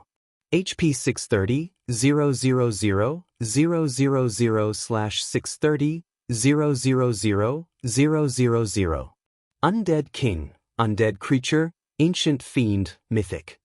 Level 103. HP 1,420,000, 000/1, 420, 000, 000. Why does it have to be an Ancient Fiend? Even Shi Feng was shocked when he saw the Undead King's statistics. He had known the Northern Fortress would be immensely difficult to capture, but he had never dreamed that the challenge would be this great. Based on what he remembered from his previous life, the Northern Fortress's guardian boss should only have been a mythic-ranked realm lord, yet the guardian boss before him was a mythic-ranked ancient fiend. Once it crossed the level 100 threshold, and its restrictions had been removed, a mythic-ranked ancient fiend could nearly rival a dragon before anyone could react. The undead king vanished. It reappeared above the player army, swinging down its skeletal greatsword. Overwhelming death energy poured down on the player army, so powerful that it cracked the space around it. Not good. Shi Feng's expression turned grim at the sight. The undead king's intellect was far higher than the undead general they had faced moments ago. Once the guardian boss sensed the invaders, it launched an attack, targeting the most densely packed area. If they allowed the undead king to land its AoE attack, several thousand players would die instantly. However, just as the wave of dark energy was about to land on the Dragon Phoenix Pavilion's members, a figure suddenly appeared in the air above them. This figure belonged to none other than Arslet. Arslet had activated a skill, sending a towering pillar of light crashing into the wave of dark energy. The light pillar neutralized the attack in the collision, and the resulting shockwave devoured a significant portion of the players' HPs. Some of them hadn't been able to cope at all and died. Although Arslet had the upper hand against the undead king, he couldn't suppress the ancient fiend completely. As a result, The undead king attacked the player army from time to time, each blow reaping several hundred lives and devastating the surrounding terrain. The pavilion's players began to despair. The difference between their strength and the undead king's was too massive. This was no longer a fight. Tier 2 players had any hope of surviving if the undead king was so terrifying. Even while it was distracted, how were they supposed to deal with the 2 undead warlords and numerous undead warriors? Phoenix Pavilion Master, leave the bosses to us. Your team should try to destroy the defensive magic towers as quickly as possible. Feng quickly reminded Phoenix Ray not only could the defensive magic towers regenerate the defensive magic array around the northern fortress, but they could also reinforce the guardian boss. Without those towers, the undead king, which was 17 levels lower than Arslet, wouldn't be able to attack the surrounding players while fighting the hero. The only hope they had of defeating the undead king relied on the defensive magic tower's destruction.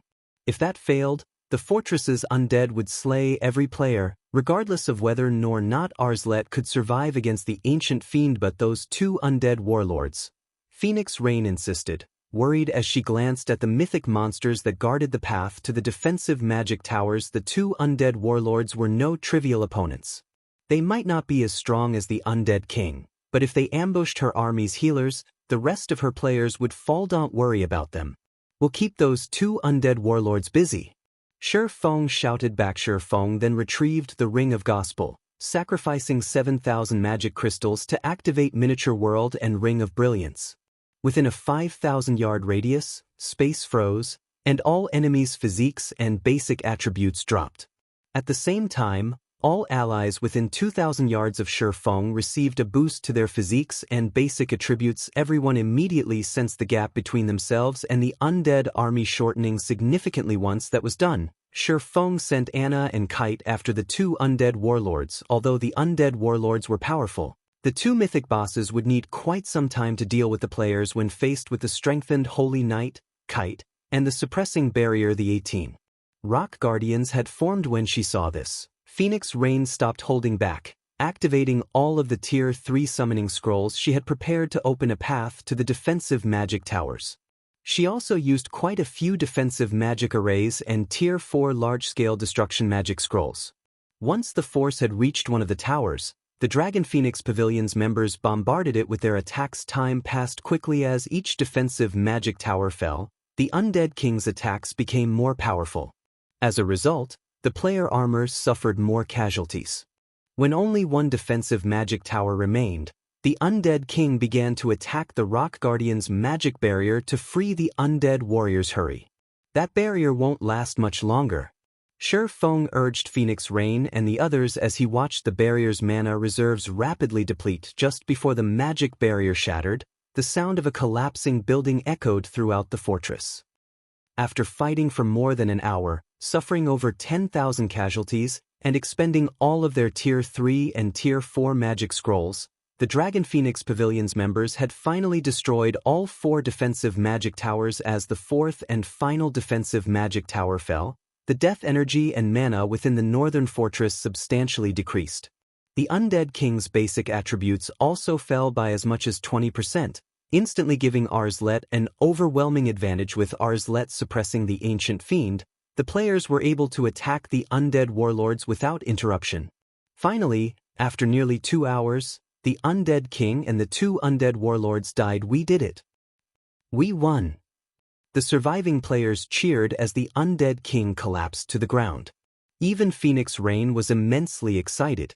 She hadn't actually thought that they'd successfully capture the northern fortress. Feng stepped up to the undead king's corpse, quickly locating a dark gold token and picking it up. The moment Feng touched the token, the sound of a system notification reached every player's ears. Gravity Mountain Range Region System announcement. Congratulations to Zero Wing for capturing the northern fortress and becoming its lord. Guild popularity in Dragonheart City increased by 10,000. Chapter 2294, Medium Fortress. The regional announcement repeated 3 times, its contents stunning the players grinding in the Gravity Mountain range. The northern fortress has been captured? What's going on? Isn't the northern fortress the largest fortress in the northern region? Are you kidding me? Zero Wing actually took down the northern fortress? Is Zero Wing really so powerful? Practically every player in the Gravity Mountain range knew about the Northern Fortress. It was one of only 3 medium fortresses in the Gravity Mountain range and a hot topic among players. Thus far, the only power to secure a fortress the Gravity Mountain range was 13 thrones, but the guild had only claimed a small fortress. Taking into account the number of players on Dragonheart Island, a small fortress wasn't enough to satisfy demand. A medium fortress, on the other hand, was several times larger. Now that Zero Wing had captured the Northern Fortress, players grinding in the Gravity Mountain range wouldn't have to worry about a safe place to rest and recover. Everyone had assumed that the first power to capture a medium fortress would be one of Dragonheart Island's super guilds, yet Zero Wing had accomplished the feat. No one had expected this outcome. However, the masses' shock was nothing compared to how stunned the island's various powers were over the news. How is this possible? That's the Northern Fortress we're talking about.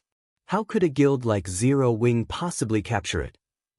Start an investigation. I want to know every detail of the event. Not even 13 thrones dared to assault the Northern Fortress. Zero Wing must have used some special method to capture it. If we can learn this method, the rest of the Gravity Mountain Range's fortress will be ours. The various powers knew just how difficult these fortresses were to capture. Many of the island's superpowers had attempted such operations, only to fail. These powers also knew what kind of guild Zero Wing was. Even with the Dragon Phoenix Pavilion's help, capturing the Northern Fortress should have been impossible for Zero Wing.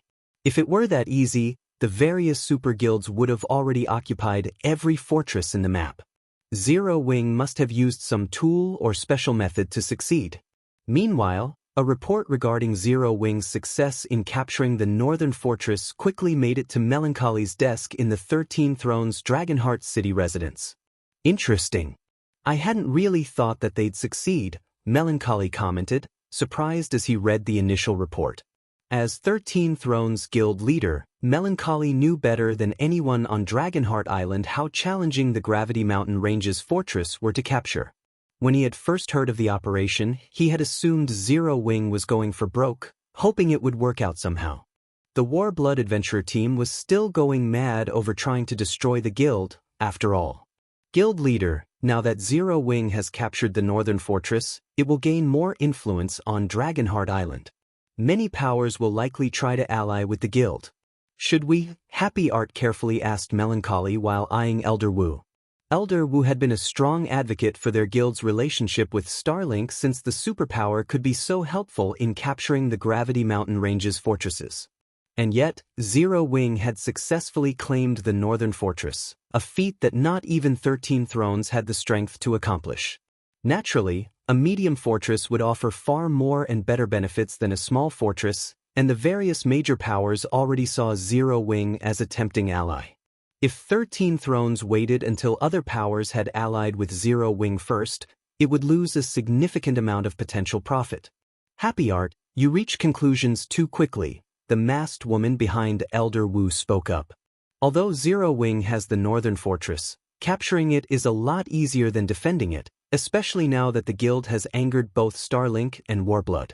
If we negotiate a partnership with Zero Wing, and it failed to defend the fortress, our guild will be in an awkward position? Happy Art fell silent for a moment. Other powers might not know much about the Gravity Mountain Range's fortresses, but 13 Thrones was very familiar with them. It was true that defending a fortress was far harder than capturing one. 13 Thrones had gone as far as stationing a large number of experts in the fortress long-term to protect it from periodic monster attacks, even utilizing a few of the guild's trump cards. Needless to say, even stronger monsters would assault a medium fortress. If Zero Wing couldn't protect the Northern Fortress during one of these monster attacks, the consequences would be dire. That kid has exceeded my expectations, but we should see if Zero Wing can defend the fortress before we make a decision, Elder Wu said. It won't be too late to negotiate a partnership once Zero Wing proves that it can hold the Northern Fortress. Elder Wu then stood and left the room. He didn't linger in the guild leader's office any longer. While Dragonheart Island's various superpowers discussed Zero Wing's success, Shifeng and his team were busy clearing the undead mobs out of the Northern Fortress. Capturing a monster-infested fortress wasn't the same as capturing a monster-infested town. Once a town's guardian boss was defeated, the remaining monsters would flee and disappear. However, in monster-infested fortresses, players had to kill the remaining monsters after defeating the guardian boss and claiming the fortress. Fortunately, once the monsters were dead, they wouldn't respawn. Guild leader Black Flame, we should have these undead mobs taken care of in a few more hours, Phoenix Rain reported. Worriedly, she continued, however, according to the information I've recently received, War Blood and Nine Dragons Emperor can no longer sit still. Not only have they locked down the Gravity Mountain range, but they've also begun to gather forces to capture the Northern Canyon's Rock Nest Fortress. Although the Northern Fortress was the largest in the Gravity Mountain Range's northern region, its location was remote. In reality, the Northern Fortress wasn't that attractive to players. Fortunately, there weren't encarate areas for players in the Gravity Mountain Range, excluding 13 Thrones' small fortress. Players would have no choice but to visit the Northern Fortress, regardless of how remote it was. Read latest chapters at Wuxia World. However, if another fortress in the northern region were captured, that situation would change, especially if it were the Rock Nest Fortress. The Northern Canyon, where the Rock Nest Fortress was located, was the sole path leading to the Gravity Mountain Range's northern region. If War Blood captured it, it would severely affect the Northern Fortress's popularity. They have the right idea. We've just captured the Northern Fortress and still need some time to clean it up. If they can stop the flow of players and resources from reaching our fortress, they'll weaken the Northern Fortress's development speed. We might not even survive the first wave of monsters, Shifeng said, chuckling. Unfortunately, they don't know what it means to own a medium fortress. After his comment, Shifeng approached one of the destroyed defensive magic towers. There was a strict divide between the Gravity Mountain Range's fortresses. A medium fortress wasn't just larger than a small fortress, it also had defensive magic towers. These towers were the main reason why medium fortresses had a qualitative advantage over small fortresses. Chapter 2295, Peak Construction. As he stepped into one of the dilapidated defensive magic towers, Shifeng used the fortress management token he had obtained to call up the 4 towers combined system interface. Sure enough, repairing the towers will cost a ton. Shifeng was astonished when he saw the repair cost for the 4 towers. If he wished to repair all 4 defensive magic towers, he would have to pay a total of 320,000 magic crystals and 120 units of 7 luminaries crystals. Zero Wing could afford the 320,000 magic crystals. After all, the guild had full control of a manatite vein and an attributed ore vein. It earned more magic crystals than an ordinary superpower. Unfortunately, the 7 luminaries crystals weren't as common.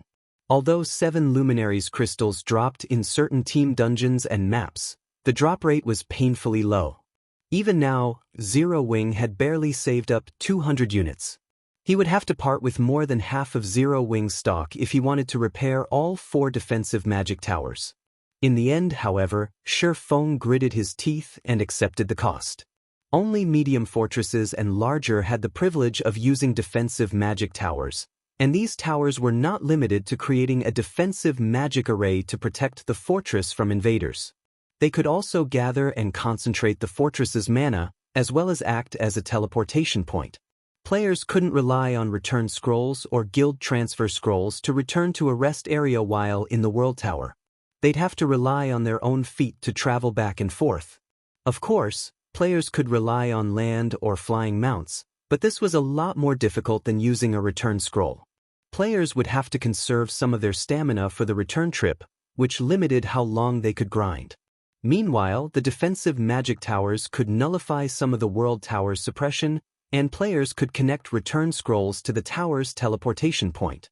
This way, players could teleport to the defensive magic towers freely. Although the defensive magic towers were only effective on their own floor, meaning that players couldn't teleport to the fortress after descending to the next underground floor, these towers had been immensely popular during Shifeng's previous life. Every floor in the World Tower was massive, and traveling across them was inconvenient. Because of the defensive magic towers, the World Tower's medium fortresses could make more profit than their smaller counterparts.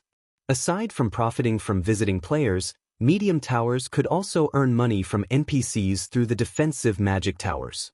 These towers significantly increased a fortress's defensive value, and NPC merchants, who disliked risk, would only visit fortresses with a high enough defensive value.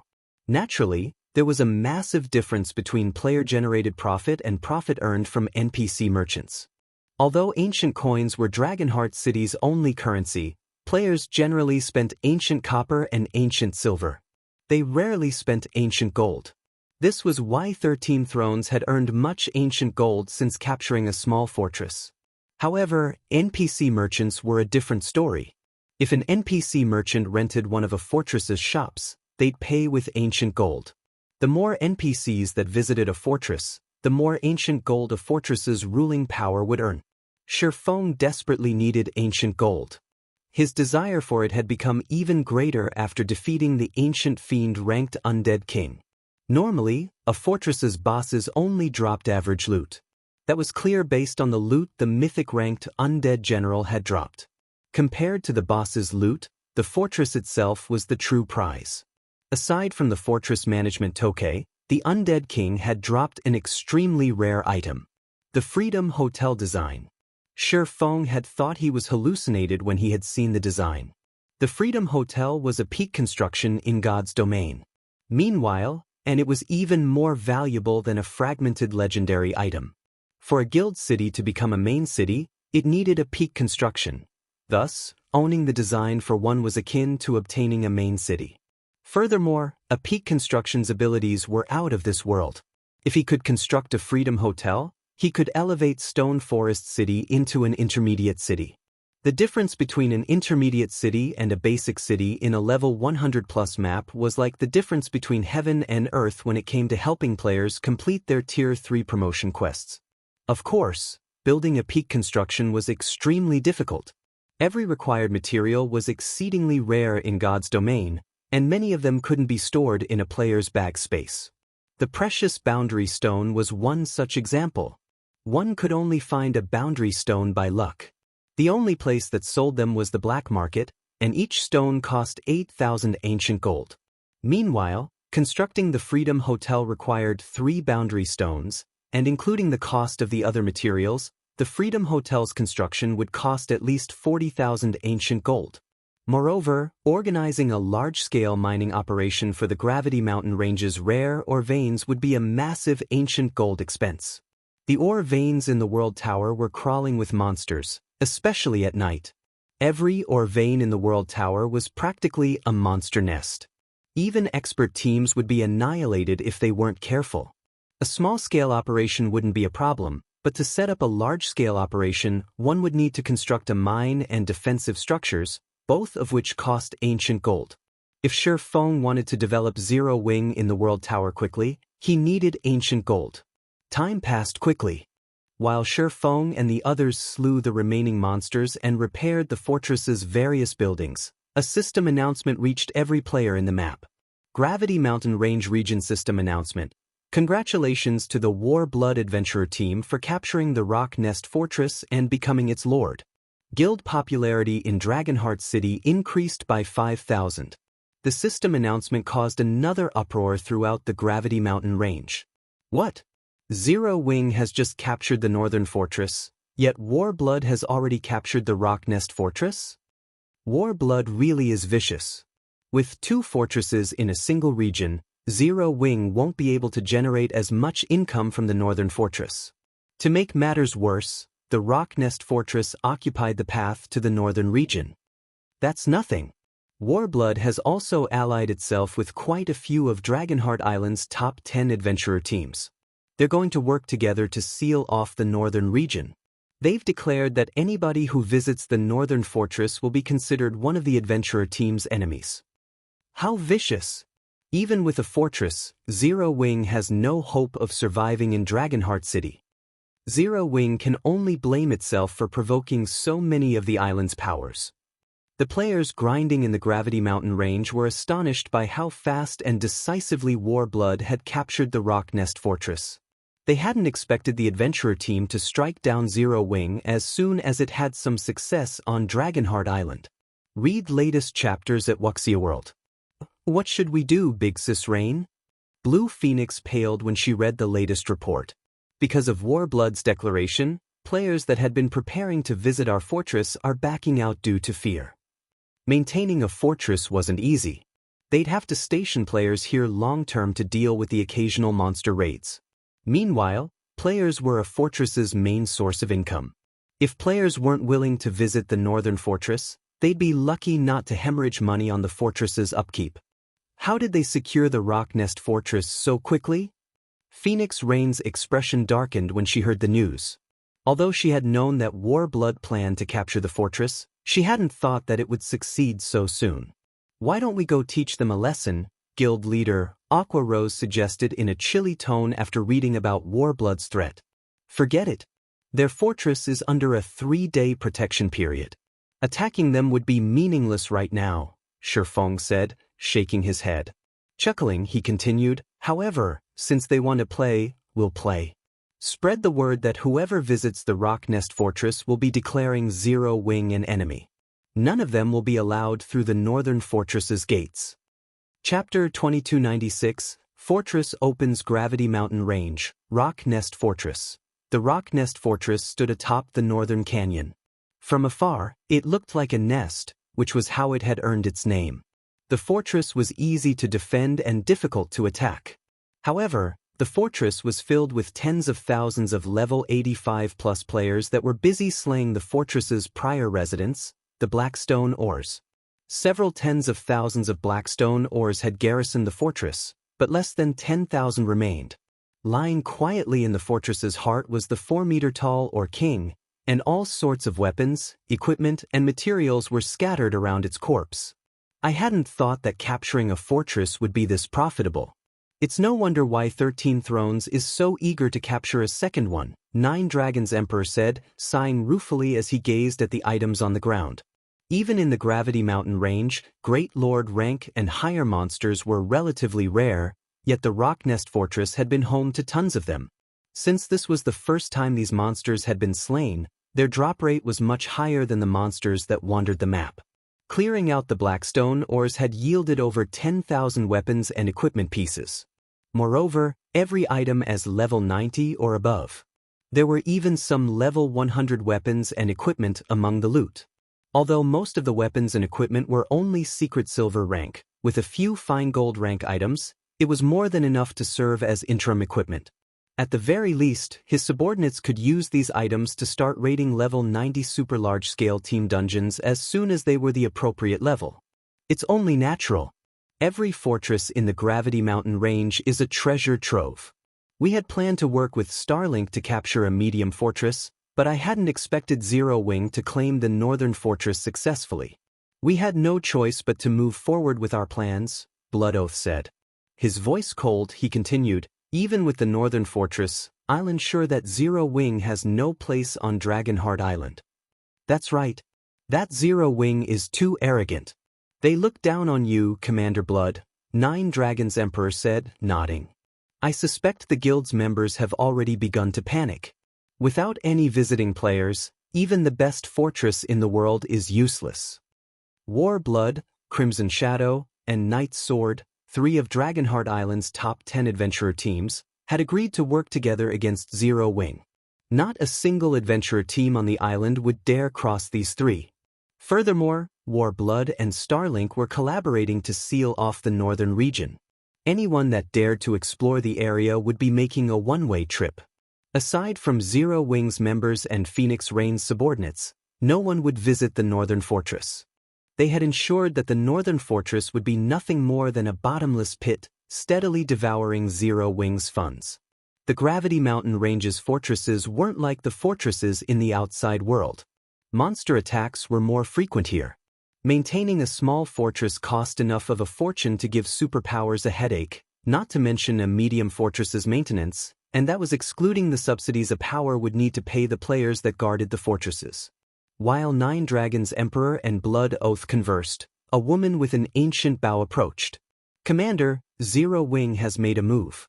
They've mimicked out declaration, announcing that any player that entered the Rock Nest Forest will have no place in the Northern Fortress, Inkfeather announced, smiling as she read the report she had just received.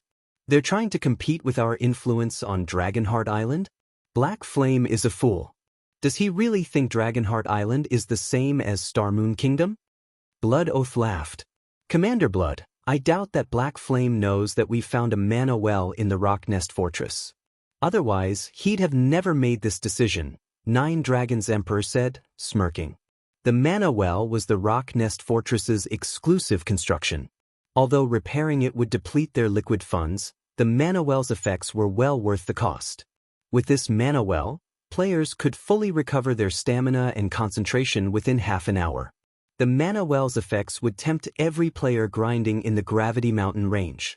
The main reason that players visited fortresses was to rest and recover their stamina and concentration, and for the cost of one ancient gold coin, players could make a full recovery within 30 minutes. Countless players on Dragonheart Island would seek this benefit.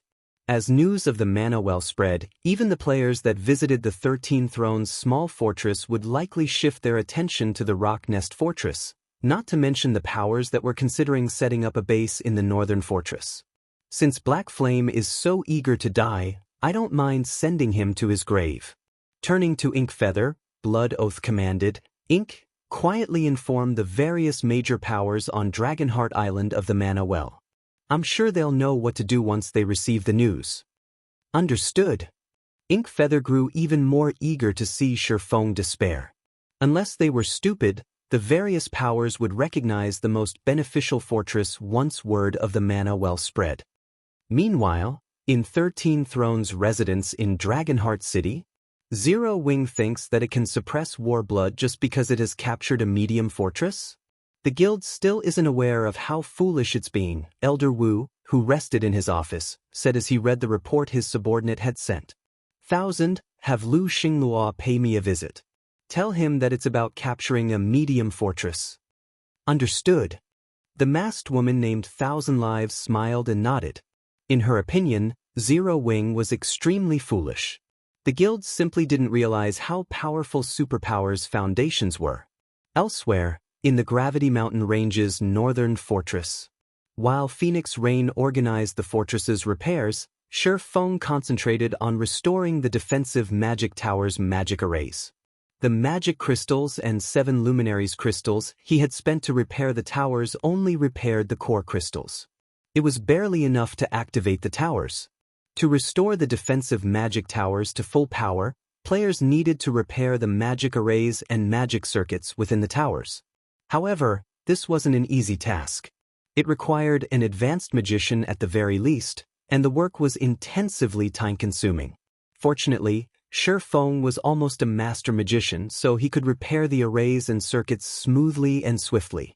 Once the 4 defensive magic towers' final magic circuit had been repaired, the tower's system interface reported that the towers were complete. System: the Northern Fortress's defensive magic towers have been fully repaired. It will cost 8,000 magic crystals to activate them and 6,000 magic crystals per day to maintain them. Do you wish to activate the defensive magic towers? Running at 100% efficiency is certainly expensive. Shurfeng was a little astonished when he read the system notification. The tower's operation cost was much higher than an ordinary magic tower. Not even ordinary first-rate guilds could afford to keep the Northern Fortress's defensive magic towers running constantly.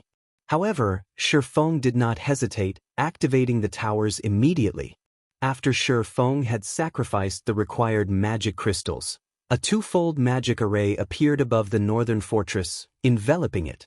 The 2-fold magic array then created a double-layered magic barrier around the fortress, which was much stronger than the barrier Shurfeng and Phoenix Rain's army had broken through. At the same time, all of the mana within a 10,000-yard radius of the Northern Fortress began to gather within the fortress's walls. The fortress's mana density skyrocketed, especially in the fortress's core. The mana there was so dense that it transformed into a white mist. The players within the mist felt an indescribably pleasant sensation course through them, and a second experience bar appeared below their main bar, show that they had accumulated the double EXP buff. Read latest chapters at Wuxia World. EU. The Dragon Phoenix Pavilion members were dumbfounded. Aqua, how are the fortress's repairs coming along? Shi Feng asked after contacting Aqua Rose. We're 60% done. According to your instructions, we've prioritized hotels and accommodations, so they're ready now, Aqua Rose reported. Good. In that case, we can open the fortress to the public, Shi Feng said, smiling.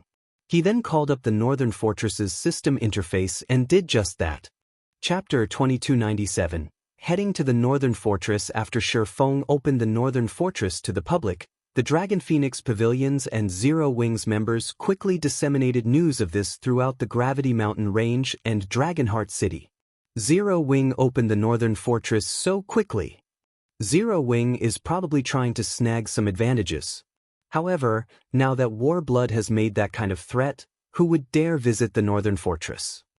The various adventurer teams in the Gravity Mountain Range shook their heads and sighed at this piece of news. The small fortress 13 Thrones captured was hardly enough to accommodate the players operating in the Gravity Mountain Range. Hence, the capture of the Northern Fortress was naturally good news. However, Warblood had already stated that whoever dared visit the Northern Fortress would become its enemy. The various adventurer teams with weak foundations did not dare provoke the Warblood adventurer team at all. Meanwhile, over at the Rock Nest Fortress, Warblood and Nine Dragons Emperor had also received news of the Northern Fortress's opening. Commander Blood, it seems Zero Wing is really anxious. Instead of properly making use of the fortress's 3-day protection period, it actually opened the fortress so quickly. With this, before we can even take action, the Northern Fortress will most likely fall to the monster tides first. This situation elated Nine Dragons Emperor. The various superpowers operating on Dragonheart Island all knew that defending a fortress in the Gravity Mountain Range, especially against the first monster tide a fortress would face, was much more difficult than capturing one.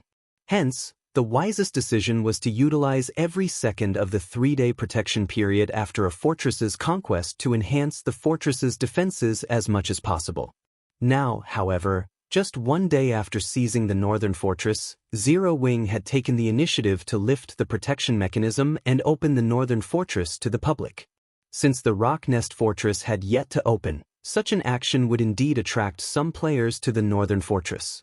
However, the monster tide at the Northern Fortress would not weaken just because the guild didn't take full advantage of the protection mechanism. Zero Wing is indeed quick. Unfortunately for it, I won't leave it with even the slightest shred of hope, Blood Oath said coldly. Inc. Spread the news that we'll be opening Rock Nest Fortress tomorrow. We'll thoroughly eliminate the various adventurer teams and guilds' thoughts of moving to Lee Northern Fortress. Upon hearing Blood Oath's words, Nine Dragons Emperor was surprised. He never thought that Blood Oath would be so vicious as to give Zero Wing no opportunities whatsoever. In reality, although opening the Northern Fortress so soon was very risky, Zero Wing's decision was still a considerably effective move. After all, the number of players grinding in the Gravity Mountain Range increased with each passing day. 13 Thrones' small fortress couldn't satisfy the needs of all of these players by itself. Hence, despite Warblood's influence and deterrence, some adventurer teams and guilds would still rest in the Northern Fortress. After all, traveling between the Gravity Mountain Range and Dragonheart City required a lot of time which they could spend earning more income. However, if the various adventurer teams and guilds only had to wait 1 more day for Rock Nest Fortress's opening, then they would generally show Warblood some respect and avoid visiting the Northern Fortress, thereby rendering Zero Wing's actions meaningless. Meanwhile, shortly after Warblood issued its new announcement, Ku Rong, who was in the Dragon Phoenix Pavilion's residence in Dragonheart City, received news about it. Moon, what do you think of this situation? Ku Rong asked as he looked at the majestic woman seated at a corner of his office. Originally, I had a considerably high opinion of Zero Wing, Cloudy Moon said unhurriedly. Unfortunately, Warblood and Starlink's influence is far too great. Their foundations are also extraordinary. Even if Black Flame possesses frightening combat power, he alone can't change the overall situation. Moreover, I heard that 13 Thrones is already planning on working with Starlink again to capture a medium fortress. once that happens, Zero Wing would lose all its advantages. In Cloudy Moon's opinion, Phoenix Rain's decision was simply too immature. Had Phoenix Rain accepted Starlink's offer for partnership before, then her promotion to Great Pavilion Master would have been practically guaranteed. Unfortunately, Phoenix Rain ended up giving away that opportunity to Nine Dragons Emperor. Alright, I understand. Go make the necessary preparations, Ku Rong sighed. Now that the situation was clear for all to see, if the Dragon Phoenix Pavilion wished to form a good relationship with Starlink, then Phoenix Rain, who was now considered Starlink's enemy, was unsuitable for the position of Great Pavilion Master. While the Dragon Phoenix Pavilion was secretly making its preparations, the various powers of Dragonheart City were in an uproar over Warblood's decisiveness. This situation allowed the general population in Dragonheart City to realize once more how frightening superpowers were. Even though Zero Wing was a large guild that successfully captured the Northern Fortress, it was still no more than an ant before a superpower. Meanwhile, on a gravel hill in the Gravity Mountain Range, 100 level 85 plus experts geared in level 85 secret silver equipment were frantically besieging a level 89 Grand Lord. The Grand Lord ranked 6-armed demonic bear possessed extremely high defense and destructive power. It could easily send several MTs flying with a single attack. However, facing the level 90 Tigerkin Berserker at the helm of the team, the demonic bear was actually getting pushed back one step after another, no match for the Berserker in terms of strength. After battling 20 more minutes, the 6-armed demonic bear finally fell at the feet of this 100-man team. Our boss is too amazing. He actually managed to contend against the 6-armed demonic bear. With this kind of strength, he can definitely rank within the top 50 berserkers on Dragonheart Island, a level 87 shield warrior said in admiration. I know, right? Previously, Heaven's Blade's commander even invited our boss to become a vice commander at Heaven's Blade, a level 87 ranger said, the female half-elf's eyes glowing as she looked at the level 90 berserker. Heaven's Blade was one of Dragonheart Island's top 10 adventurer teams. Heaven's Blade's commander, Zwei, was even the idol of countless female players.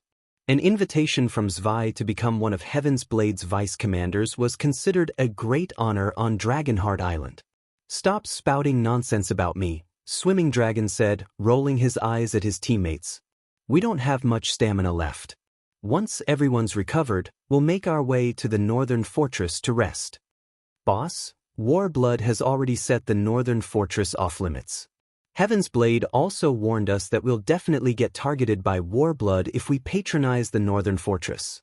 If that happens, it'll be very difficult for us to squeeze into the top 8 adventurer teams subordinate to Heaven's Blade. Upon hearing Swimming Dragon's words, the other players on the team hurriedly tried to dissuade him. The Dragon Riders adventurer team was improving so rapidly that they now had a chance at becoming one of the top 8 adventurer teams subordinate to Heaven's Blade. This was something that they never imagined was possible. After all, Heaven's Blade was the 5th-rank adventurer team on Dragonheart Island. Plenty of adventurer teams subordinated themselves to Heaven's Blade, but only 8 adventurer teams would receive priority treatment. So long as Dragon Riders became one of these top 8 adventurer teams, its position on Dragonheart Island would skyrocket. At that time, even first-rate guilds would not dare to provoke it. Enough. I know what I'm doing. Tidy up immediately. We're heading to the Northern Fortress right now. Swimming Dragon berated, completely ignoring everyone's opinion. He had his current success only because of sure phone. While training inside the Tower of Four Gods, he had not only entered the flowing water realm but also mastered an advanced combat technique and improved his completion rate for Tier 2 skills by a significant margin. After his challenge ended, he even received an epic-ranked replica of the legendary weapon Hurricane's Injury. This replica was top-tier even among epic weapons. Moreover, the Great Sword also had high compatibility with him. As a result, his combat power underwent a qualitative improvement after he equipped the weapon. Now that Zero Wing was in trouble, how could he just stand by and do nothing? Since Warblood wished to seal the pathway leading toward the northern region and prevent players from entering or exiting the area, then Swimming Dragon could just stick to grinding in the northern region. In any case, with the northern fortress around, he would not have to worry about having nowhere to rest. Warblood wouldn't be able to do anything against him.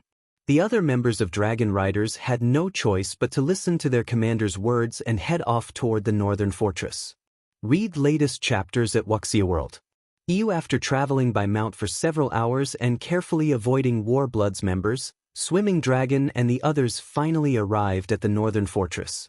However, the moment everyone walked through the fortress's gates, they were stunned. What's going on? Why is the mana density here so high? No, it's not just the mana here. I can feel my body becoming significantly lighter as well. It's as if the suppression outside is gone.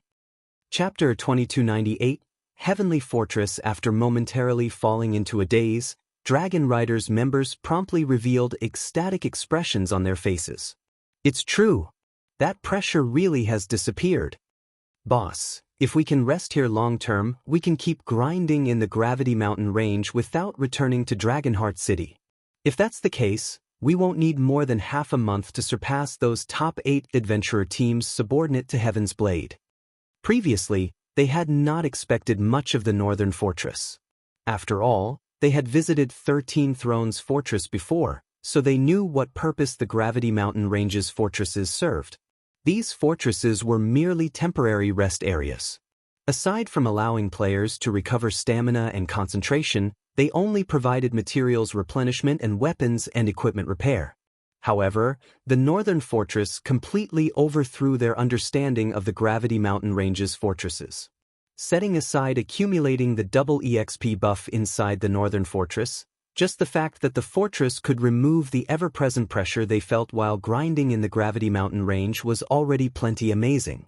Since the Northern Fortress had this kind of ability, they would not need to head back to Dragonheart City to relieve themselves of this pressure. Although the pressure the Gravity Mountain range exerted on them had only a minuscule effect, long-term exposure would still build up mental fatigue, which would rise especially quickly when they were fighting against powerful monsters. Hence, even with the opportunity to rest in 13 Thrones Fortress, they would still return to Dragonheart City once every 4 or 5 days to relax and refresh their minds. At this point, it was already their 3rd day in the Gravity Mountain range, so the mental fatigue they had accumulated was quite significant. However, the moment they entered the Northern Fortress, said mental fatigue had disappeared completely. Normally, this pleasant sensation was something they would feel only after returning to Dragonheart City. If they could rid themselves of the Gravity Mountain range's pressure just by entering the Northern Fortress, then they could forego returning to Dragonheart City and remain in the Gravity Mountain range. With this, they could save plenty on the travel time between the World Tower and Dragonheart City, thereby increasing their leveling speed and resource acquisition rate.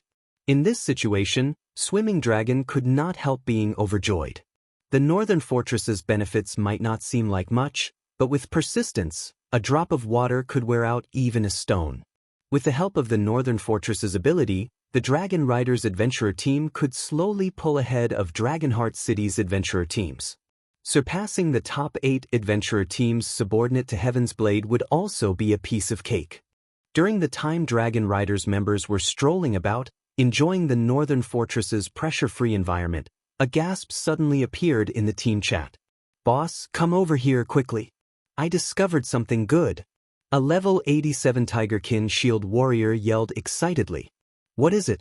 What's so important that you need to make such a huge fuss?" Swimming Dragon asked, exasperated. Dragon Riders was a well-known adventurer team on Dragonheart Island.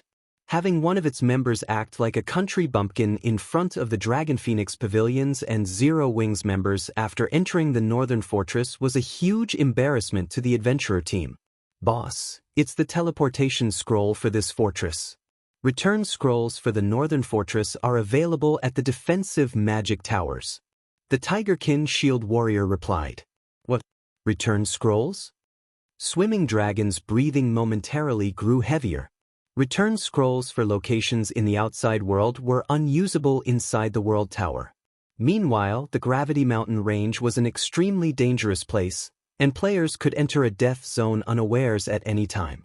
Players might be able to escape momentarily using instantaneous transfer scrolls, but without the help of a return scroll, they would still encounter countless perils on their way back to safety. If players could utilize return scrolls inside the Gravity Mountain range, they would no longer have to be afraid of exploring unknown and dangerous regions. Moreover, with return scrolls, players would no longer have to conserve their stamina and concentration to walk back to the nearest rest area, increasing their range of operations drastically.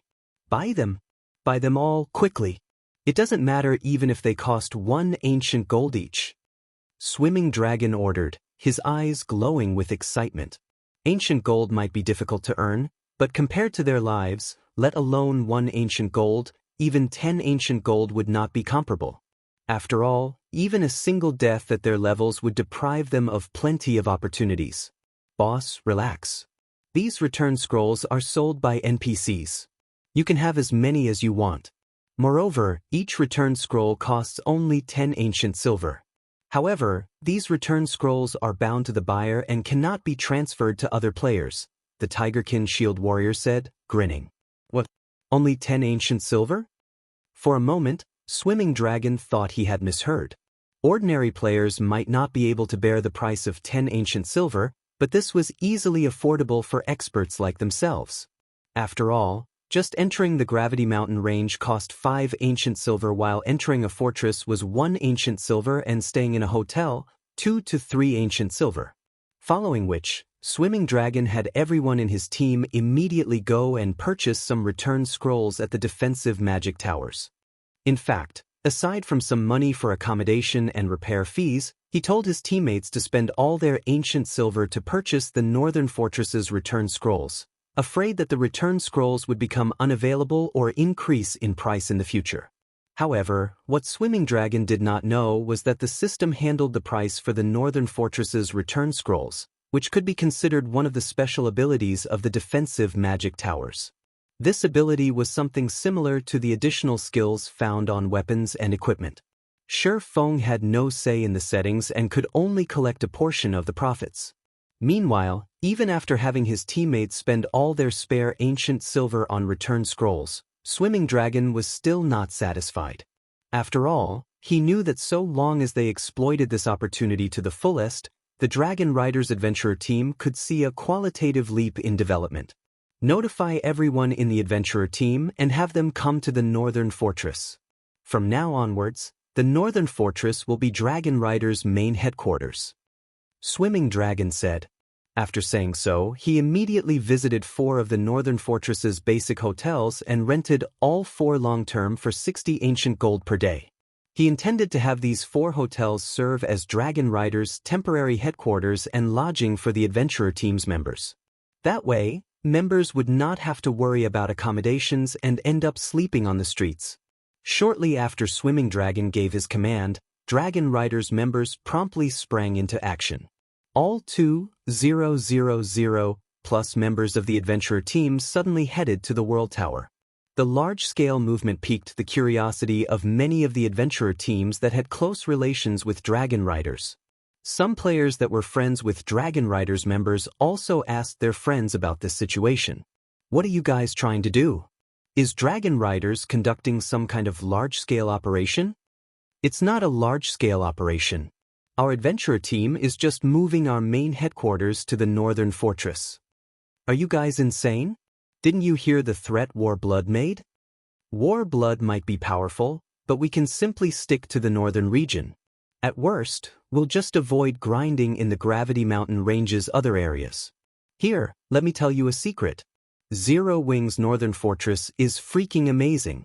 Not only can you accumulate the double EXP buff there, but my team leader says that you can even rid yourself of the Gravity Mountain Range's ever-present pressure by entering the Northern Fortress.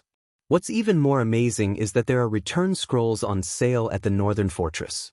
With those, even ordinary experts like us can grind freely and efficiently in the Gravity Mountain Range. Read latest chapters at Wuxia World. You're kidding me, right? I've been to 13 Thrones Fortress before. It's fine if you don't believe me, but once my level surpasses yours, don't say that I never told you about this. After saying so, the members of Dragon Riders hurried toward the Northern Fortress. They all wished to start competing for the Gravity Mountain Range's leveling resources as soon as possible. While the Dragon Riders adventurer team was rushing to the Northern Fortress, information about the Northern Fortress started spreading among some of Dragonheart City's adventurer teams. Shortly after, news of it also reached Dragonheart City's major powers. Chapter 2299. Popular fortress Dragonheart City was originally already bubbling over the conflict between Zero Wing and Warblood. Hence, the city's various powers were keeping an eye out for news about the Northern Fortress. The World Tower could be said to be Dragonheart City's greatest resource. The various powers had all obtained a large number of leveling and material resources from it. Meanwhile, the Gravity Mountain Range's fortresses played a crucial role in further enhancing their resource acquisition rate. With rumors regarding the Northern Fortress's devastating abilities proliferating, Dragonheart City's various powers immediately launched an investigation to ascertain the truth. Return scrolls. Investigate. I want this information verified as soon as possible. Previously, the various powers had nothing much to say much about Warblood's threat, as Warblood had also captured a fortress in the northern region and was going to open it just one day after the Northern Fortress opened. A one-day difference wouldn't affect their development by much. Moreover, the Northern Fortress's location was remote, so it wasn't particularly attractive to the various powers. At best, it could only serve as a rest area. However, things were different now. The Northern Fortress's return scroll would be a game-changer in the Gravity Mountain Range. The difference between having a return scroll and not having one while grinding in the Gravity Mountain Range was massive. Moreover, the effects would snowball as time passed. The reason the various powers had set up a base of operations in Dragonheart City was to gain better development resources. If their own profits were not affected, the various powers would show Warblood some respect and avoid provoking it as much as possible. However, it was a whole other story if conceding to Warblood's demands affected their development by a significant margin. Dragonheart City's various powers sent scouts to check out the Northern Fortress, which crowded the hull of the World Tower's first underground floor. The moment the various power scouts entered the Northern Fortress, they were shocked by the fortress's environment.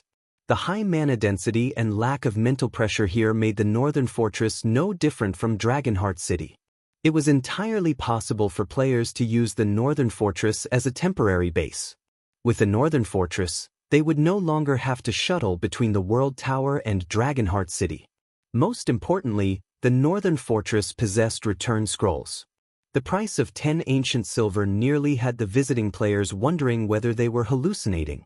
After the various power scouts reported back about the situation inside the Northern Fortress, a huge commotion erupted in Dragonheart City. The Gravity Mountain Range's resources were incomparably abundant. Until now, the various powers had yet to explore even 2/3 of the entire map. This was especially true for the ruins of the ancient civilization. These ruins contained a plethora of precious treasures. Only, due to the Gravity Mountain Range's environment, exploring these ruins was still incredibly difficult, even with the help of a small fortress. Meanwhile, although the Northern Fortress was in a remote area, it perfectly solved the hindrance to staying in the Gravity Mountain Range long-term. This meant that guild members could start exploring the various ancient ruins with much greater efficiency than before and secure even more resources for themselves. Their exploration progress might even surpass that of 13 Thrones, which possessed a small fortress. Notify everyone immediately. We're shifting our guild's base of operations on Dragonheart Island to the Northern Fortress. But what about Warblood? Screw them. This is an opportunity for our guild. We'll kill anybody that stands in our way. Less than an hour after the various powers based in Dragonheart City verified the rumors regarding the Northern Fortress, many started sending a large number of experts there lest other powers get ahead of them. After all, the Northern Fortress was only a medium fortress. Unlike a city, a medium fortress could accommodate only a very limited number of players. The number of hotels in a fortress was especially limited. Not resting in a hotel would severely impact players' recovery speed. Moreover, according to the Power's investigations, the Northern Fortress's hotels could even hasten the double EXP buff's accumulation rate. The difference between having a hotel to rest in and not having one would drastically affect their leveling speed. Meanwhile, over at the Gravity Mountain Range's northern fortress, the sudden influx of players made the fortress bustle. Big Sis Rain, according to our latest statistics, over 150,000 players have visited the northern fortress thus far, and estimates state that we should hit the 400,000 mark by the end of today, Blue Phoenix reported excitedly as she approached Phoenix Rain. Back when 13 Thrones had successfully captured a fortress, despite the huge commotion in Dragonheart City, the fortress had managed to attract only around 200,000 visitors on its first day. Meanwhile, the fortress had a player population of only 700,000, which was also the maximum capacity of a small fortress. In comparison, the northern fortress was expected to attract over 400,000 visitors on the opening day alone. It would most likely take only 2 or 3 days to exceed the 700,000 threshold. Reaching the maximum capacity of 1,500,000 players was only a matter of time. It should be known that even with just a 700,000 player population, 13 Thrones' small fortress generated tons of wealth and resources every day. Although Blue Phoenix did not know how much the small fortress was earning exactly, according to the investigations of the Dragon Phoenix Pavilion spies, the fortress's daily income was at least 5,000 ancient gold and 600,000 ancient silver. Once the northern fortress's player population reached maximum capacity, one could easily imagine how much income it would generate. Moreover, the northern fortress had many more sources of revenue than 13 Thrones' small fortress. Even though Phoenix Rain held only 20% of the northern fortress's shares, the income she would receive could rival half of a small fortress's total income, at the very least. Even Starlink did not receive half of the income from 13 Thrones' small fortress. At that time, who would dare question Phoenix Rain's position in the Dragon Phoenix Pavilion? I'm afraid that even Warblood and Starlink did not expect such an outcome. When Phoenix Rain looked at the statistics report in her hand, she could not help but sigh ruefully. Previously, even after successfully capturing the northern fortress, she had still felt that Shi Feng had gone overboard with his actions in the Dragon Phoenix Pavilion's residence. Now, however, it would seem that the one to regret their actions would not be Zero Wing, but Warblood instead. The northern fortress's future was already clear for all to see. Once a sufficient number of players gathered and the northern fortress was in full operation, it would be impossible for Warblood to exhaust and destroy Zero Wing in the Sea of Death. After all, the disparity in the incomes of the two sides would be simply too massive. Aside from Phoenix Rain, Dragonheart City's various superpowers were entertaining such thoughts as well. Although Warblood had captured the Rock Nest Fortress, the difference between that and the northern fortress was far too massive. With this, Warblood had backed itself into a corner. After all, Warblood had previously declared that it would ban all those who entered the northern fortress from the Rock Nest Fortress. Now, the players that were originally planning on resting at the Rock Nest Fortress would not dare approach the fortress at all, a situation that would definitely reduce the Rock Nest Fortress's income. Read latest chapters at Wuxia World. While the various powers were paying attention to the northern fortress, Shi Feng was hustling in the northern fortress. Not only did he have to reorganize the northern fortress's construction plans due to the explosive increase in player population, but he also had to deal with the partnership offers and shop purchase requests from the various powers. Guild leader, the Feng family's people have visited our main headquarters and stated that they wish to meet you, Gentle Snow, who is currently organizing the information on the northern fortress's shops, said, a grim expression on her face. Previously, due to her personal matters, Shi Feng had stepped forward to provoke the Feng family, the #1 family in Fenglin City, which possessed extraordinary influence in the city. The fact that the Feng family was paying Zero Wing a visit now definitely wasn't good news for the guild. The Feng family? Shi Feng nodded. Let's go meet them then. Chapter 2300, Clash with the Feng family. Zero Wing's main headquarters, top floor reception room. 4 people waited in the reception room, and the atmosphere was unusually depressing. Xiao Yu, who acted as the receptionist, wore a particularly ugly expression. Xiao Yu's reaction to the middle-aged man was the cause of the atmosphere in the room. The older gentleman wore gray, martial artist robes and loomed like a mountain. His aura was also quite oppressive. However, his physical presence wasn't the only reason for Xiao Yu's reaction. His identity was the true reason. The middle-aged man was the current head of the Fong family and the chairman of the Qilin Corporation, Fong Jinyuan. The Qilin Corporation might not be on the same level as the Five States Corporation, but it was one of the first-rate corporations in the country. It was also why the Fong family stood at the top among Fonglin City's powerful families. If Fong Jinyuan wished it, he could destroy the Big Dipper group with a word. Why wouldn't Xiao Yu be afraid with such an important individual before him? Fong Jinyuan was a true mogul in the business world, nothing like the youngsters that had inherited their family's businesses. A young man and woman accompanied Fong Jinyuan in the room. The young man was none other than Fong Mingyu, the Fong family's strongest expert of the younger generation. On the other hand, Xiao Yu didn't recognize the young woman with long, wavy hair and wearing a bright red dress. However, he knew she must be of high status, considering that she visited Zero Wing's headquarters alongside Fong Jinyuan. As Xiao Yu wondered why a VIP like Fong Jinyuan would visit Zero Wing's headquarters, the reception room's doors opened, and Shi Feng, Bai Qingxue, and Lei Bao entered. Fong Mingyu's indifferent expression vanished the moment he saw Shi Feng. Even Xiao Yu could see the fear in the large man's eyes. However, Fong Mingyu's gaze also contained a trace of killing intent. Xiao Yu found the man's reaction reasonable after giving the matter some thought. Fong Mingyu was the Fong family's prided genius, yet Shi Feng had subdued him with a single move in the Redstone restaurant. To make matters worse, Fonglin City's upper society frequently visited the Redstone restaurant, and they wouldn't miss the news of Fong Mingyu's miserable defeat.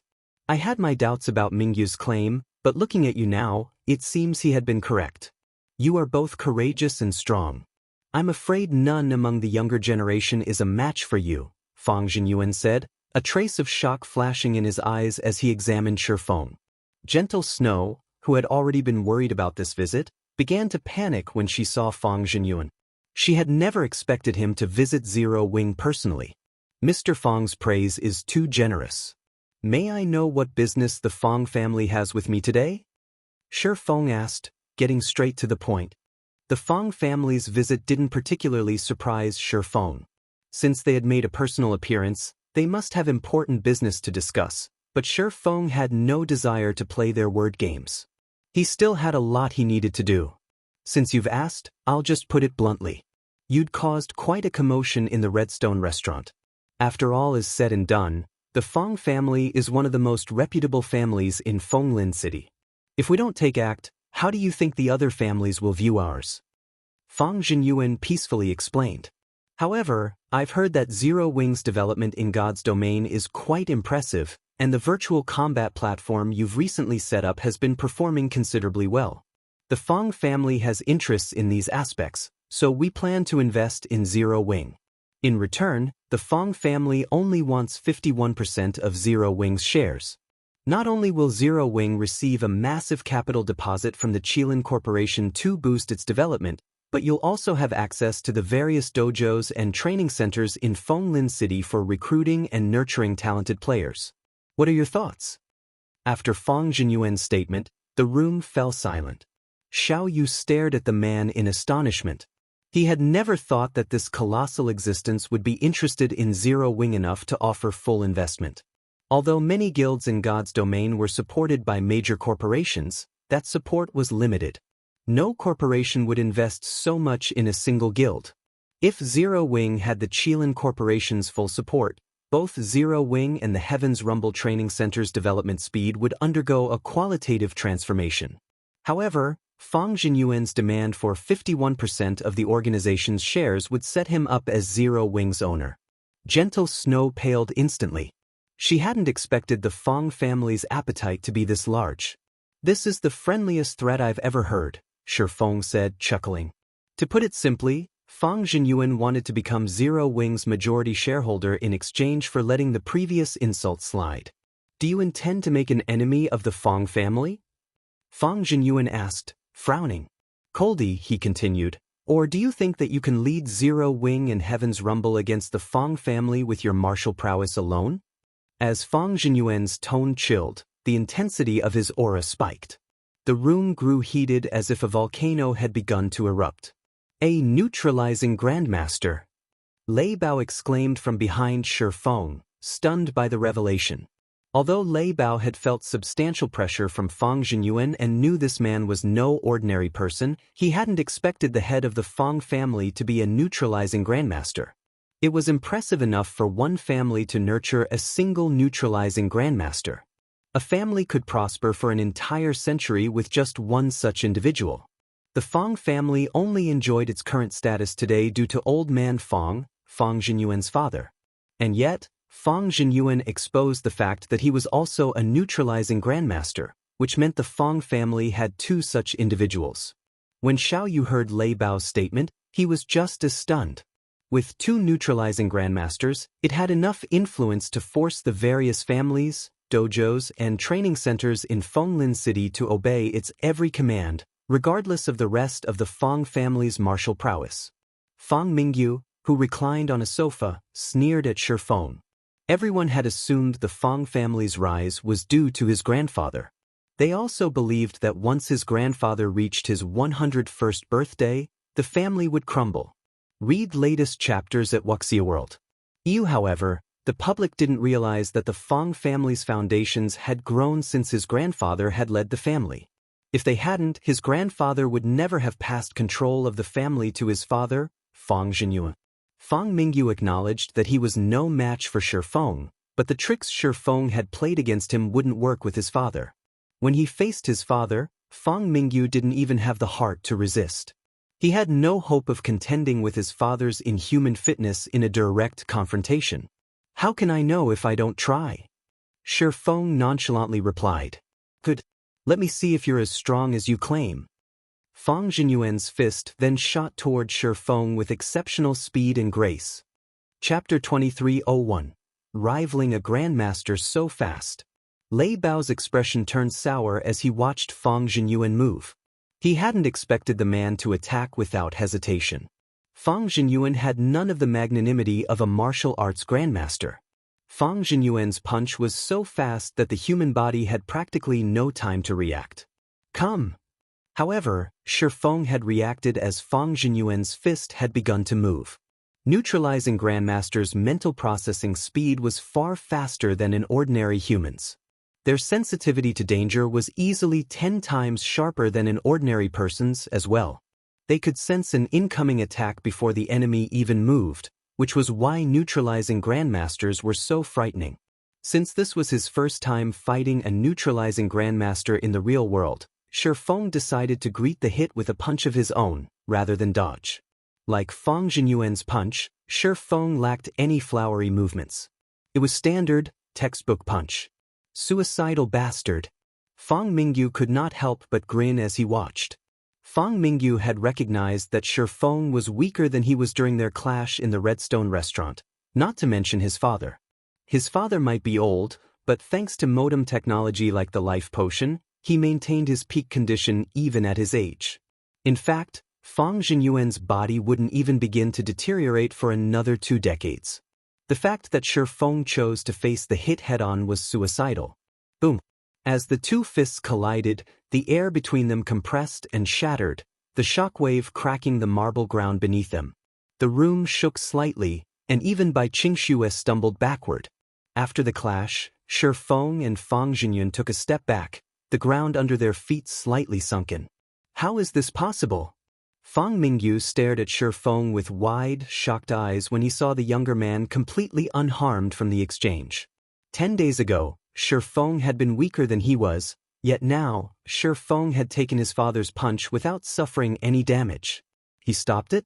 The outcome greatly shocked Lei Bao as well. He knew that Shi Feng was a neutralizing grandmaster, but Fang Jinyuan had walked this path for decades now. Regardless of when he had become a neutralizing grandmaster, his fitness was inhuman. Shi Feng should have no hope of matching the older man in this regard. Moreover, Fang Jinyuan's punch had been out of this world. Lei Bao was sure that if he had tried to take that hit head-on, he would have either died or been severely injured. In truth, even Shi Feng was relatively surprised. He hadn't considered that he'd improve so massively after his training in the Tower of Four Gods. Not only had his fitness rapidly improved, but he had also substantially increased his control. He had successfully implemented some of the sword's transmigration's principles in his punch, diverting a portion of Fang Jinyuan's strength downward. This was why he had been able to face that hit without injury. If this fight had taken place after Shi Feng had just broken through to the Grandmaster realm, he would have definitely taken damage from Fang Jinyuan's punch. Is this the strength of neutralizing Grandmasters? Bai Qingxue thought as she gazed down at the shattered floor and felt the stifling auras radiating off of Shi Feng and Fang Jinyuan. This seemed more like a fight between mechanical beasts, rather than a fight between humans. It was no wonder why Fenglin City's various families were so afraid of the Fang family. Meanwhile, Shi Feng and Fang Jinyuan didn't continue to fight after exchanging hits. Instead, they took a moment to observe each other in silence. Excellent. To reach such a standard at such an age, it's no wonder why you're so confident, Fang Jinyuan said as he calmly watched Shi Feng. Smiling, he continued, however, how long do you think you can protect Zero Wing by yourself? You know that more than one organization is targeting Zero Wing. Partnering with the Fang family is your best option. Zero Wing can only contend with these organizations with the Fang family's resources and strength.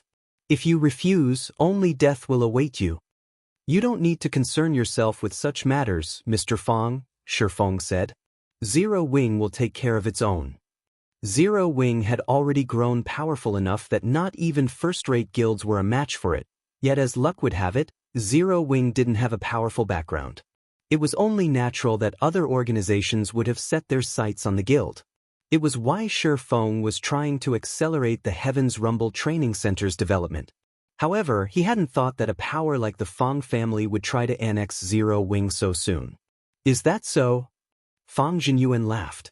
I hope you can keep this kind of confidence when the time comes. Fang Jinyuan then turned and left the reception room, showing no intention of trying to persuade Shi Feng further. Fang Mingyu and the girl in the red dress stood from their seats, following after the older man. After leaving Zero Wing's main headquarters and climbing into his luxury car, Fang Jinyuan turned to the young woman, who had remained silent, with a serious expression. Shirhan, I'll contact Fenglin City's dojos and training centers later. I'll leave Heaven's Rumble's virtual combat platform to you, Fang Jinyuan said coldly. With your position in mythology, you should have no problem suppressing a guild like Zero Wing, correct? If a guild wished to develop in God's domain, it needed sufficient manpower. Heaven's Rumble had attracted quite a few talented fighters with the virtual platform it had set up, and as long as they dealt with the platform, Zero Wing's development in the game would stagnate. Once they had suppressed Zero Wing from every angle, it would only be a matter of time before Shi Feng submitted to the Fang family. Of course, mythology is one of the top 5 super guilds of God's domain. However, mythology is based on the Western continent, and there's no connection between the East and West continents yet. It's not possible to connect to Easter players' data via the virtual combat platform yet. I'll need some time before I can lead a team to the Eastern continent, the red-dressed girl named Fang Shirhan said, smiling. Once we cross over, we'll trample over Zero Wing's experts. Guilds on the 2 continents have different areas of focus, and the difference between combat standards is massive. Alright, I'll leave the situation to you. Mingyu will help you where he can, Fang Jinyuan said, nodding. After Fang Jinyuan's group had left, an uproar rose in Zero Wing's headquarters. Zero Wing's members knew about the conflict between the guild and the Fang family. Shi Feng had caused quite the scene in the Redstone restaurant, after all, and as a result, the situation with the Fang family weighed on everyone's minds. Since the Fang family had left without achieving anything, Zero Wing's players breathed a sigh of relief. Hallmaster, now that the Fang family has revealed that it has 2 neutralizing grandmasters, Fenglin City's dojos and training centers will side with the family. Some of the dojos and training centers we've signed partnership agreements with will likely pull out of the deals. I'm afraid that it won't be possible to recruit a large number of talented combatants quickly, Xiaoyu said. Moreover, the Fang family will most likely work with other dojos and training centers to compete with our pricing. If they don't want to work with us, so be it. Our priority is to set up more virtual combat platforms. So I want you to try to set up some small-scale training centers around the city, Shi Feng replied. He, too, understood the influence the Feng family would command with two neutralizing grandmasters. Furthermore, the Feng family had the Qilin Corporation's support. Zero Wing was utterly outmatched when it came to strength and financial resources. However, the virtual combat platform would become the mainstream platform for combat in the future. As long as the Heaven's Rumble Training Center developed its virtual combat platforms, it had some chance of competing with the Feng family. Developing the platforms won't be a problem, but with our current finances, setting up the training centers will be, Xiao Yu said helplessly. Read latest chapters at Wuxia World. Although Zero Wing had recently earned quite a few credits through Stone Forest Town, setting up a large enough virtual combat platform would cost a lot of money. The setup for a platform in the training center was already a huge burden on Zero Wing's finances. Trying to set up more was simply unrealistic. Relax. Zero Wing is quite rich right now, Shi Feng said, smiling. I'll start searching for suitable locations then, Xiao Yu said, his eyes glowing with excitement upon hearing Shi Feng's response. If they had sufficient capital, Heaven's Rumble wouldn't have to worry about its development even without Fenglin City's various dojos and training centers. After discussing the training center's future with Xiao Yu, Shi Feng returned to God's Domain. Other guilds might struggle to earn money in God's Domain at this stage of the game, but that wasn't an issue for Zero Wing, especially after capturing the Northern Fortress. After all, the Gravity Mountain Range was becoming a hub for various wealthy powers. Chapter 2302, Renting Shops. Gravity Mountain Range, Northern Fortress. As soon as Shi Feng came online, he was greeted by the sight of a very busy street. As he walked through the city streets, he saw large groups of guild players running toward the fortress's hotels, reserving all of the rooms and turning them into temporary residences for their guilds. At this point, the Northern Fortress was just as prosperous as an ordinary city. Shi Feng could already tell that the Northern Fortress would become the center of attention in the Gravity Mountain Range. Meanwhile, independent players crowded outside of Zero Wing's residence, eager to apply to join the guild. They all wanted to take advantage of the benefits the guild's residence offered, and because of this, Blackie and the others were swamped with work. Guild leader, you're back? When Aqua Rose, who was busy organizing documents in the guild leader's office, noticed Shi Feng enter the room, she worriedly asked, how did the matter with the Feng family go? Although she wasn't in Fenglin City, she was aware of the Feng family's position there. Zero Wing had just established itself in Fenglin City, and if the Feng family decided to target the guild, it would affect Zero Wing's in-game development and in the real world, especially now that the various guilds understood the importance of dojos and training centers. Many large guilds in God's Domain had already partnered with dojos and training centers by this point, with some guilds even opening their own.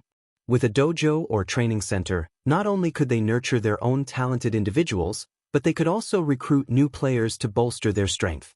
With the country's various training centers and dojos allying themselves with God's Domain's large guilds, Zero Wing would have a difficult time establishing itself in new cities. Hence, Zero Wing would have to rely on the Heaven's Rumble Training Center in Fenglin City to pump new blood into the guild. Everything's fine. Negotiations to purchase Zero Wing simply broke down, Shi Feng said, waving his hand. Isn't that really bad? Shi Feng's nonchalant attitude exasperated Aqua Rose. The Feng family owns the Qilin Corporation and is based in Fenglin City. The Feng family won't have any trouble targeting us. All it would need to do is contact Fenglin City's dojos and training centers and instruct them to compete with our prices. If that happens, nobody will visit the Heaven's Rumble Training Center. The Heaven's Rumble Training Center was Zero Wing's main source of new, talented players right now. If nobody visited the training center, Zero Wing wouldn't have anyone new to recruit. Moreover, the Feng family could easily afford to poach Heaven's Rumble's new members by offering them a high payout. Not only would the Feng family cut off Zero Wing's supply of new blood, but the Heaven's Rumble would become a burden on Zero Wing's finances as well. Keeping the training center open every day cost a huge sum of money. Relax. Zero Wing isn't the same guild it used to be. The Feng family overestimates itself if it thinks it can annex us, Shi Feng said, chuckling. How is the construction for the fortress's shops coming along? They're done, but if we only rent the shops, we won't be able to earn much. As a medium fortress, the northern fortress can only accommodate so many players at once, Aqua Rose reported. Very few powers visiting the fortress have expressed any interest in the shops. Most people are asking to rent the hotels long-term, instead. The various major powers were typically quite interested in obtaining shops, but only if there was enough traffic.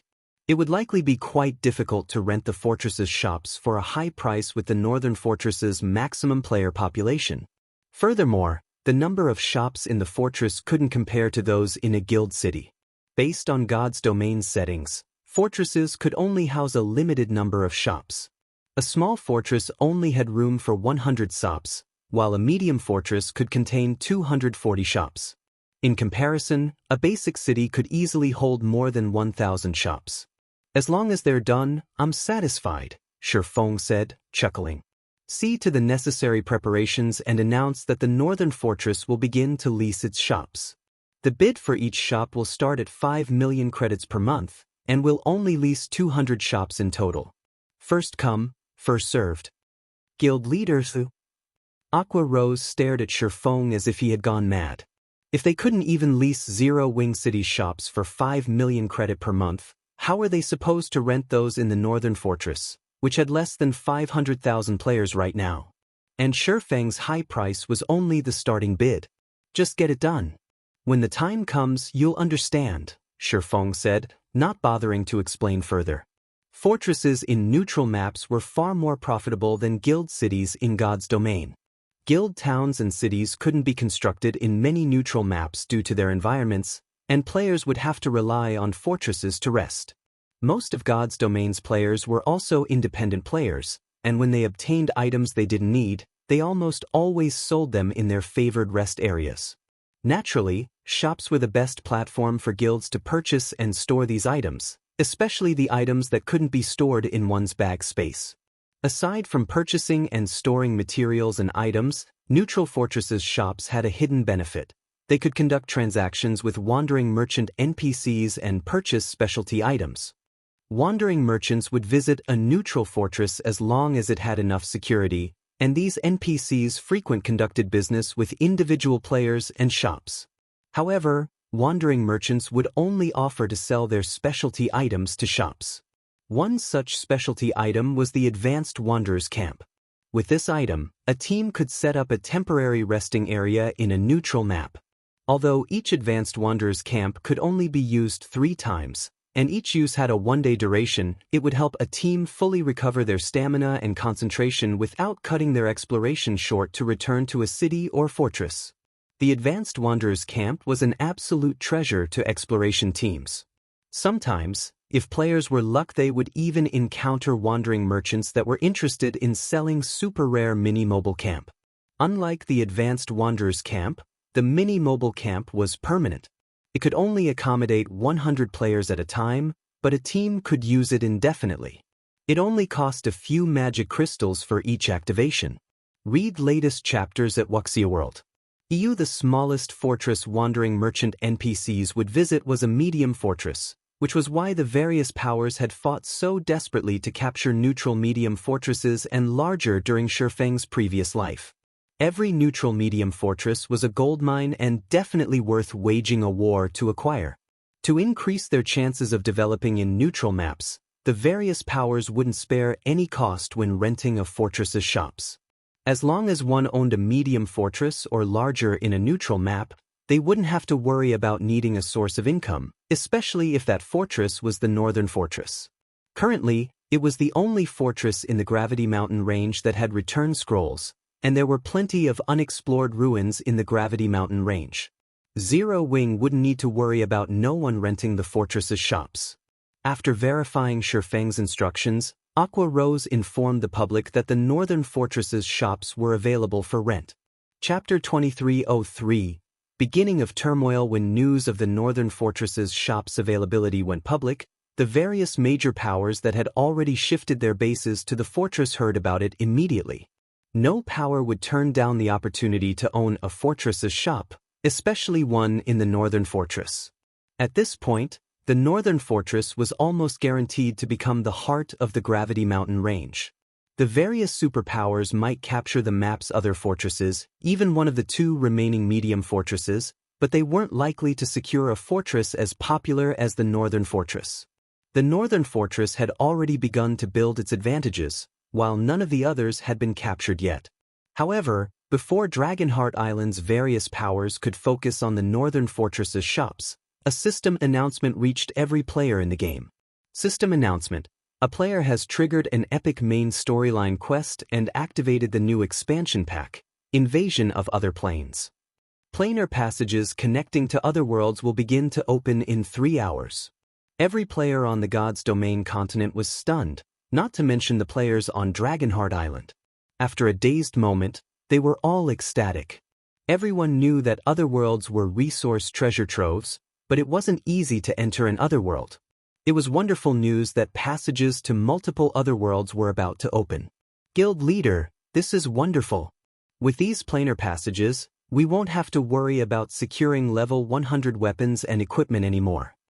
Aqua Rose exclaimed. Zero Wing had a better understanding of Otherworld's available resources than other powers. Take the Ice Crystal World, for example. The Ice Crystal World possessed various unique materials and superior forging techniques. The guild had earned a fortune by exploiting these advantages. Unfortunately, when the teleportation gate to the Ice Crystal World had opened in Lake Heart City, Zero Wing's income from the otherworld had significantly decreased. This system announcement regarding the planar passages was undoubtedly good news for Zero Wing. How did this happen so soon? In contrast to Aqua Rose's reaction, Shurfeng's expression turned gloomy when he heard the system announcement. The planar passages activation would bring an abundance of rare resources to God's Domain's main continent, but it would also bring trouble. The flood of new players to the continent would be one of the biggest problems. Many players resided in other worlds, and once these planar passages began to open, those players could travel between the main continent and the other worlds as well.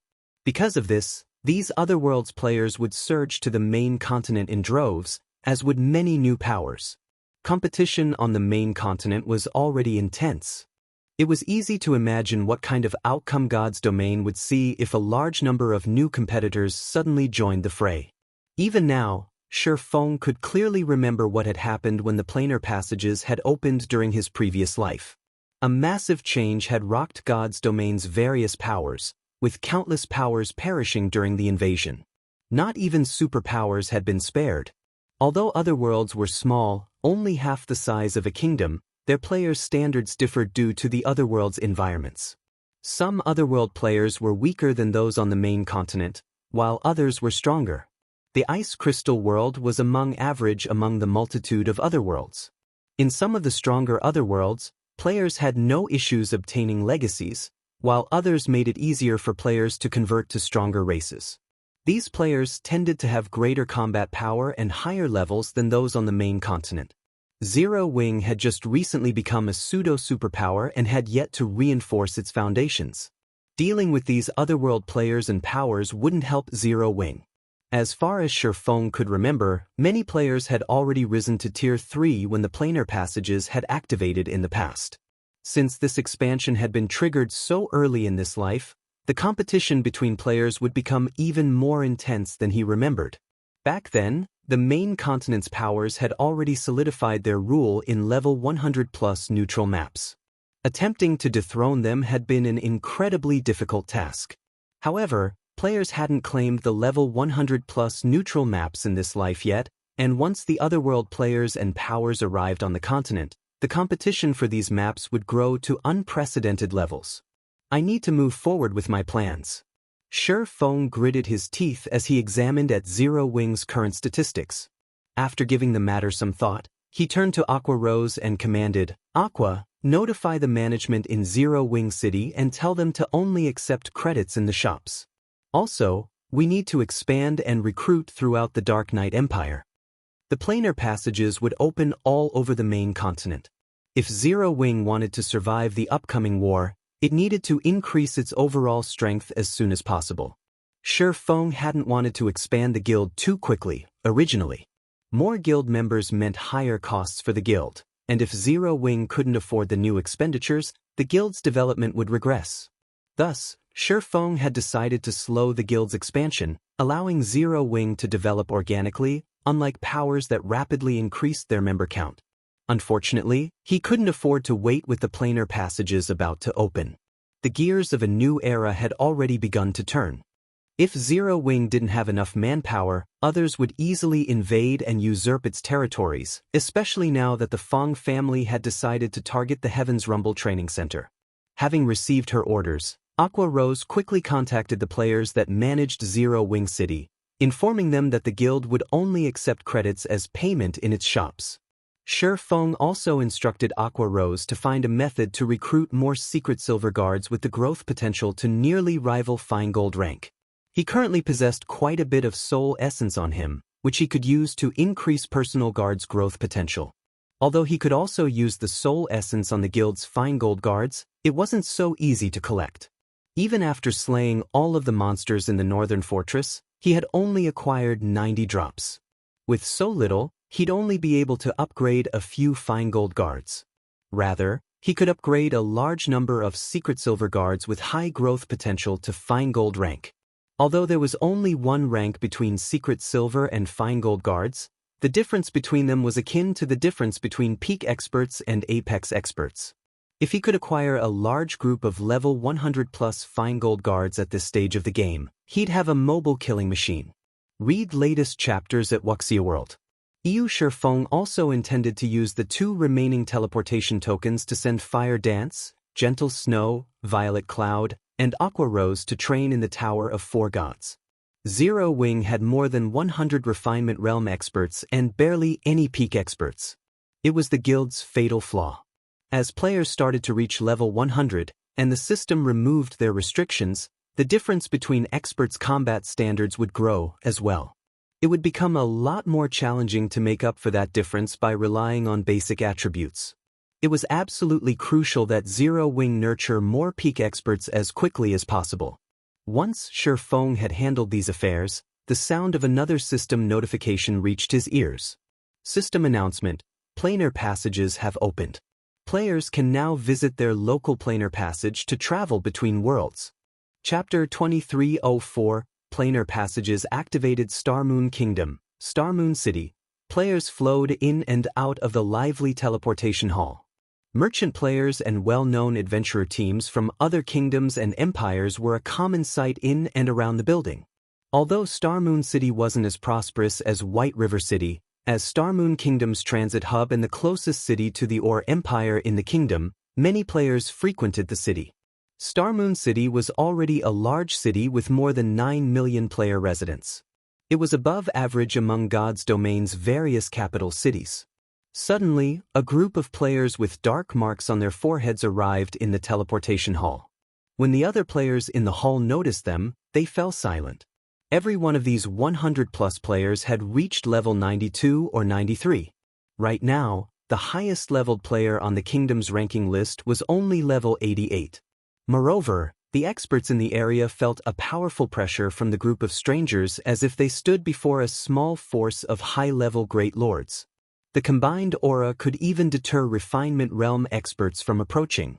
There sure are a lot of people here, Commander, but their levels are pretty low. They clearly haven't received a god's blessing either, a level 92 female ranger commented as she watched the players in the teleportation hall. It seems the main continent's players haven't developed as quickly as those in the shadow world. Only their weapons and equipment are better than ours. Apparently, different areas have varying degrees of development. This is an opportunity for our Shadowless adventurer team. Obviously, weapons and equipment are easier to obtain here. We were lucky to find the planar passage in our world so quickly. We should take time to secure a foothold here first, the bald, level 93 youth in black said as he led the group. Starmoon Kingdom is the perfect place for Shadowless to establish on the main continent. I want you to investigate the powers in this kingdom. If they're not willing to submit, we'll get rid of them.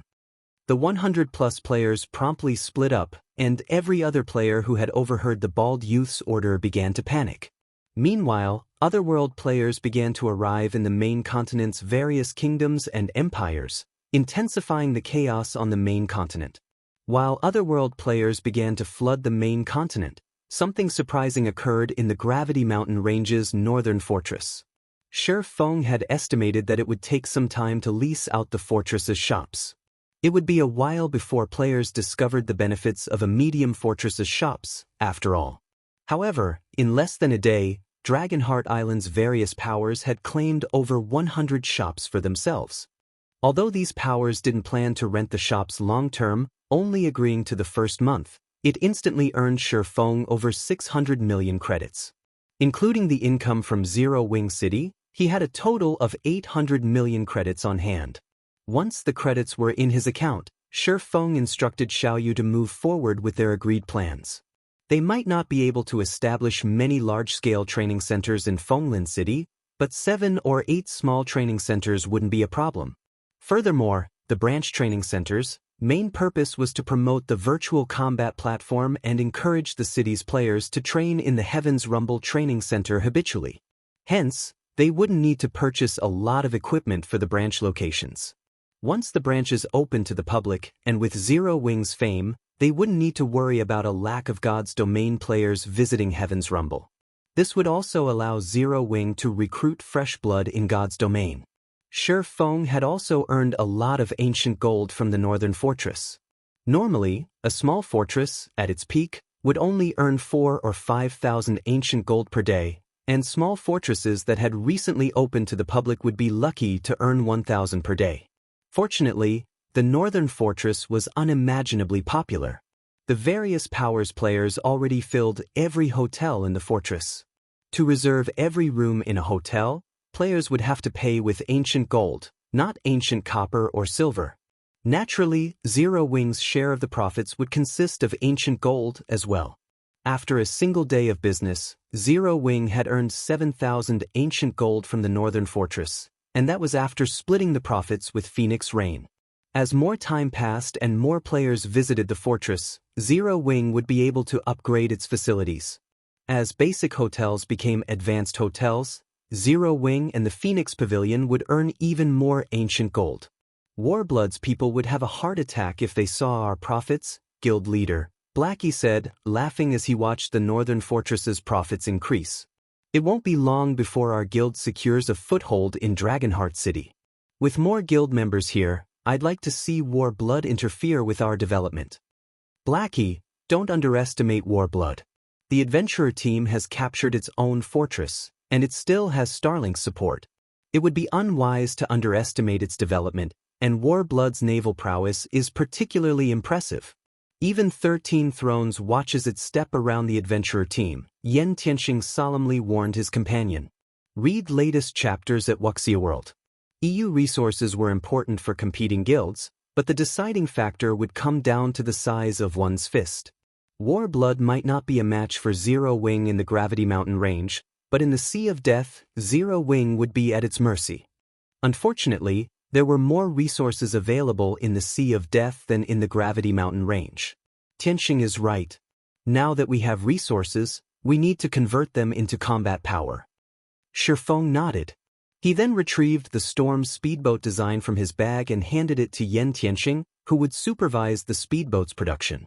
They would use the profits they had earned from the northern fortress to acquire the necessary materials. Fortunately, Shi Feng had been stocking up on these materials for a while. When Yen Tianxing saw the Storm speedboat design, his eyes nearly fell out of their sockets. Although he was not a naval player, he had learned how valuable bronze speedboats were during the several weeks he had spent grinding in the Sea of Death. If Zero Wing had a full fleet of bronze speedboats, they could explore the Sea of Death unhindered. Once he had set Yen Tianxing with everything he needed for the Storm speedboat's production, Shi Feng left the northern fortress. Once he emerged from the World Tower, he used a return scroll to teleport to White River City. He was finally prepared to challenge his Tier 3 promotion quest. Chapter 2305, Tier 3 Promotion Quest Starmoon Kingdom, White River City's Library. Following a level 180, Tier 3 Templar Knight, Shi Feng arrived before the Starmoon Hall on the library's top floor.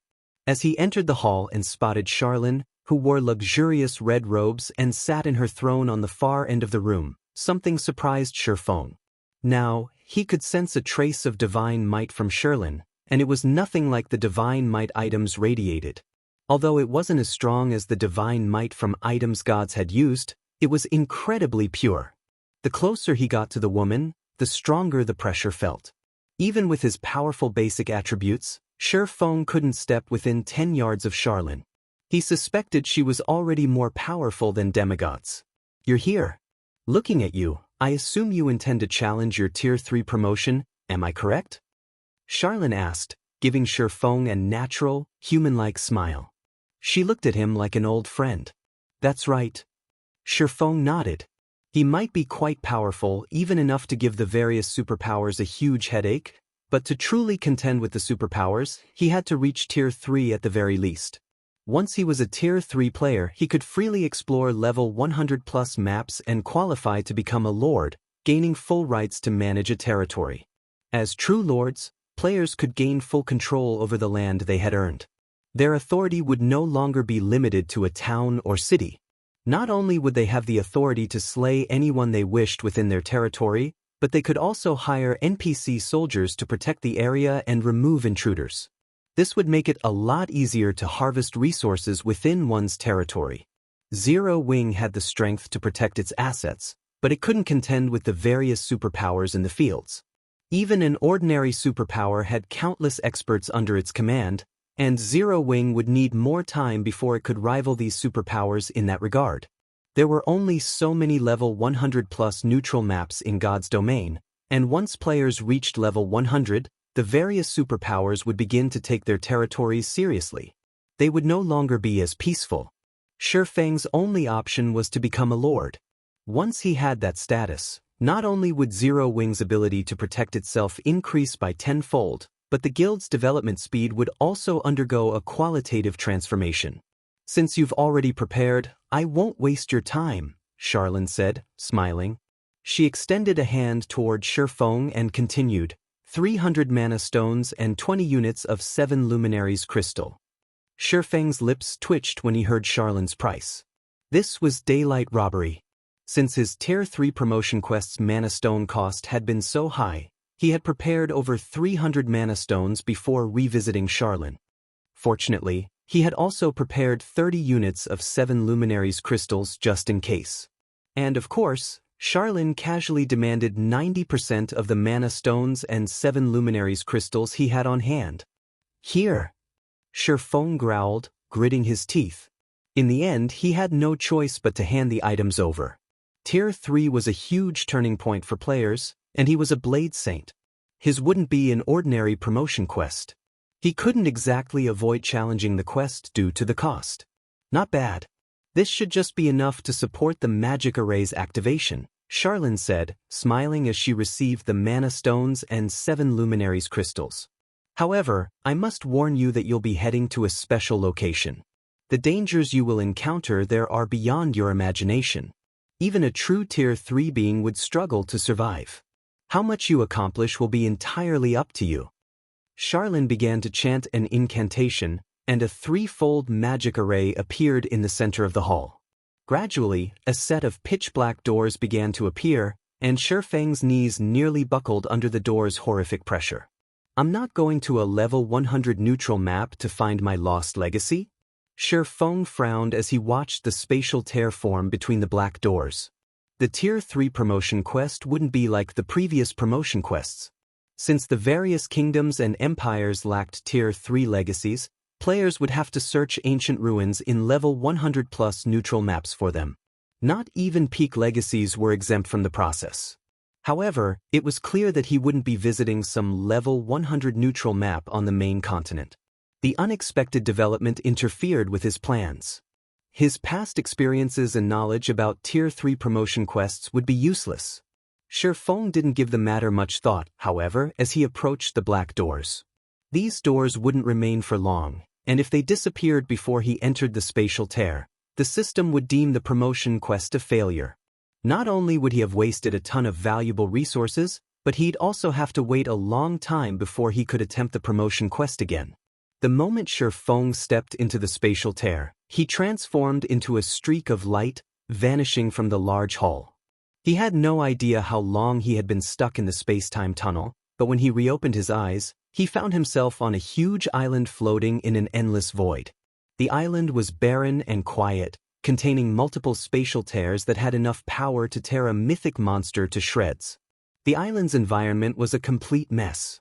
Feng constantly felt some berserk energy assault his body, causing damage and limiting his perception. A void land? Feng was speechless as he examined his surroundings. A void land was a land of death in God's domain.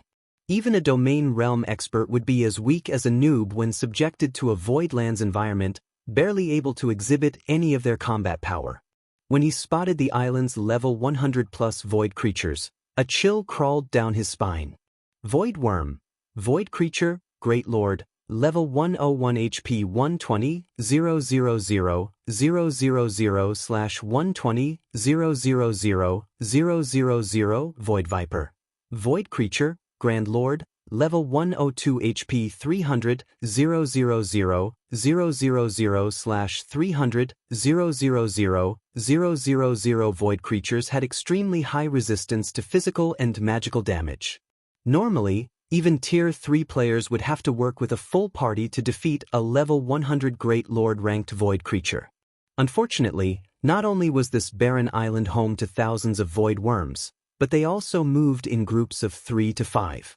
As for the void vipers that floated in the air, a single one of them could easily annihilate an entire Tier 3 team. Not even Tier 3 players would survive long on this island, much less Tier 2 players. System: you have accepted your Tier 3 promotion quest. Quest content: locate the Blade Saint legacy sealed in this void land and remove the seal to obtain the legacy. Sure enough, the promotion quest for one of the 10 Saint legacies is vicious. The corners of Feng's lips twitched as he read the system notification. Read latest chapters at Wuxia World. He'd be at his limit fighting a single void worm. He'd have no choice but to flee if he encountered 2 at the same time, yet these void worms roamed in such large groups. Just exploring the island would be a problem, not to mention finding the Blade Saint legacy. Fortunately, he was allowed to use items in this void land, and as such he immediately pulled the Bible of Darkness from his bag and summoned a Tier 3 demon. He summoned Anna and Kite as well. He then relied on the Tier 3 demon as his mount, while Anna and Kite offered support from the sides. The void worms might be a problem for ordinary Tier 3 players, but they were merely practice targets with high HP to Anna and Kite. Their battle with the void worms was completely one-sided, and after just half an hour, 5 void worms had fallen. As they died, the void worms granted Feng a ton of EXP and dropped a crystal that was as dark as night. A mana crystal! Feng could not believe his eyes as he held the crystal. How is this possible? Chapter 2306, Tier 3 Evolution Mana Crystal. To most players, this item was only a relatively rare material or decent energy source, but to Feng, a mana crystal was just as valuable as 7 luminaries crystals. They were so valuable to him because he could use mana crystals to evolve the Abyssal Blade. Feng had tasked Melancholic Smile to purchase mana crystals for that very purpose, but she had yet to find any. Learning that these void worms dropped the mana crystals had certainly come as a surprise. The Abyssal Blade was significantly helpful. In its current state, the magic weapon was as powerful as a top-tier epic weapon of the same level. Unfortunately, Feng couldn't afford to level up the weapon due to how many fine gold and dark gold weapons the upgrade required. The higher level a weapon was, the rarer it would be.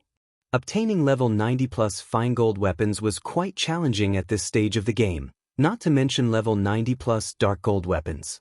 Because its level had stagnated, the Abyssal Blade wasn't suitable for Feng at this point. However, Feng couldn't just abandon the weapon. Even if he stopped using it, the curse within the Abyssal Blade would still exist, and he'd periodically have to face the backlashes. Not only would the curse grow stronger as the magic weapon evolved, but it would also grow stronger as time passed, which was why players had been so afraid of magic weapons in Feng's previous life. Although magic weapons could be a massive asset to players, they'd also become a greater burden as players leveled up. Of course, if players could maintain the magic weapons' growth as they reached higher levels, the weapons would offer more pros than cons, and after a certain point, they'd become even stronger than epic weapons. Unfortunately, it was very difficult to maintain that growth rate during the later stages of the game. Otherwise, fewer players would have fallen to their magic weapons backlash in the past. Shi Feng stored the mana crystal in his bag and continued to hunt void worms while steadily approaching the center of the island. The void land was as large as a medium-sized leveling map in the outside world, and as Shi Feng grew closer to the island's core, he encountered more void worms. The monster's respawn rate increased as he traveled as well. Even with Anna and Kite's help, Shi Feng prioritized caution. While the two personal guards could withstand the Great Lord's attacks, he couldn't. Although slaying these void worms was monotonous, the bountiful EXP and occasional mana crystal motivated Shi Feng. He took barely any breaks from hunting the Great Lords. After a full day of combat, Shi Feng's experience bar had reached 99% of level 100. He just needed one more kill to level up, but he decided to wait for a moment. He locked his experience bar and summoned his Thunder Eagle, allowing the flying mount to benefit from the awarded EXP instead. Flying mounts and land mounts had different mechanics. While land mounts' levels would be determined by their owner's level, flying mounts had their own experience bars. This was why nurturing a flying mount was so troublesome. This quest, fortunately, offered the perfect opportunity for Shi Feng to nurture his Thunder Eagle. Flying mounts in God's domain were an exceptional mode of transportation, but they were also capable fighters. For players to grow stronger, they had to constantly improve their levels, equipment, skills, and other aspects. Flying mounts, however, only needed to level up. It was easier for these mounts to evolve through their tiers than it was for players. Thus, it had become common practice for experts to disregard their levels temporarily to level up their flying mounts. The Thunder Eagle was an intermediate extraordinary flying mount, born with the strength of a great lord and extremely high growth potential. At level 100, its combat power might only be at the lower Tier 3 rank, but once it reached level 110, it would rise to the intermediate Tier 3 rank. At level 120, its combat power would further increase to the Tier 3 upper rank standard. Aside from frantically grinding, Shi Feng occasionally logged out to rest his mind and provide guidance for some of his guild members.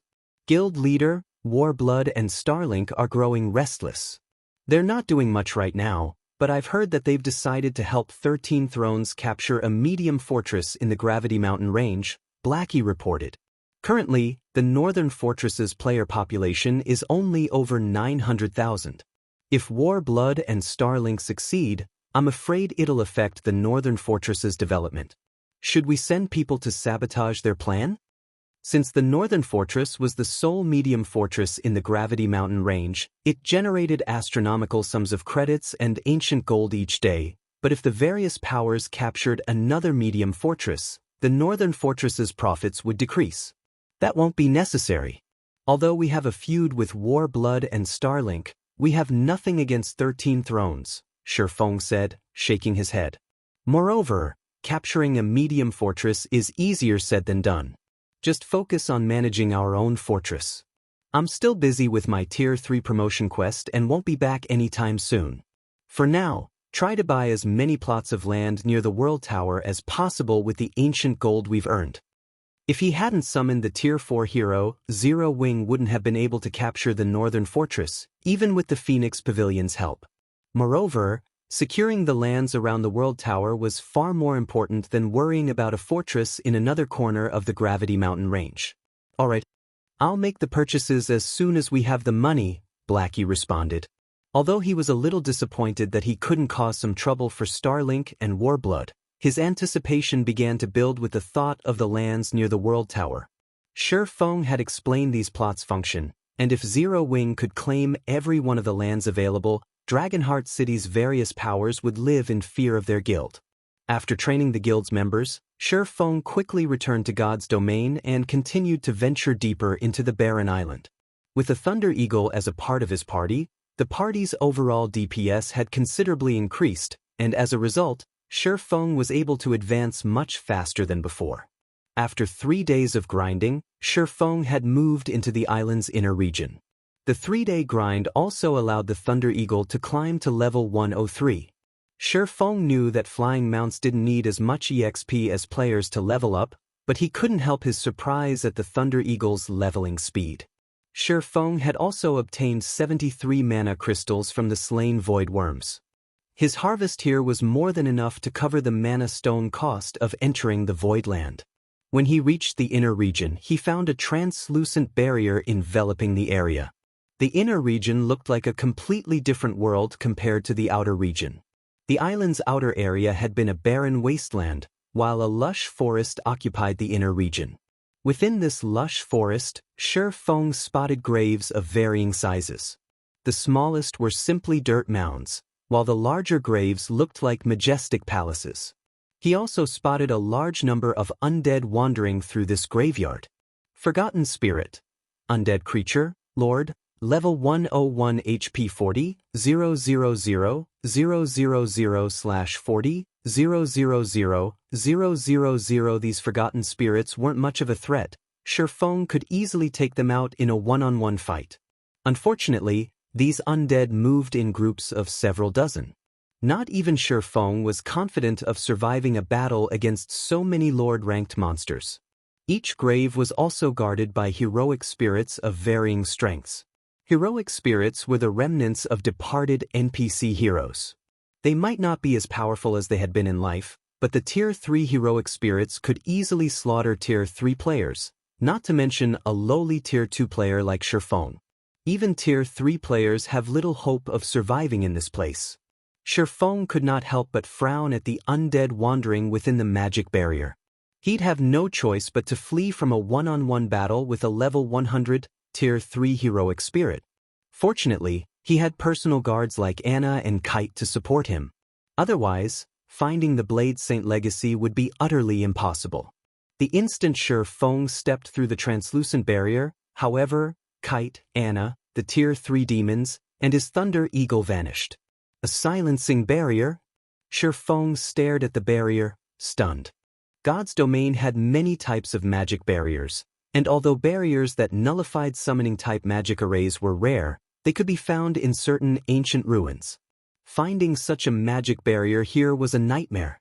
An ordinary level 100, Tier 2 expert wouldn't even be a match for the Lord-ranked Forgotten Spirits in a one-on-one fight. Even a Domain Realm expert would have to flee for their lives when encountering several dozen Forgotten Spirits. As for the level 100, Tier 3 heroic spirits, Domain Realm experts wouldn't even last more than 3 seconds. It's no wonder why so few people with peak legacies manage to complete their Tier 3 promotion quest. Shifeng sighed ruefully as he observed the undead around him. With how the Forgotten Spirits were positioned, Shifeng couldn't find any loopholes to exploit. Defeating these undead would be impossible with the strength of a level 100, Tier 2 player. He would need an entire 100-man team of level 100, Tier 2 experts to accomplish the feat, right? If one's not enough, I just need to face them in a group. Struck with inspiration, Shifeng stepped through the barrier and summoned Kite and Anna again. He returned to grinding void worms, planning to collect the 100 mana crystals he needed to evolve the Abyssal Blade. Read latest chapters at Wuxia World. EU of the weapons at hand, the Abyssal Blade allowed him to execute the highest number of attacks simultaneously. With 9 Dragon Slash, he could summon 16 Abyssal Blade Phantoms, which not even the Twilight Blade could do. If he could upgrade the Abyssal Blade to Tier 3, 9 Dragon Slash would undergo a qualitative transformation, allowing him to summon even more phantoms. It might just be enough to help him defeat so many monsters. With this plan in mind, Shifeng spent another day or so slaying void worms, eventually gathering the 100 mana crystals. The instant Shifeng picked up the 100th mana crystal, the sound of a system notification reached his ears. System, 100 mana crystals detected. Conditions to evolve the Abyssal Blade met. Do you wish to evolve the Abyssal Blade? Retrieving the long-forgotten magic weapon from his bag, Shifeng took a deep breath and declared, Evolve. Chapter 2307, Tier 3 Abyssal Blade. The moment Shifeng tapped on the Evolve * button, the Abyssal Blade transformed into a cloud of black fog that moved toward his bag. The black fog began to devour every mana crystal in his bag like a ravenous wolf. The mana within the mana crystals was only slightly less pure than within 7 luminaries crystals, and a single mana crystal contained enough mana to obliterate a small town from the face of the continent. When the abyssal blade devoured all 100 mana crystals, space around Shifeng trembled violently with the transfer of such a frightening amount of energy. At the same time, a dragon's roar echoed across the island. It felt as if space were about to explode, making room for a dragon's arrival. Is this a backlash? Shifeng's expression darkened. With every evolution, there was a chance that the magic weapon would release a backlash, and each backlash would be stronger than the last. If the weapon's owner couldn't cope with a single backlash, it would cripple their account. Initially, Shifeng had been confident of contending with a potential second backlash, but based on the mana fluctuations he sensed, he doubted that he had more than a 50% chance of surviving. Fortunately, the mana only fluctuated for a few moments.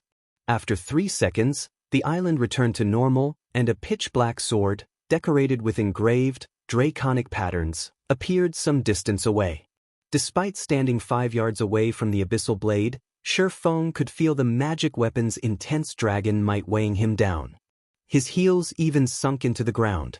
Abyssal blade, one-handed sword, magic weapon, attack power plus 4055, all attributes plus 320, attack speed plus 33, ignore levels plus 25, attacks have 70% chance to cause 250% damage. 40% chance to cause 300% damage. Every attack increases damage by 2% to a maximum of 30%. If wielder belongs to a swordsman-related class, all skill levels plus 6.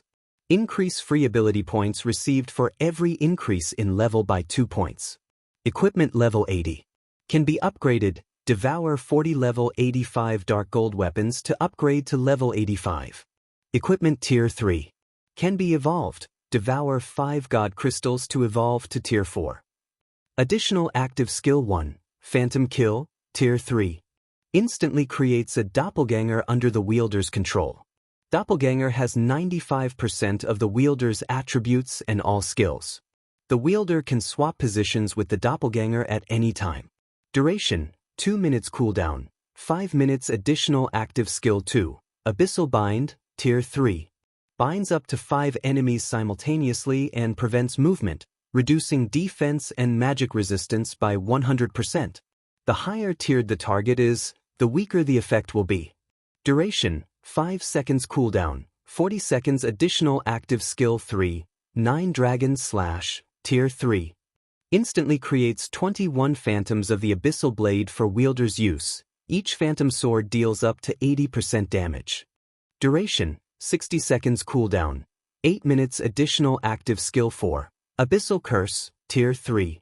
Prevents all targets within a 100-yard radius from moving or attacking for 6 seconds and reduces their attributes by 20% for 10 minutes. Effect doubles if there is only one target in range. Cooldown, 30 minutes. Additional active skill 5, Dragon Soul, tier 3. Grants a doppelganger a dragon soul, transforming it into a black dragon. The transformed doppelganger will have the same life rating as a black dragon and can use the skill Dragon Breath. Duration, 5 minutes cooldown, 24 hours. Additional passive skill, Abyssal Will. Improves wielder's physique depending on the surrounding mana density. The higher the mana density, the greater the improvement. Additional profound inheritance, Black Emperor, tier 3.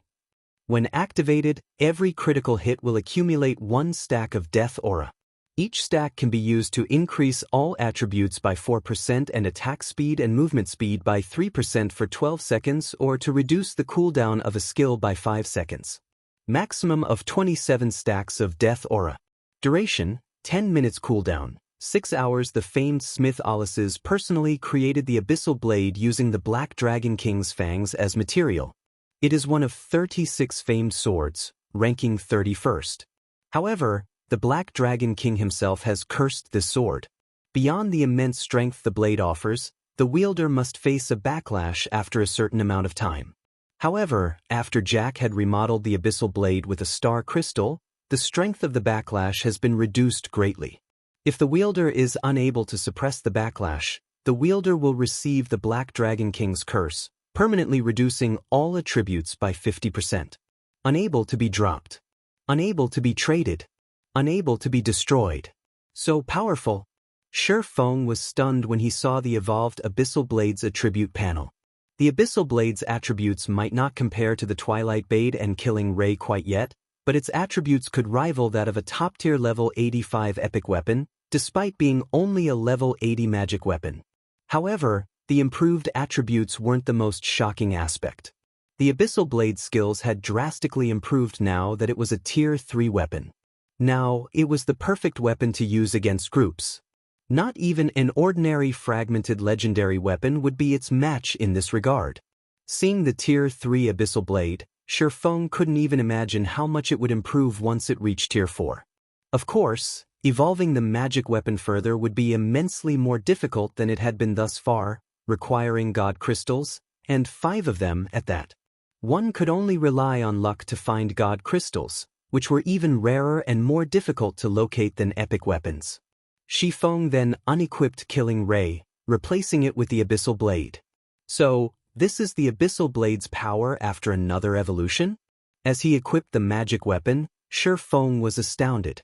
His attack power and basic attributes might have decreased, but he was more compatible with the Abyssal Blade than he was with Killing Ray. The weapon felt like an extension of his body in his hand, and it was now unimaginably sharp. In its current state, the Abyssal Blade could easily slice through a level 100+ Great Lord scales. Moreover, the magic weapon's effects had substantially improved, and he could feel his physique growing considerably stronger. Despite replacing Killing Ray with a lower-leveled weapon, his overall combat power hadn't decreased in the slightest. Rather, it had risen. After taking a moment to familiarize himself with the upgraded Abyssal Blade, Shi Feng shifted his attention to the graves within the inner region. The goal of his promotion quest was to locate the Lost Blade Saint Legacy. Obviously, it should be inside one of those graves. The countless forgotten spirits wandering through the forest and the heroic spirits guarding each grave were the only obstacles in his way.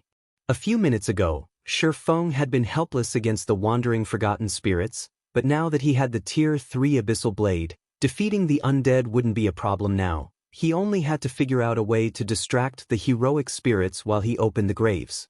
Unfortunately, since he didn't know which grave contained the legacy, he decided to challenge heroic spirit guarding the nearest and smallest grave. The instant Shi Feng crossed through the translucent barrier, the undead roaming near the chosen grave sensed Shi Feng's aura and charged toward him. Although the forgotten spirits didn't have very high intellect, even a peak expert would have to flee if several dozen attacked together. Go! Shi Feng immediately activated 9 Dragon Slash.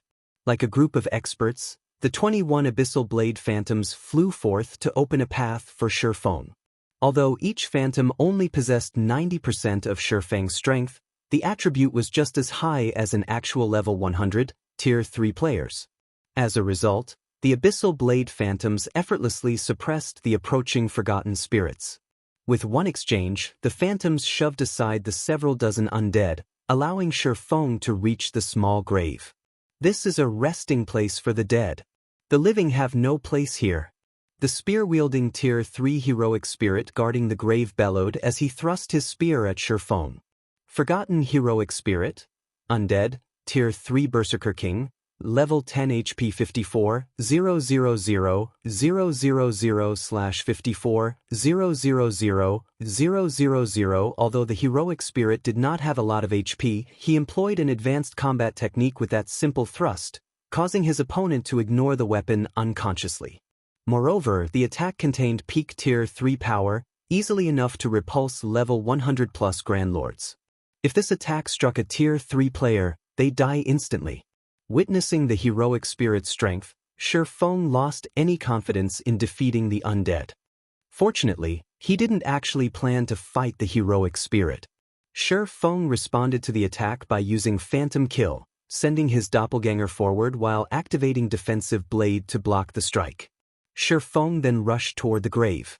The moment Shi Feng touched the grave, a prompt window appeared before him. System, do you wish to activate the grave and absorb a portion of the grave owner's legacy? Ecstatic, Shi Feng activated the grave. However, a loading bar appeared the moment he did. Activating the grave would require a total of 8 seconds.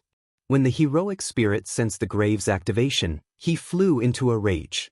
Ignoring Shi Feng's doppelganger, the heroic spirit dashed toward the offending player. Sure enough, this won't be that easy.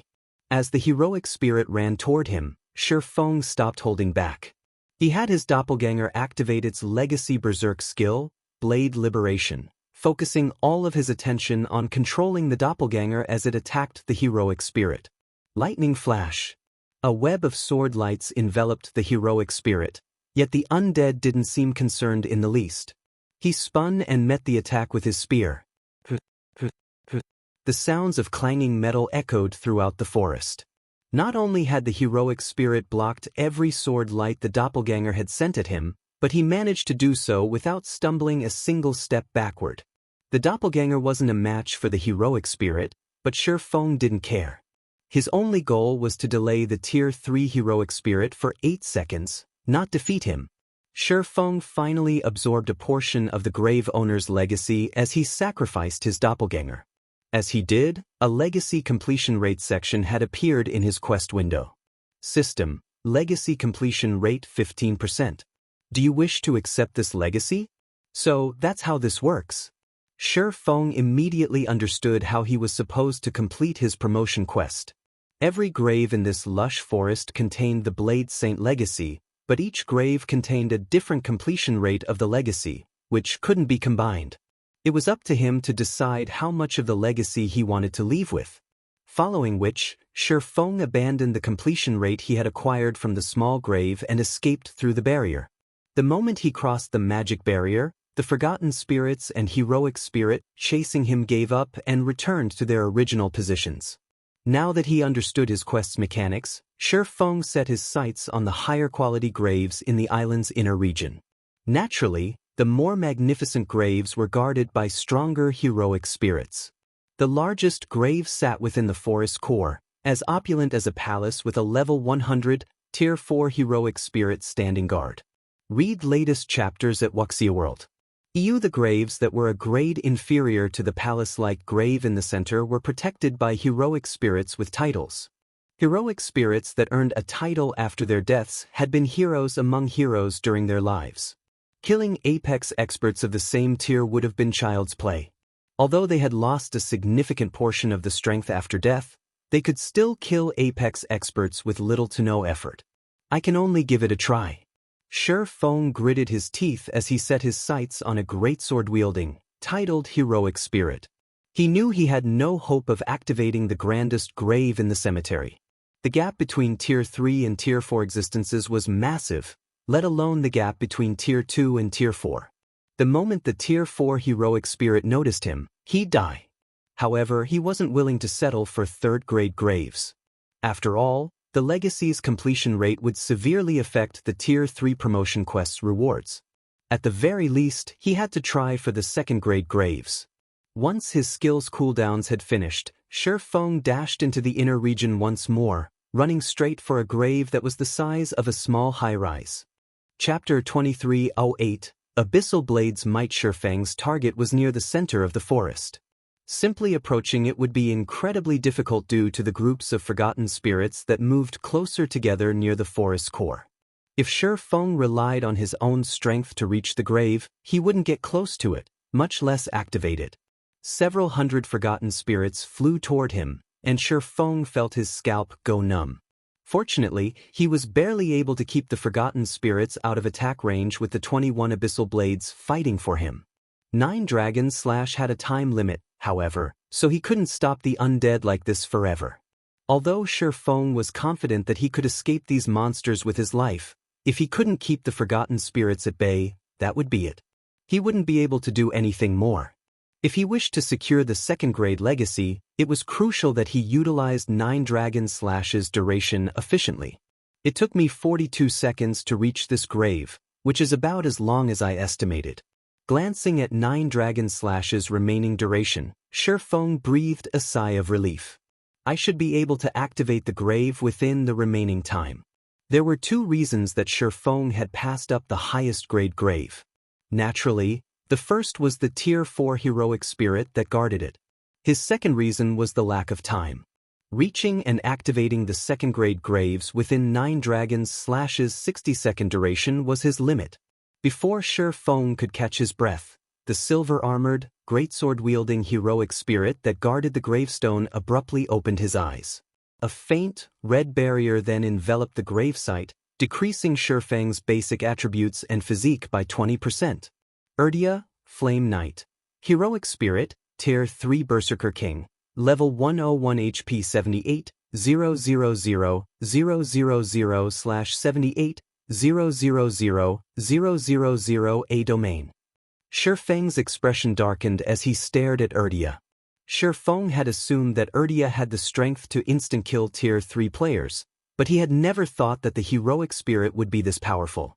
Urdia might not have a lot more HP than the heroic spirit he had fought earlier, but he was definitely much stronger. Purely regarding basic attributes, he had to be 30% stronger than the forgotten heroic spirit. In combination with its domain, which only Tier 4 NPCs and above could grasp, Urdia could squash Tier 3 players like ants. I commend your bravery, adventurer. Over the several millennia I have stood guard, you're the first to dare approach in search of the Blade Saint's legacy. I hope you can offer some entertainment, Urdia leisurely commented. Unlike the forgotten heroic spirit, which had attacked immediately, he joked around like a player as he slowly approached Sure Feng. Seeing this, a chill crawled down Sure Feng's spine. They might be dead heroes, but heroic spirits weren't considered NPCs in God's domain. Because of this, their intellect shouldn't be as high as NPCs. However, that was obviously not the case for Urdia. This was also the first time Sure Feng had encountered such an intelligent heroic spirit. Seeing that Urdia was already 50 yards away, Sure Feng activated the Ring of Gospel's miniature world and Ring of Brilliance as a precaution. Unfortunately, Sure Feng could tell that wouldn't be enough after the two skills had taken effect. He then activated Blade Liberation to bolster his basic attributes further, and at the same time, he activated the Twilight Blades Twilight of the Gods and Twilight's Shadow, splitting into 8 clones. With Twilight of the Gods and Blade Liberation active, Sure Feng's physical doppelgangers inherited the skill's effects. Now, every one of his doppelgangers had the strength to rival Grand Lords of the same level. If 8 level 100 Grand Lords worked together, they could even take on a level 100 mythic monster. However, before Sure Feng could control his doppelgangers, Urdia vanished, reappearing before Sure Feng's clones. The heroic spirit brandished his flaming greatsword, sending 8 crimson sword lights at all 8 doppelgangers. Sure Feng's doppelgangers reacted quickly, intercepting the attacks with their swords. However, the moment the crimson sword lights met the doppelgangers' blades, the impact threw them over a dozen yards before they slammed into the ground, their swords humming. Each doppelganger instantly lost over 20,000 HP. A bronze combat technique? Sure Feng's expression turned grim when he saw the outcome. Extreme Slash. Although Urdia had only executed 8 extreme slashes, one fewer than Miracle Dragon's 9 extreme slashes, Urdia's mastery with the technique was far greater than Miracle Dragon's. He had mastered the advanced combat technique until he had upgraded it into a bronze combat technique. This was a Tier 3 heroic spirit that could use bronze combat techniques. No one would have believed Sure Feng if he had told them about Urdia's abilities in his previous life. Some might even mock him for his stupidity. Heroic spirits might have once been heroes, but they weren't anymore. They particularly lacked intellect and weren't even a match for ordinary NPCs regarding this aspect. Seeing a heroic spirit execute an advanced combat technique was already quite impressive. Most Tier 3 NPCs couldn't even master a bronze combat technique, much less a Tier 3 heroic spirit. And yet, the impossible had just happened. After repelling the 8 doppelgangers, Urdia shifted his gaze to Sure Feng's main body. He executed Flame Charge, transforming into a fiery meteor as he flew toward the swordsman. Based on how this flame charge appeared, Urdia's skill completion rate should be 99% or 100%. Sure Feng didn't dare take Urdia's charge head-on. If the heroic spirit had already thrown his doppelgangers, he could definitely send Sure Feng flying. Sure Feng activated Phantom Kill, summoning another doppelganger and having it activate Blade Liberation and Defensive Blade to intercept the approaching Berserker King. If he died during his Tier 3 promotion quest, he'd have to wait a long time before he could challenge it again. It was a risk he wasn't willing to take. However, the moment Shurfang's doppelganger activated Defensive Blade, Urdia cancelled his flame charge and thrust his flaming greatsword into the ground. Dozens of fiery blades rose from the dirt, flying toward the doppelganger. Tier 3 skill, Storm Garrote. Defensive Blade's block counts were exhausted in an instant. Seeing this, Shurfang had no choice but to focus most of his attention on his doppelganger and executed Sword's Orbit. When the galaxy of stars and the flaming blades met, both attacks shattered. Although the doppelganger had successfully blocked the attacks, it had been forced to stumble over a dozen steps backward. Moreover, each attack had devoured nearly 10,000 of the doppelganger's HP. With just one skill, Urdia had dealt over minus 200,000 damage. As they kept the forgotten spirits away from the gravesite, the Abyssal Blade Phantom's duration continued to decrease, and Shurfang's doppelganger couldn't keep Urdia distracted. It began to make Shurfang even more nervous. If he activated Twofold Berserk, he could hold Urdia off, but he needed to activate the grave with his main body. There was no point in trying to distract the heroic spirit himself. He intended to reserve absolute domain for his escape from this place. Even if he activated the grave and obtained the legacy contained within, he would fail his quest without it. Your doppelgangers are quite good, but this is as far as you'll get, Urdia declared, chuckling when he realized Shurfang's doppelganger had survived his Storm Garrote. Urdia pulled his greatsword from the ground and appeared before the doppelganger. He executed 8 extreme slashes once more, but this time, he concentrated all 8 attacks on a single target. Dragon Soul. Read latest chapters at Wuxia World. Shurfang understood that if his doppelganger died, this quest would come to an end. Hence, he decided to use the Abyssal Blade's strongest skill, Dragon Soul. Right now, every attribute point mattered. Shurfang's doppelganger roared, the sound filling the entire forest. As it did, the doppelganger transformed into a 10-meter-tall, pitch-black dragon. It had more than doubled in size than when the Abyssal Blade had only been a Tier 2 weapon. Seeing the 8 sword lights fly toward it, Shurfang's doppelganger swiped a single claw to block them all. Boom! The sword lights slammed into the doppelganger's claw, and an intense shockwave shook the forest, only fading after extending 100 yards away. A spatial tear had even appeared before the dragon's claw, and the doppelganger only stumbled a step back. Chapter 2309, Blade Saint Legacy secured so strong. Shurfang was surprised to see his doppelganger only lose a little over 5,000 HP after receiving Urdia's 8 extreme slashes. Although his doppelganger had already been quite powerful with Dragon Soul active, nearly invincible among beings of the same tier, it had grown even stronger, especially its strength and defense. In these 2 attributes, his doppelganger could practically rival Tier 4 mythic monsters. Moreover, the size of the black dragon's body afforded Shurfang plenty of advantages. Before the black dragon's 10-meter-tall frame, Urdia looked like little more than a small animal. The doppelganger wouldn't have any issue stopping the heroic spirit's attacks. However, Urdia didn't pause after his attack failed. He immediately appeared before the black dragon's head, his flaming greatsword transforming into a colossal pillar of fire. Tier 3 taboo skill, Burning Sword. When the fire pillar completed its transformation, it stretched across 100 yards. The black dragon looked tiny before the flaming weapon, and Urdia swung it down on the doppelganger. Not even Shurfang could escape the pillar's range, much less the black dragon. Don't think I'm so easy to kill. As the fire pillar descended, Shurfang had his black dragon use Dragon Breath. Unlike the Dragon Breath skill from his Heavenly Dragon's Breath Ring, the black dragon's ability was the real deal. According to legend, a Tier 5 Dragon Breath could vaporize an entire city instantly. The true Dragon Breath was easily more powerful than any taboo skill or curse, essentially rivaling divine arts. The black dragon opened its maw, and a horrific amount of mana concentrated between its jaws. In the blink of an eye, a pitch-black energy ball as large as a small house had taken shape, and as the black dragon released a deafening roar, The energy ball reformed as a pillar of pitch-black light, firing toward the heroic spirit's pillar of fire. Boom! The dragon breath and burning sword slammed into each other, creating a shockwave that shook their surroundings and didn't dissipate until it had spread 500 yards away. At the point of impact, space had crumbled, forming a black hole. It felt as if Armageddon had begun. Sure enough, the true dragon breath is far more powerful.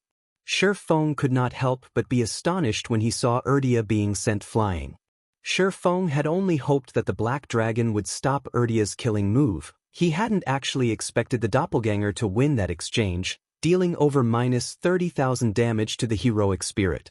Urdia wasn't in danger of dying after losing 30,000 HP, but it was enough damage for the black dragon to hold the heroic spirit's aggro. Now, Urdia's focus had turned away from Shi Feng's main body. Taking advantage of this opportunity, Shi Feng charged at the gravestone. System, do you wish to activate the grave and absorb a portion of the grave owner's legacy? Without any hesitation, Shi Feng activated the grave the moment the prompt window appeared. Like the previous grave, a loading bar appeared when he activated. However, this loading bar required 12 seconds, rather than the 8 seconds the previous grave had required. Shi Feng celebrated the fact that he had decided to keep absolute defense in reserve. Had he used the skill to stop Urdia, rather than rely on Dragon Soul, he would have died halfway through the activation process. Unfortunately, the instant Shi Feng activated the grave, Urdia went berserk. Ignoring the black dragon, the heroic spirit dashed toward Shi Feng. Only a little over 100 yards separated Urdia and Shi Feng, and a titled Tier 3 heroic spirit would only need a few steps to cross that distance. However, the black dragon intercepted Urdia near the halfway mark, using its massive frame to keep the heroic spirit away from Shi Feng. The black dragon then swiped a claw at its foe. The black dragon's claw was the size of a car, and although Urdia sensed the incoming attack, he couldn't dodge it in time, relying on his great sword to block it. As the claw slid along the massive blade, dazzling sparks flew from the weapon. Urdia knocked away the black dragon's claw with his great sword. Now, he fully displayed the strength of a Tier 3 heroic spirit. Even a Tier 2 dragon would find him a difficult opponent. Fortunately, there wasn't a particularly large difference between the two combatants' basic attributes.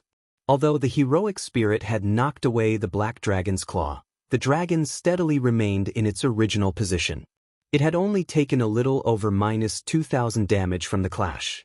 The black dragon had tens of millions of HP, so this amount of damage was nothing.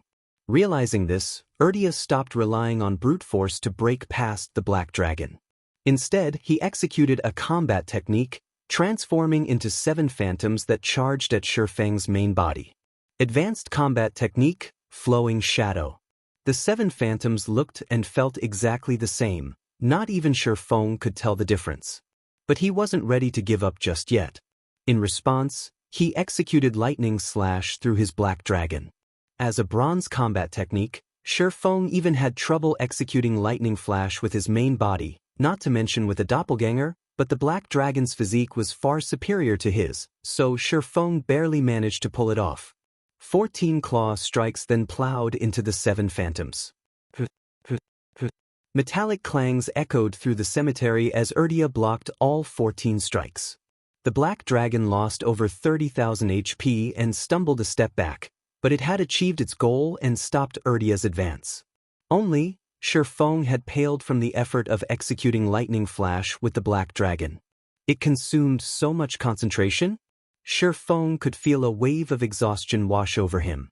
He had expended significantly more concentration when executing the bronze combat technique through the black dragon than when he used the technique himself. Of course, Urdia hadn't given up. He executed Flowing Shadow again, trying to reach Shi Feng. With no other options, Shi Feng continued to rely on Lightning Flash to stop Urdia. Every time Shi Feng executed Lightning Flash, a considerable portion of his concentration slipped away. By the time he executed the technique for the 6th time, he felt mentally lethargic. However, he still needed 5 more seconds to complete the activation process. By the time Shi Feng executed Lightning Flash a 9th time, his complexion was as white as paper. He felt a stinging pain in his head, and the world seemed to spin around him. Now, he couldn't even control the abyssal blade phantoms to stop the swarming undead. A large number of forgotten spirits flew toward Shifeng, and Urdia circled the black dragon, appearing before Shifeng's main body. The heroic spirit swung his flaming greatsword down on the swordsman. 8 extreme slashes. Read latest chapters at Wuxia World. 8 massive sword lights appeared and threatened to devour Shifeng completely. When the 8 sword lights were only an inch away from him, Shifeng gritted his teeth and activated Absolute Domain. Golden, divine runes immediately began to appear on his body. As the 8 sword lights crossed that final inch, they came to an abrupt halt against the divine runes, unable to touch Shifeng. With Absolute Domain's protection, neither Urdia nor the Forgotten Spirits could harm Shifeng. Needless to say, they couldn't stop Shifeng from activating the grave either. System, Legacy Completion Rate 85%. Do you wish to accept this legacy? Chapter 23:10, Urdia vs. Anna. As soon as he saw the system notification, Shifeng accepted the legacy. He didn't know how good a legacy with an 85% completion rate would be, but it was undoubtedly better than the 15% legacy he had found earlier. After Shifeng accepted the legacy, countless divine runes began to flow from the grave toward him, forming a glowing imprint on the back of his hand. Suddenly, Shifeng bore the mark of a purple gold sword. The moment the mark formed, Urdia descended into madness. His muscles bulged and a cloak of fire enveloped his frame. The temperature around him soared, and the flaming cloak burned the earth under his feet to black ash. If Shifeng hadn't activated Absolute Domain, he'd likely lose astonishing amounts of HP due to his proximity to the heroic spirit. With Urdia going into full berserk mode and his Absolute Domain's duration almost up, Shifeng switched the 7 luminaries' rings aura of earth to the aura of wind and activated Gale Domain to make a hasty retreat. While all forms of teleportation were prohibited in the Voidland's inner area, flying, fortunately, was not. Gale Domain was Shifeng's only hope of escaping from the inner area. Without it, he wouldn't have any chance of leaving the inner region even if he had the legacy. He no longer had 9 dragons to rely on, and he had a titled, Tier 3 heroic spirit after him. However, before Shifeng could leave the grave, Urdia charged forth like a meteor. The heroic spirit was so fast that not even the black dragon could stop him in time. Boom! Urdia crashed into Shifeng, and the golden, divine runes that protected him actually trembled. This hadn't even happened when Urdia had hacked and slashed at Shifeng earlier. The heroic spirit proceeded to brandish his flaming greatsword at Shifeng over and over. For a moment, even Shifeng was helpless against the countless sword lights. He couldn't keep up with the speed of any of these attacks. Urdia's attack speed wasn't that much faster than his, but he couldn't keep up with the heroic spirit's reaction speed. With Urdia's basic attributes, the heroic spirit could finish Shifeng off in 2 or 3 hits, even if Shifeng activated twofold berserk. Absolute Domain only had 6 seconds remaining, and Shifeng was still nearly 1,500 yards away from the inner region's barrier. Throwing caution to the wind, he flew straight for the barrier. Despite the fact that Urdia couldn't fly, the undead had no issues keeping up with Shifeng, continuously attacking the fleeing swordsman. Every one of Urdia's attacks had enough power to injure mythic monsters. Shifeng would have already died several times if it hadn't been for Absolute Domain's protection. 5 seconds. 3 seconds. 1 second. Unfortunately, Shifeng's flying speed was fast, but he couldn't reach the barrier within 6 seconds. He was still roughly 500 yards from his target when Absolute Domain's effects wore off. As soon as they did, Shifeng felt a scorching heat envelop his body, dealing minus 10,000 damage per second. Seeing the divine runes fade from Shifeng's body, Urdia sneered at his prey. He pushed off the ground and arrived before Shifeng in an instant, plunging his flaming greatsword down on Shifeng's head. 8 extreme slashes. This time, every one of the 8 sword lights contained Tier 4 power. Not even the black dragon would be strong enough to block the attack, much less Shifeng. Fortunately, Shifeng had prepared for this moment and activated Defensive Blade. Another series of metallic clangs echoed throughout the forest. Urdia had exhausted over half of Defensive Blade's block counts in that one exchange. By the time Defensive Blade ended, Shifeng had only moved 50 yards closer to the barrier. As Urdia was about to launch another attack, Shifeng activated Abyssal Bind. Over 20 pitch-black chains emerged from the void, binding Urdia and forcing the heroic spirit to a grinding halt. At Tier 3, Abyssal Bind could hold a target for up to 5 seconds, and it should be 100% effective against a Tier 3 being like Urdia. It was also Shifeng's final trump card. However, before Shifeng could relax, he heard the sound of a chain shattering. When he had gone berserk, Urdia had become nearly stronger than a mythic monster. It had only taken the heroic spirit an instant to shatter one of the chains. As if they were made of paper, the other chains began to break, one after another. For the crime of desecrating a saint's grave, you will die. Urdia bellowed as he swung his freed arms, slashing his great sword at Shifeng, who stood over 50 yards away. As Urdia swung his great sword, a torrent of fire swept toward Shifeng. Shifeng spun, meeting the attack with his swords as the flames were about to hit him. Void Shield. Boom. The Void Shield, which had 10 times Shifeng's maximum HP, nearly shattered as a result of the attack, and the impact threw Shifeng backward over 30 yards. What a frightening move. Shifeng silently celebrated when he saw that his Void Shield had only cracked. If he hadn't responded appropriately, that attack would have killed him. Urdia was far more powerful than Shifeng had imagined. Had he allowed his strength and greed to blind him, challenging the largest grave instead, he would have died the moment his absolute domain's duration ended. Meanwhile, thanks to Urdia's attack, Shifeng and the heroic spirit were now separated by 100 yards. Although Abyssal Bind wouldn't hold down Urdia for 5 seconds, it should be able to keep him in place for 2. Fortunately, as a Tier 3 heroic spirit, Urdia couldn't attack a target that was so far away. In the remaining 2 seconds, Shifeng widened the gap between him and his pursuer by more than 300 yards.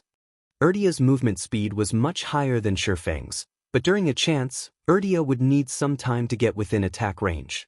Meanwhile, Shifeng continued to move closer to the barrier. 150 yards. 100 yards. 50 yards.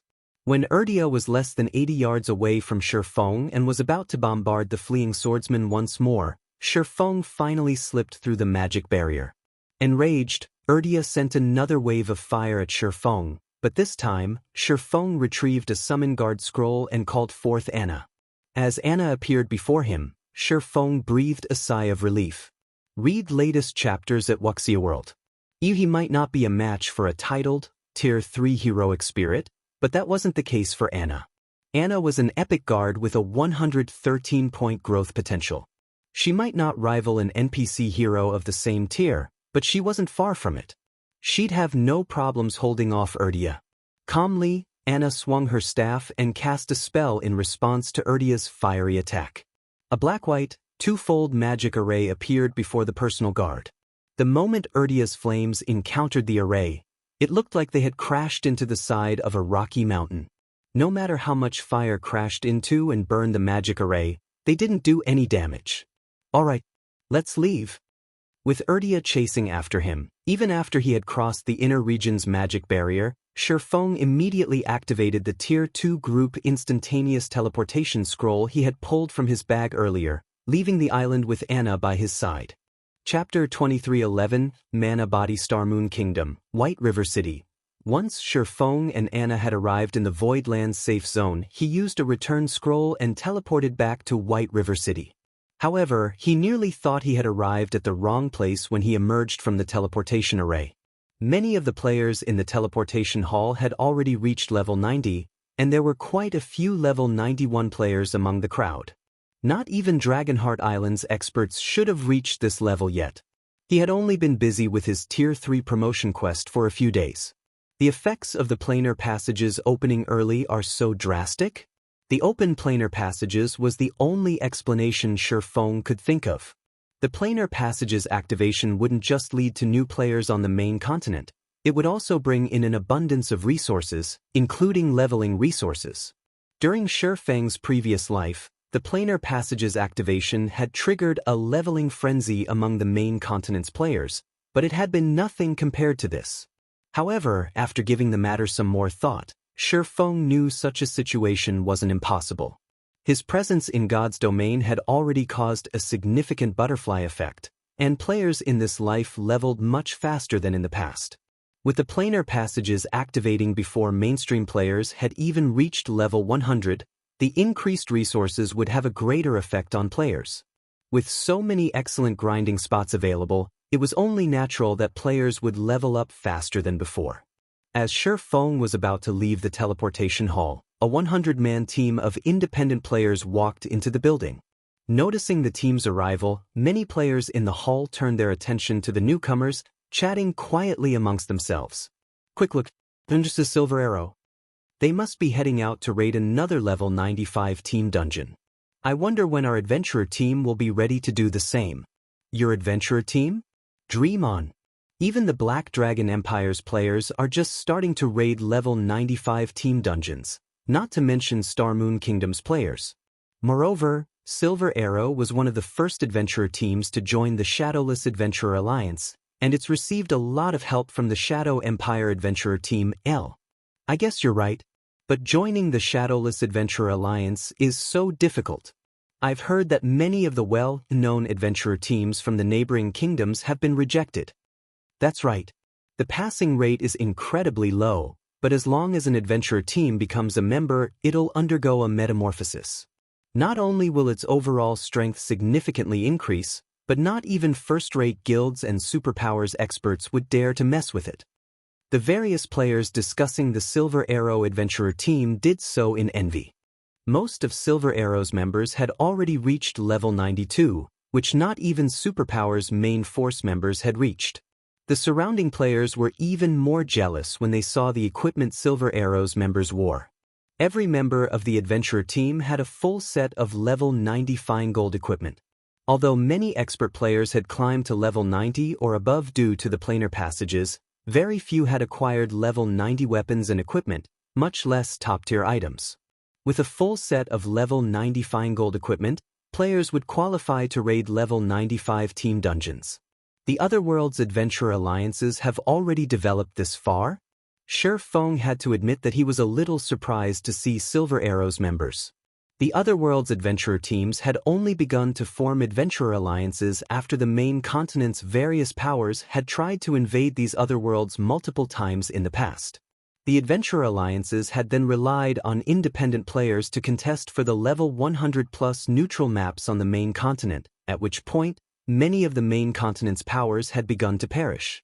Shi Feng had never thought the butterfly effect would be so massive that Otherworld's powers would form adventurer alliances by this stage of the game. With this, these Otherworld powers would pose a much greater threat to the main continent's powers than they had during his previous life.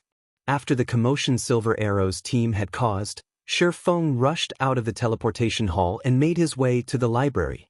He had thought that he was far ahead of most players since he had reached level 100 and completed his Tier 3 promotion quest.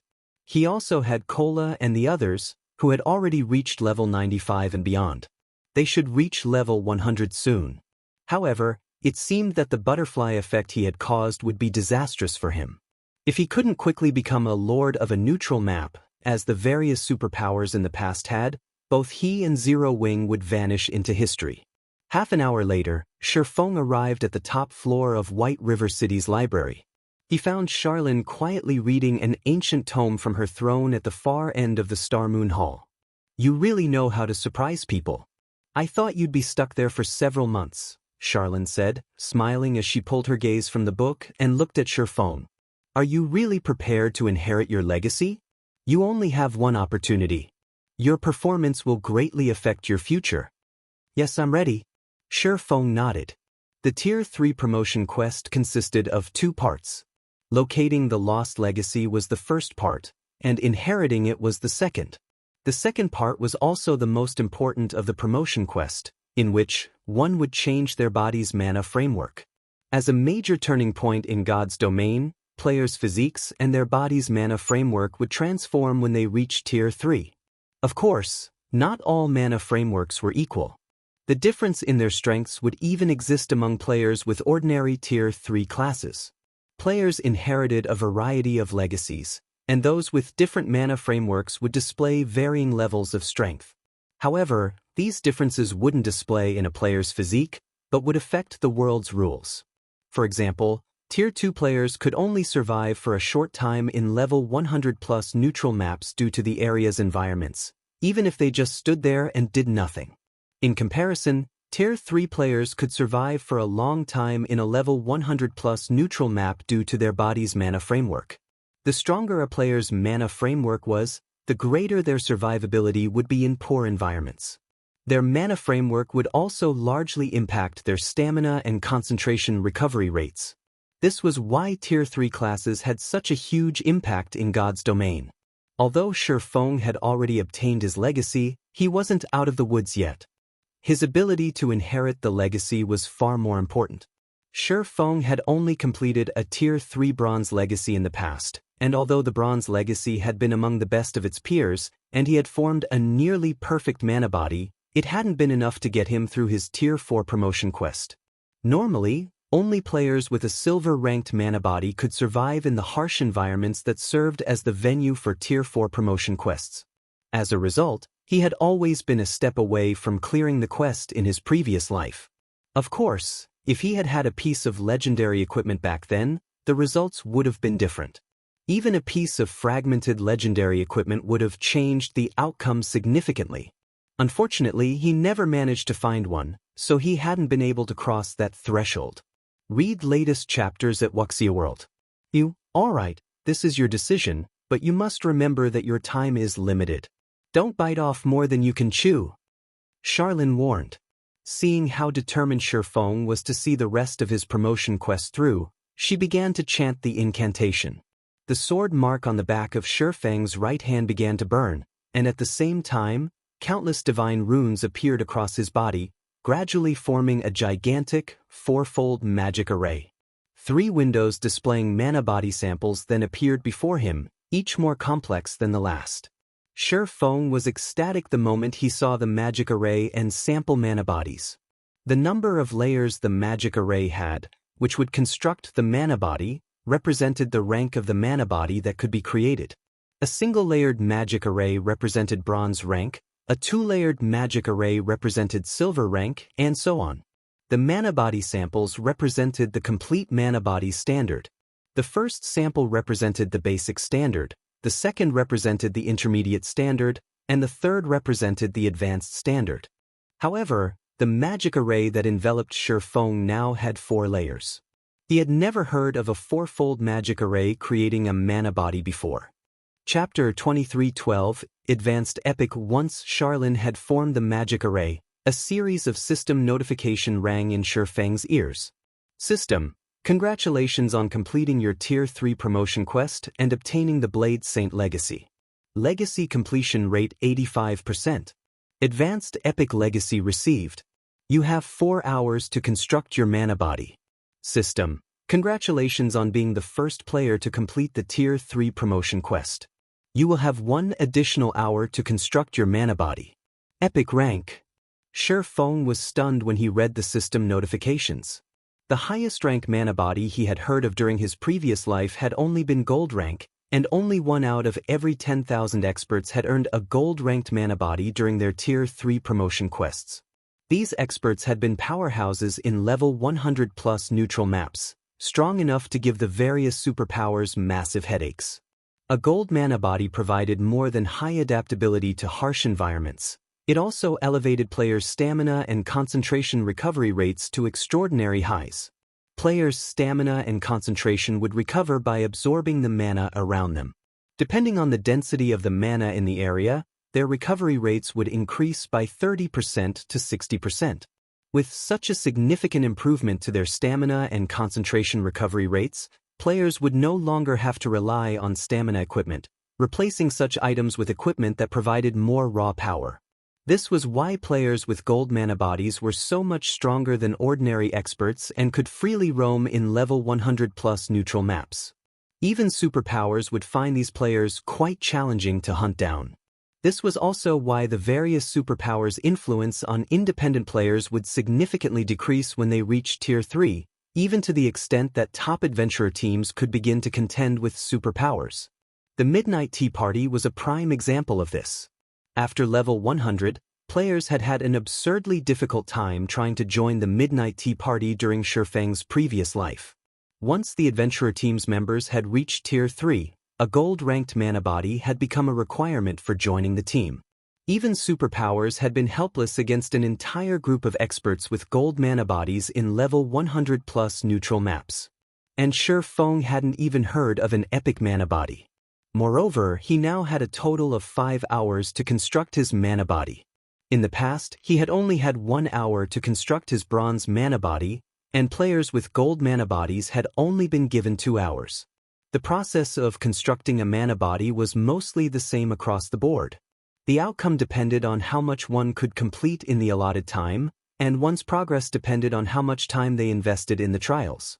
You can begin your mana body's construction now. Remember, you only have 5 hours. If you fail to complete a mana body before time runs out, the magic array will grant you the most basic mana body available, and your efforts will have gone to waste, Charlene reminded Shurfeng seriously. Understood. He nodded, understanding how important this matter was. Immediately, Shurfeng carefully inspected the 3 mana body samples hovering before him. Each of the mana bodies displayed was different and more complicated than the last. The simplest of the 3 was several times more complex than the Peak Bronze Legacy's mana body he had obtained in the past. Not only did these samples involve magic arrays, but they also required divine runes and refined mana manipulation.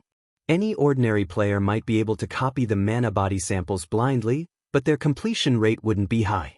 Naturally, a low completion rate would severely affect one's combat power. A player's mana body would affect their control with their skills and spells in the future. A poorly constructed mana body would result in low mana conductibility. This would limit players' ability to use Tier 3 skills and spells with a completion rate of 90% or higher, since players had to actively guide and control their mana during the process to amplify their skills or spells' power. This was also why experts in Shurfeng's previous life had preferred to aim for less complex mana bodies to ensure high completion rates, rather than aim for a more complex mana body with a low completion rate. If players constructed a perfect mana body, it wouldn't negatively affect their combat power, which would be a significant help when challenging their Tier 4 promotion quests in the future. Shurfeng spent around 10 minutes inspecting the 3 mana body samples he had been given. Although the advanced mana body is extremely complex and even involves multi-line mana manipulation, I have 5 hours to play around with. I should give it a try. Having made his decision, Shurfeng focused on the advanced mana body sample and began to manipulate the mana within him. There might not be a huge difference between an intermediate mana body's environmental adaptability and that of an advanced mana body, but the difference between the 2 options' recovery rates and defense was massive. Naturally, players' defense would undergo a considerable transformation when they reached Tier 3 and obtained their mana body. Their toughness as a Tier 2 player couldn't even compare. With a mana body, a layer of protective mana would envelop their frame, making them less prone to physical injury, which would reduce their combat power from ordinary attacks. Naturally, the higher the mana body's rank was, the stronger this protective layer would be. It would also help players recover from physical injuries much faster. Time flew by. After nearly 20 minutes, Shurfeng had finally finished constructing his first mana body. Shurfeng could feel himself grow much stronger the instant he completed his mana body. Now, the surrounding mana actively flowed into him, giving him a mentally refreshed feeling. System, mana body constructed. Completion rate 64%. Do you wish to keep this mana body? I barely passed? Sure enough, the advanced mana body isn't easy to construct.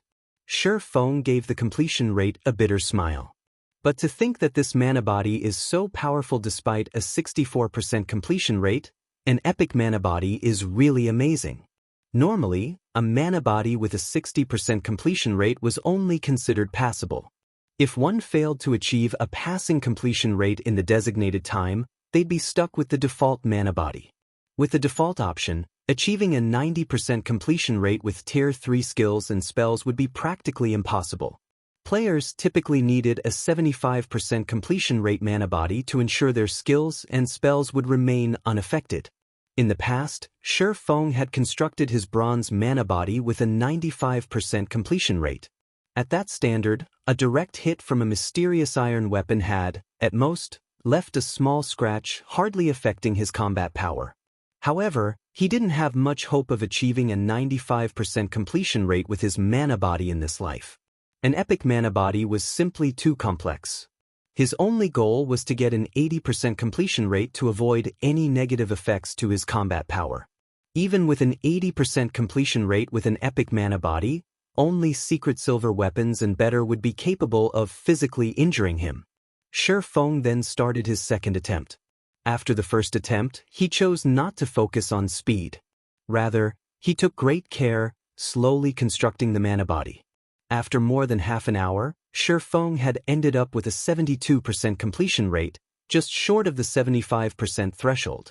Shi Feng invested a full hour for his third attempt, but he had only earned a 74% completion rate. What am I missing? He began to grow frustrated as he examined the advanced mana body sample again. He had already spent nearly half of his allotted time, yet he hadn't constructed an adequate advanced mana body. If he continued to waste time, he wouldn't even have enough time to attempt the intermediate mana body's construction. He had performed every step with great precision, yet he still only achieved a 74% completion rate. During his previous life, he hadn't been anywhere near the refinement realm standard, yet he had still managed a 95% completion rate with his mana body. However, even as a domain realm expert, he had only reached a 74% completion rate. It was unbelievable. No, that's not right. Shi Feng suddenly snapped out of his daze. My mana manipulation hadn't been nearly as refined as it is now. I had glossed over some of the construction processes then, yet I still earned a 95% completion rate. This mana body sample is far more complex, but with my current standards, it shouldn't be this hard to achieve the same results. Read latest chapters at Wuxia World.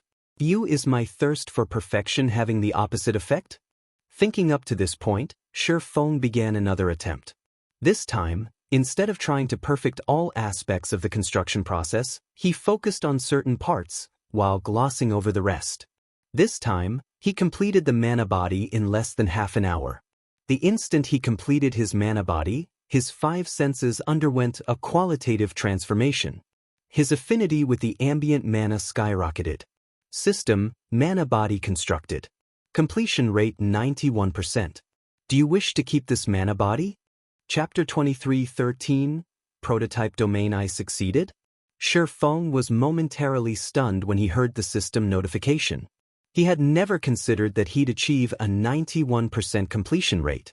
An epic mana body was many times more complex than a bronze-ranked version, and even achieving a 90% with a silver mana body was immensely difficult. There were very few players in God's domain that were capable of achieving a 90% completion rate with a gold mana body.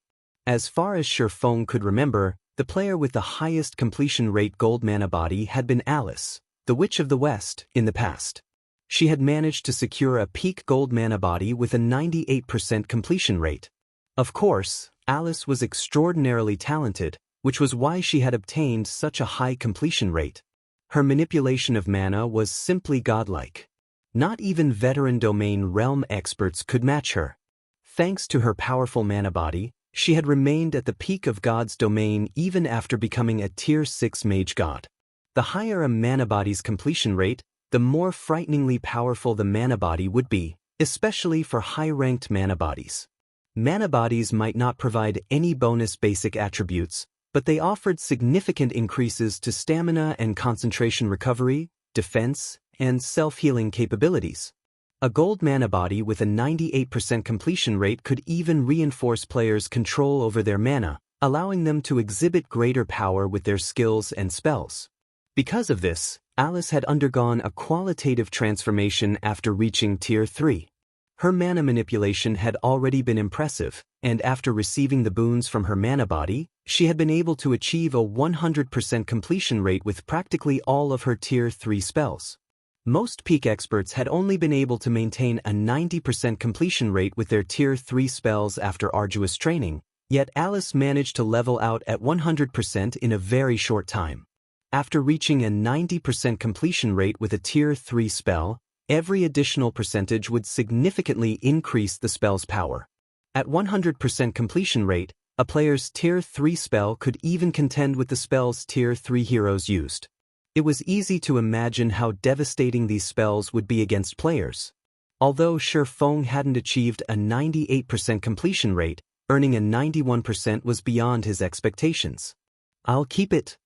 Snapping out of his daze, Shi Feng promptly chose to keep his current mana body. There was no save option when constructing a mana body. If players gave up on a construction attempt, they'd have to start over. Hence, players had to have a clear goal in mind when constructing their mana body. Once they'd reached that goal, it would be wise to accept the mana body and avoid any further attempts. If one continued to seek a better outcome, they'd eventually run out of time and lose everything. Shi Feng had seen many players make that mistake in his previous life. The endless pursuit of perfection was the reason that many expert players had been forced to delete their accounts and begin again. While players could set up a stronger foundation by starting a new account, they'd also lose out on many opportunities. Others would have already explored the low-level maps, leaving little for new players. When starting a new account, players weren't guaranteed to become as powerful as they had been with their old one. While part of the reason that Shi Feng had achieved a 91% completion rate was his discovery of the correct thought process, luck was a larger part. He wasn't confident of repeating these results, and if he tried and earned an 89% completion rate, he'd just cry. There was a huge difference between a mana body with an 89% completion rate and one with a 90%. Mana bodies with a 75% completion rate or above wouldn't negatively affect players, and those with an 85% to 89% completion rate would receive a significant boost to their defense and stamina and concentration recovery. Mana bodies with a 90% to 94% completion rate, however, were considered top grade, and all of the aforementioned bonuses would be maxed out. If he had a high probability of achieving a 95% completion rate or above, another attempt might be worth the risk. A 93% or 94% completion rate wouldn't make much of a difference, after all. However, he'd be ruined if he earned a completion rate below 90%. After Shi Feng accepted the mana body, the magic array around him flashed with a blinding light, and a horrific amount of mana gathered rapidly before flowing into him. As the torrent of mana filled him, Shi Feng felt like his body had been set on fire. The burning sensation was far more intense than it had been with his peak bronze mana body. But as his advanced epic mana body began to take shape, Shi Feng's perception of the world around him grew sharper. After 6 seconds, magic circuits began to surface across Shi Feng's body, and the ambient mana steadily gathered within him. Although the magic circuits faded away 2 seconds later, the mana didn't stop flowing into him. System, congratulations! You have become a Tier 3 Blade Saint and obtained an advanced epic mana body. All basic attributes plus 400, all resistance plus 80, attack power and attack speed increased by 30%, all basic attributes increased by 60%, and physique increased by 70%. Rewarding 80 legacy skill points. Finally, I got my body back. Shi Feng was ecstatic as he felt the new changes. Tier 3.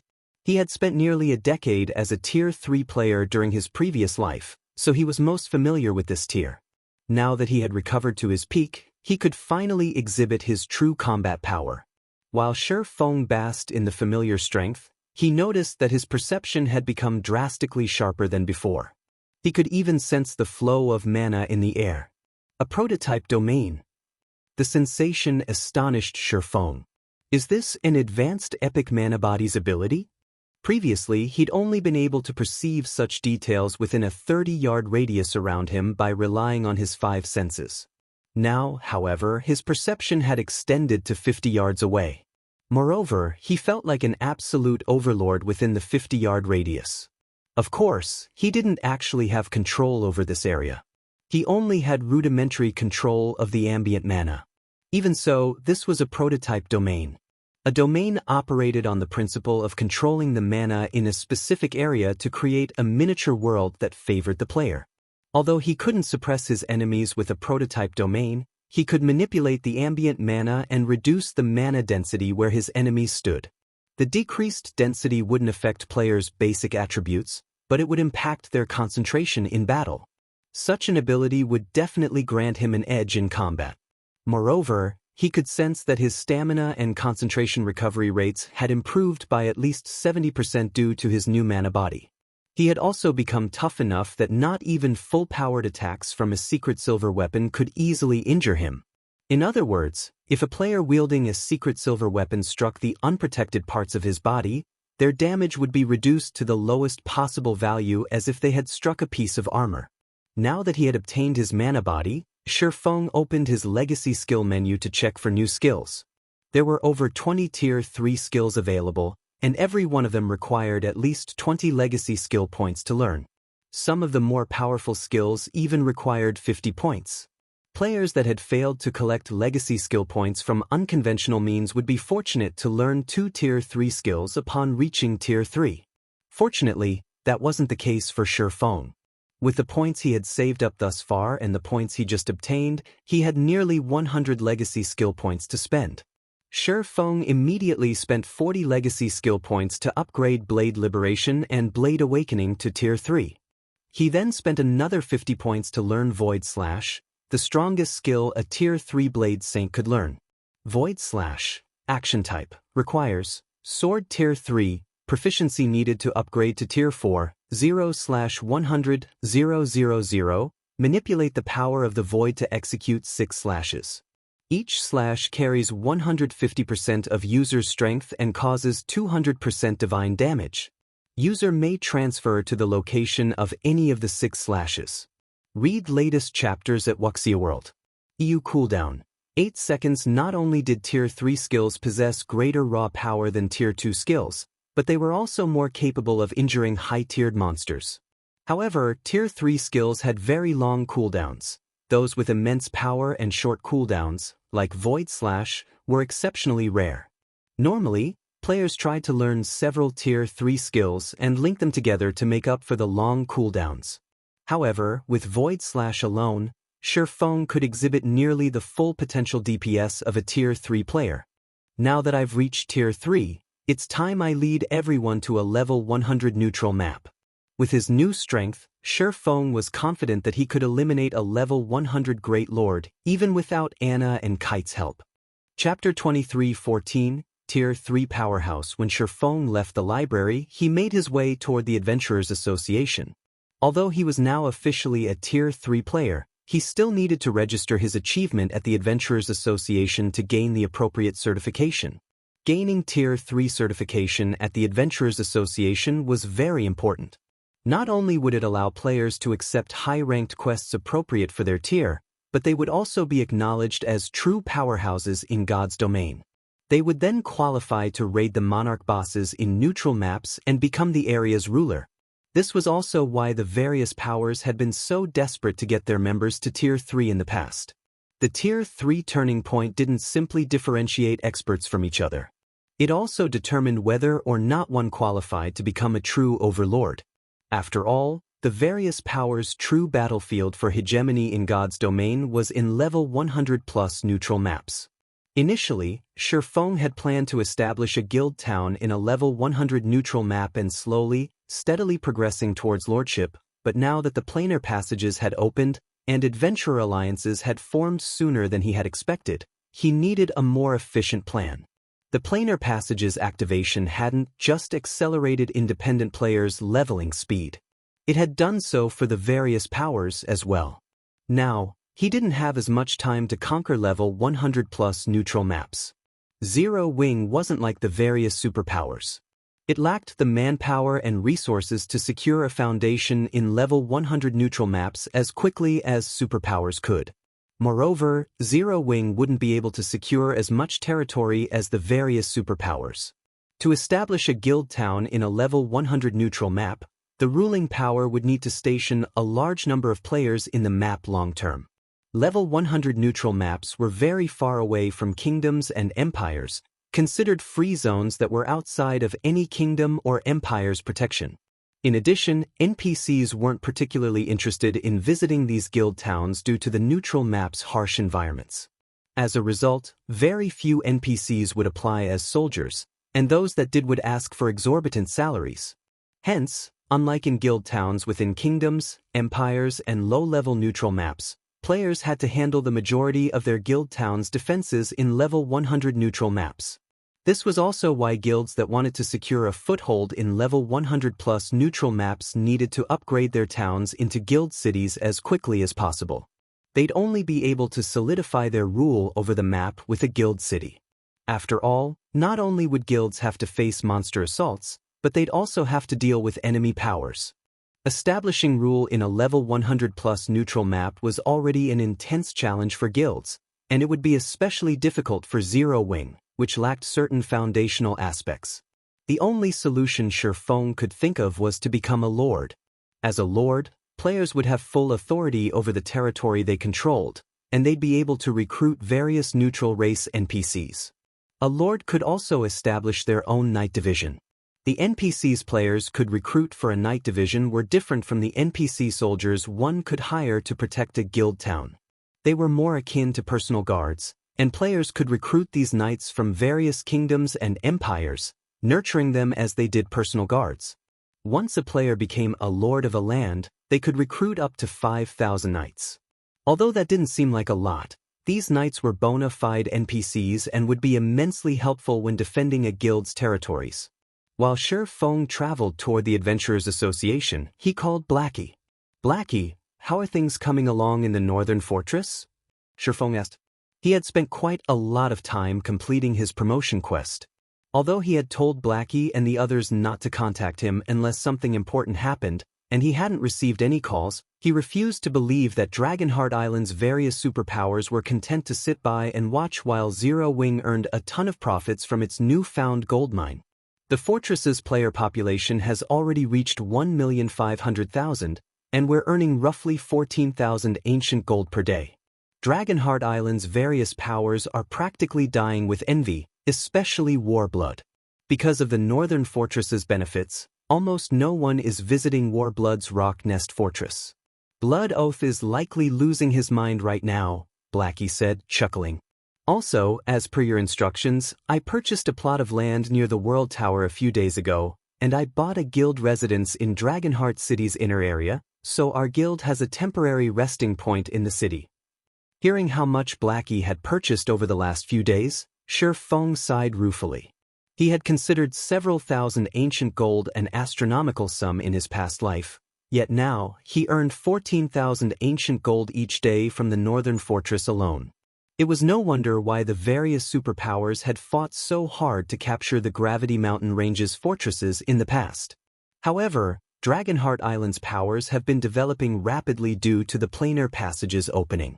Quite a few superpowers now have their own small fortresses, and based on the reports I've received, Warblood, Starlink, and 13 Thrones are marching toward the Southern Tower Medium Fortress, Blackie said worriedly. If they're successful, we'll likely see a significant decrease to the Northern Fortress's income.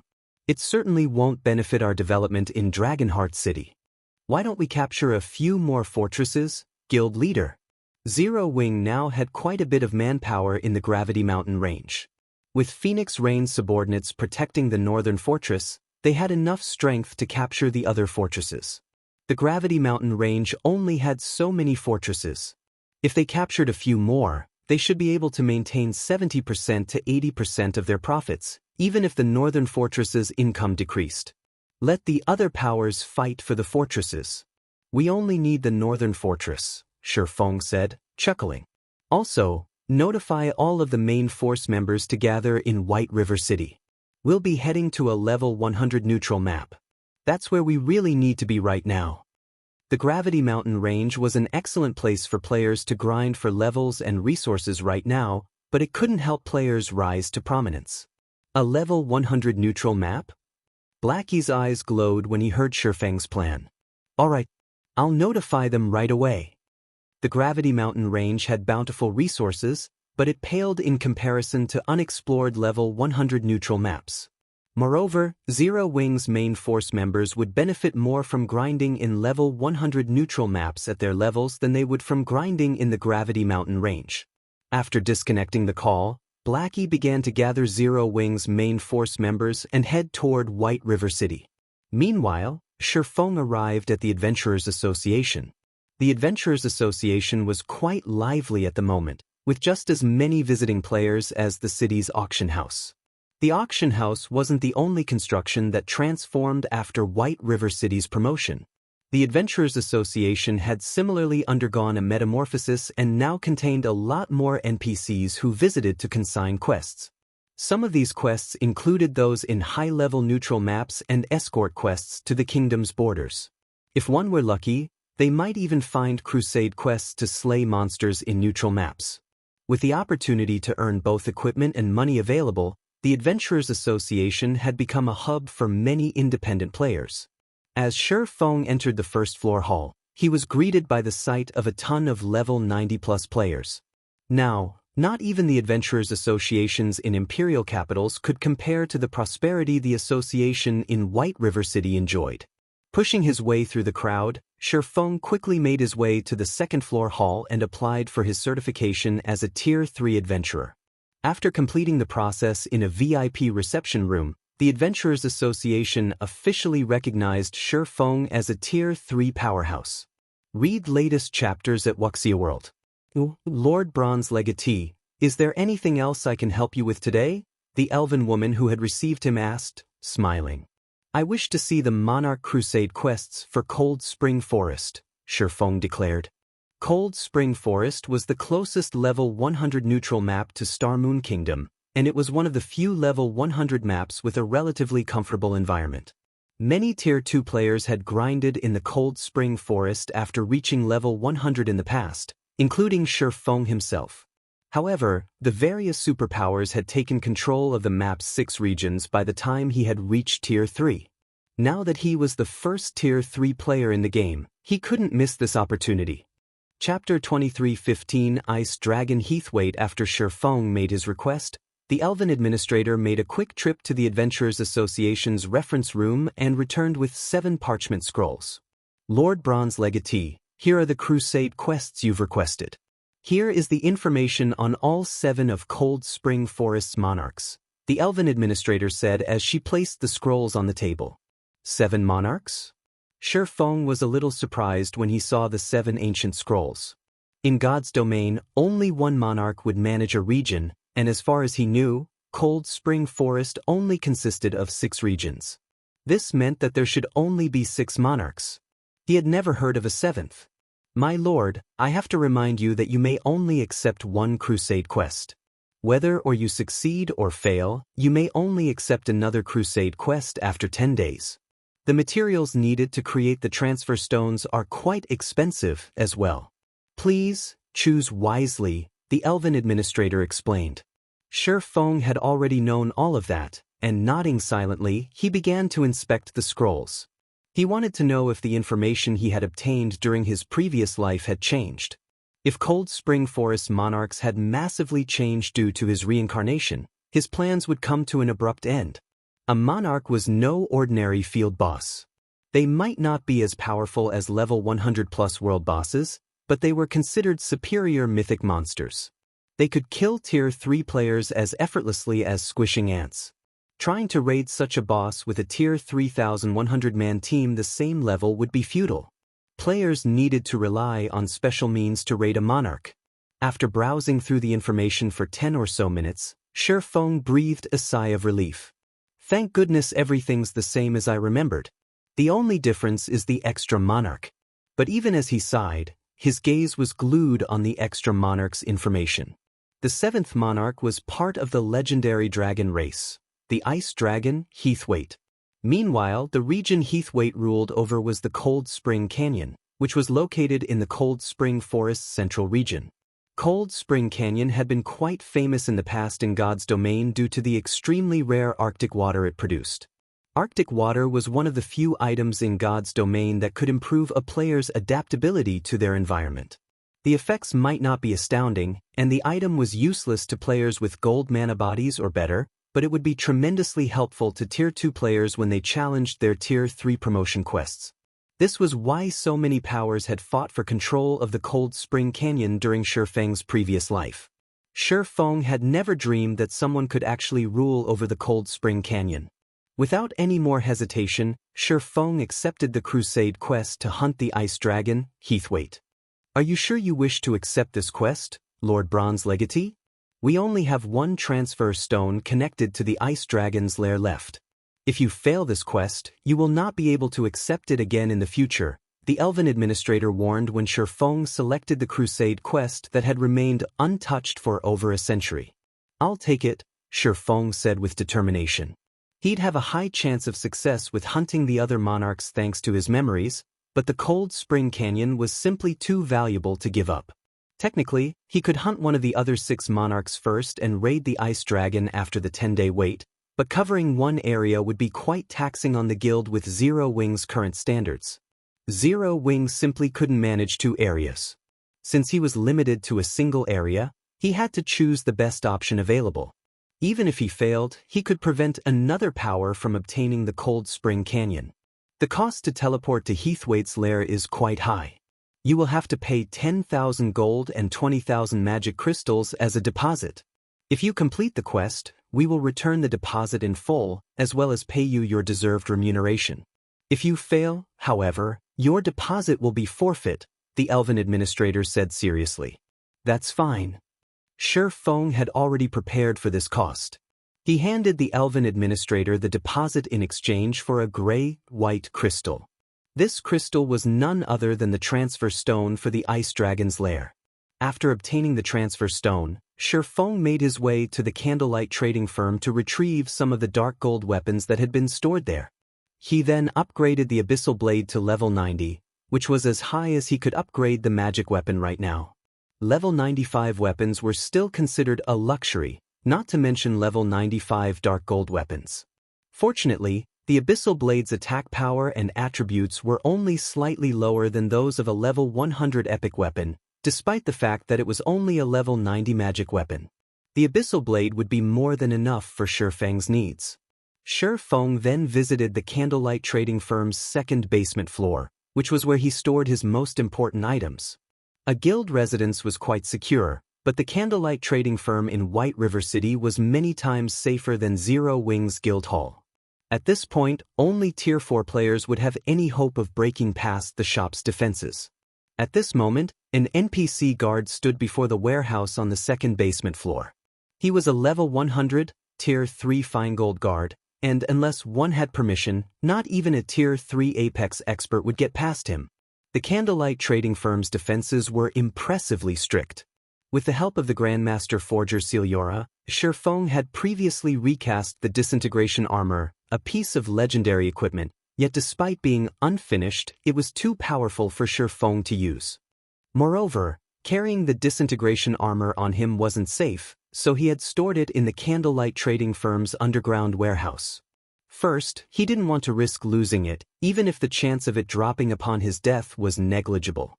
Second, even after recasting it, the disintegration armor's aura would still attract ores, especially powerful high-tiered ores. If he had attracted a powerful ore's attention as a Tier 2 player, he would have been helpless. Furthermore, he couldn't equip it yet. He had coveted legendary items for a long time.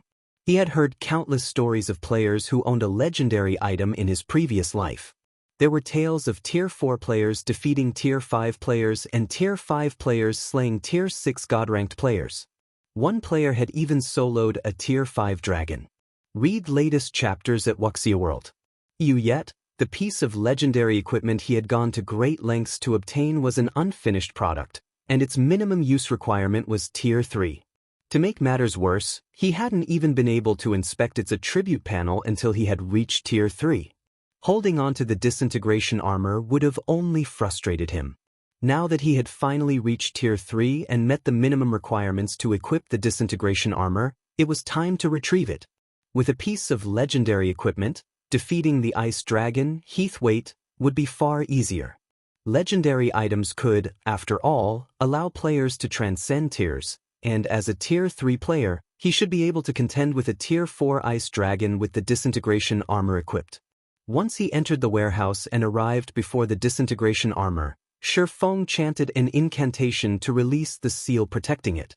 As soon as the seal faded, crimson energy pulsed away from the pitch-black chest piece, spreading. A pressure that would even make Tier 2 experts uncomfortable began to fill the warehouse. As the disintegration armor's aura swept over him, Shifeng felt his blood begin to boil as bloodlust wormed its way into his mind. Taking several seconds to suppress the maddening feeling, Shifeng tapped on the disintegration armor to inspect its attribute panel. Chapter 23:16, Armor of Legends. Space itself faintly began to crumble as it was exposed to the disintegration armor's disintegration power. Despite having reached Tier 3, the moment Shifeng touched the armor, he could feel the mana in his right arm vibrate and felt signs of it beginning to break down. Mana dispersal?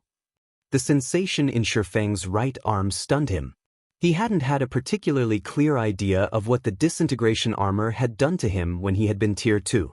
He had only felt a strong, stifling pressure from the armor. Now that he was Tier 3, however, he could sense the disintegration power blocking and destroying the mana within him. After a slight touch, the mana density in his right arm had significantly decreased. If he maintained contact with the disintegration armor for a long period, it would utterly destroy the mana that coated his body. Losing this mana coating didn't seem like a major problem, but it would deal a fatal blow to Tier 3 players and above. After reaching Tier 3, a player's mana body would drive every action they took in God's domain. If their mana body couldn't conduct mana, they'd be as good as crippled. The mana body played a crucial role when players used Tier 3 skills and spells. Without a working mana body, activating those abilities would be nearly impossible. Naturally, the difference between the combat power a Tier 3 player could display with Tier 3 skills and spells and a Tier 3 player who couldn't would be obvious at a glance. Once Shifeng had tapped on the disintegration armor, its attribute panel appeared before him. Disintegration armor, unfinished product. Chest plate, legendary rank, equipment requirement, strength 9,000, agility 7,000. Tier requirement. Tier 3 divine defense plus 15,000, affected by player's level. All basic attributes plus 1,000, affected by player's level and tier. Physique increased by 100%, affected by player's tier. When equipped, strength increased by 120%, agility increased by 100%, and endurance increased by 100%, all resistance plus 300. Magic resistance increased by 40%, mana body's effects increased by 50%, ignore levels plus 30, all item level requirements reduced by 10 levels. Additional passive skill, disintegration body, reduces the damage from Tier 3 or below attacks by 70%, reduces damage from Tier 4 or above attacks by 40%, immune to all control effects, weakens stiffening effects by 70%, and increases reaction speed by 20%. Additional active skill 1, Disintegration Field. Disintegrates all skills and spells within a 100-yard radius. Skills and spells at Tier 2 and below will be nullified, while skills and spells above Tier 2 will be weakened by 60%. All entities within range will suffer a 40% reduction to basic attributes, physique, and stamina, in addition to a 400% increase to their stamina and concentration consumption rates. No cooldown. Additional active skill 2, Disintegration Power, gathers all of the disintegration armor's power and temporarily sacrifice all of its attributes to upgrade user by 1 tier for 60 seconds. Cooldown, 12 hours, cannot be stacked with skills and spells of similar effect. The disintegration armor is a divine armor that the Or Empire's founding emperor had created with various divine items.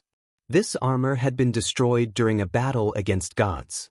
The disintegration armor has recovered a portion of its original strength after Celiora recast the chest piece using a blood contract. Due to the armor's disintegration power, the armor's attributes suffer an 80% reduction when equipped. If equipped by the blood contractor, the armor's attributes will only be reduced by 50%.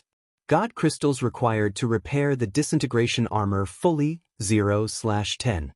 Amazing! Shifeng's eyes glowed as he read the Disintegration Armor's attribute panel. Before this, he hadn't had a clear idea of what a true legendary item's attributes would look like. He had only heard of legendary items during his previous life.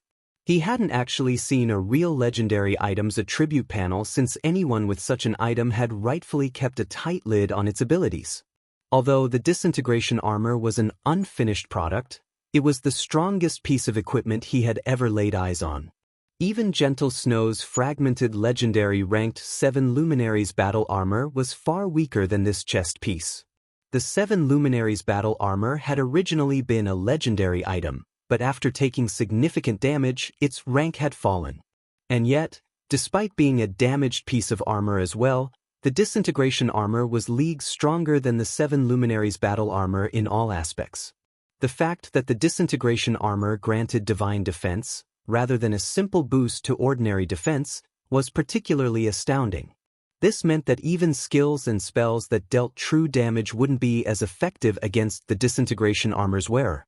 It would also reduce lower-tiered players' damage, and higher-tiered players wouldn't be able to deal any additional damage due to their tier advantage. Divine Defense was the highest grade of defense in God's domain. It's a pity that the armor is so badly damaged. Even if I equip it, I'll only exhibit a fraction of its true might. If I could display the Disintegration Armor's full power, dealing with the Ice Dragon would be a piece of cake, Shifeng thought. The Disintegration power's instability limited the armor's true strength. At the armor's peak, Shifeng could likely defeat the mythic-ranked Ice Dragon head-on with the additional 100% physique and 120% strength. Even so, Shifeng was overjoyed that he could finally equip the Disintegration Armor. A piece of legendary equipment. Countless players, including Apex experts, dreamed of equipping such an item. Legendary items were simply too rare in God's domain. Just obtaining a single clue that might lead to one required an astronomical amount of manpower and resources. In some cases, these clues would only lead to a fragment of a legendary item. Players would then have to find the remaining fragments and invest even more resources to repair it. Unless one were ridiculously lucky or had particularly powerful support, getting their hands on a legendary item would be utterly impossible.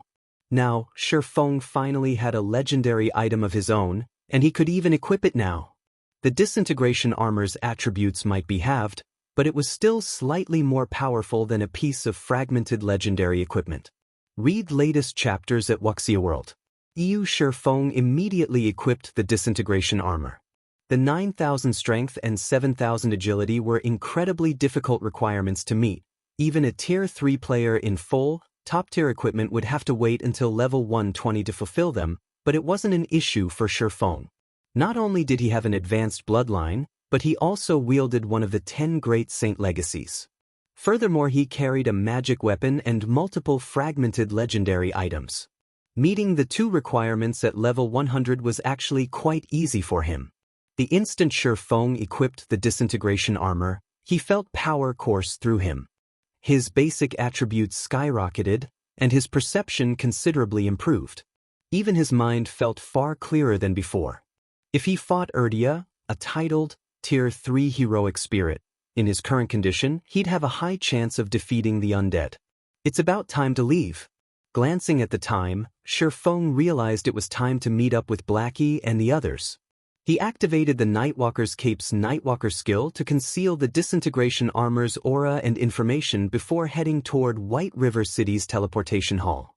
Chapter 23:17, Shadowless Empire. White River City's Teleportation Hall. Once in the Teleportation Hall, Shifeng made his way to one of the high-class bars on the 3rd floor.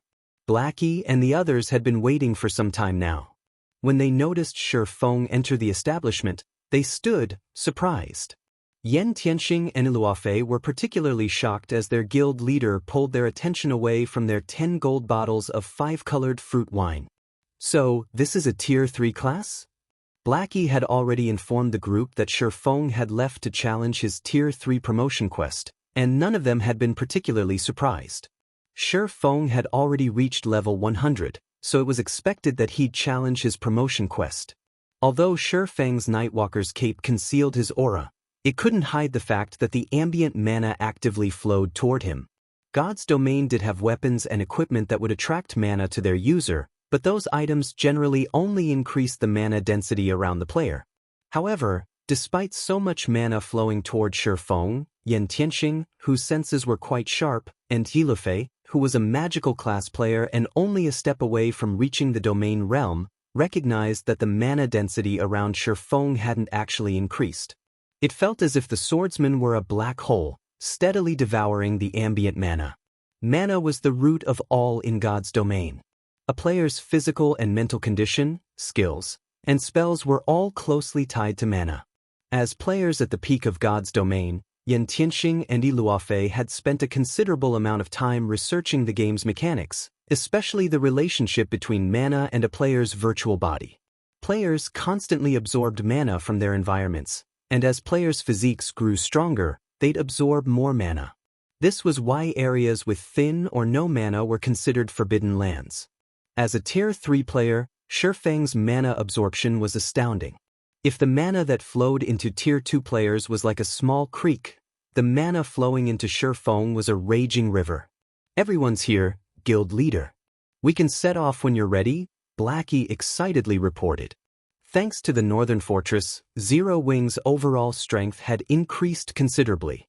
Not only did the Northern Fortress provide the huge ancient gold profits, but it also gave players a place where they could rapidly grow stronger.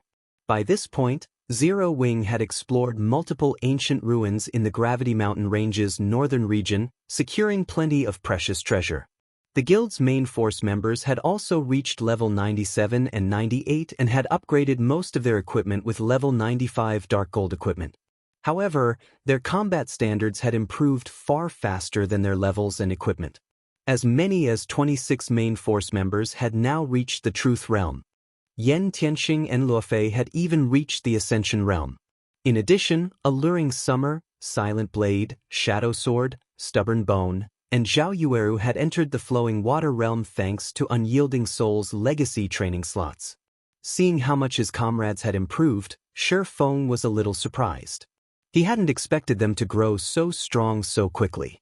Now, Zero Wing's main force was likely only a little weaker than Superpower's main forces. If Fire Dance and the others could make some progress in the Tower of Four Gods, Zero Wing's main force might even be able to stand toe-to-toe with the various superpowers' main forces. "Alright, let's go." Shifeng nodded as he joined the team. He led everyone to a teleportation array and traveled to the border town closest to the Cold Spring Forest. He then used the Seven Luminaries Ring's spatial gate to transport the team the rest of the way. Cold Spring Forest was a level 100 neutral map, as well as a junction to other level 100+ neutral maps. Thus, it was quite far from civilization. Players would have to cross over a dozen large maps to reach the Cold Spring Forest from Starmoon Kingdom. Getting there was especially troublesome without a flying mount. Of course, Shifeng had the Thunder Eagle and the Seven Luminaries Ring. After teleporting multiple times, Shifeng and his team finally arrived before the cave that led to the Cold Spring Forest. The Cold Spring Forest was meant to help players transition from Tier 2 to Tier 3, unlike other level 100 neutral maps with harsh environments. Not only was this a comfortable area for players to grind, but it was also home to a large number of ancient races. The forest was also under an ancient seal's protection, so players would have to defeat the map's guardian boss and remove the seal before they could explore the map. Even with a flying mount, entering the map was impossible without completing those tasks. "Guild leader, I see people."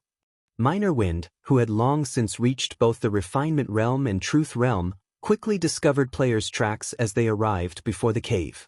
"It looks like there's a lot of them. I'm guessing these tracks are from a 200-man team. Others have already found this place?" Shifeng was stunned. Although this cave wasn't as dangerous as a level 100 neutral map, the monsters within were still level 97+ lords and great lords. Quite a few grand lords wandered within the cave as well. Surviving here was no easy task. In addition, the cave was particularly dark, suppressing players' 5 senses to a certain degree. A 100-man team of current experts wouldn't last more than 10 minutes inside the cave. Even a superpower's main force would struggle to get through. There were simply too many monsters, especially since the cave should still be largely unexplored. Guild leader, should we head inside? Blackie asked. They were trying to maintain a level of secrecy. If they encountered other players, news of their operation would spread.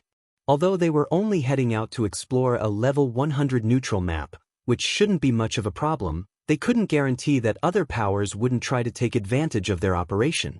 No need to worry. Let's just go, Shifeng said, shaking his head. Even if other powers learned that they were exploring the Cold Spring Forest, they couldn't cause any problems for Zero Wing's team. Other players weren't even guaranteed to get through the cave and into the forest, much less take advantage of the operation. Following which, with Kola Yiwumien and Turtledove led the way into the cave. Visibility was poor in the dimly lit cave. Even Tier 2 players could only see up to 200 yards away, and dodging ranged attacks from multiple directions would be particularly challenging in the cave's narrow, maze-like structure. Fortunately, Zero Wing's main force members had trained in the Extraordinary Tower, so they coped with the cave monsters' ambushes relatively well. With an MT like Kola leading the way, the team had little issue pushing through the cave quickly. They didn't have to come to a halt to deal with the monsters.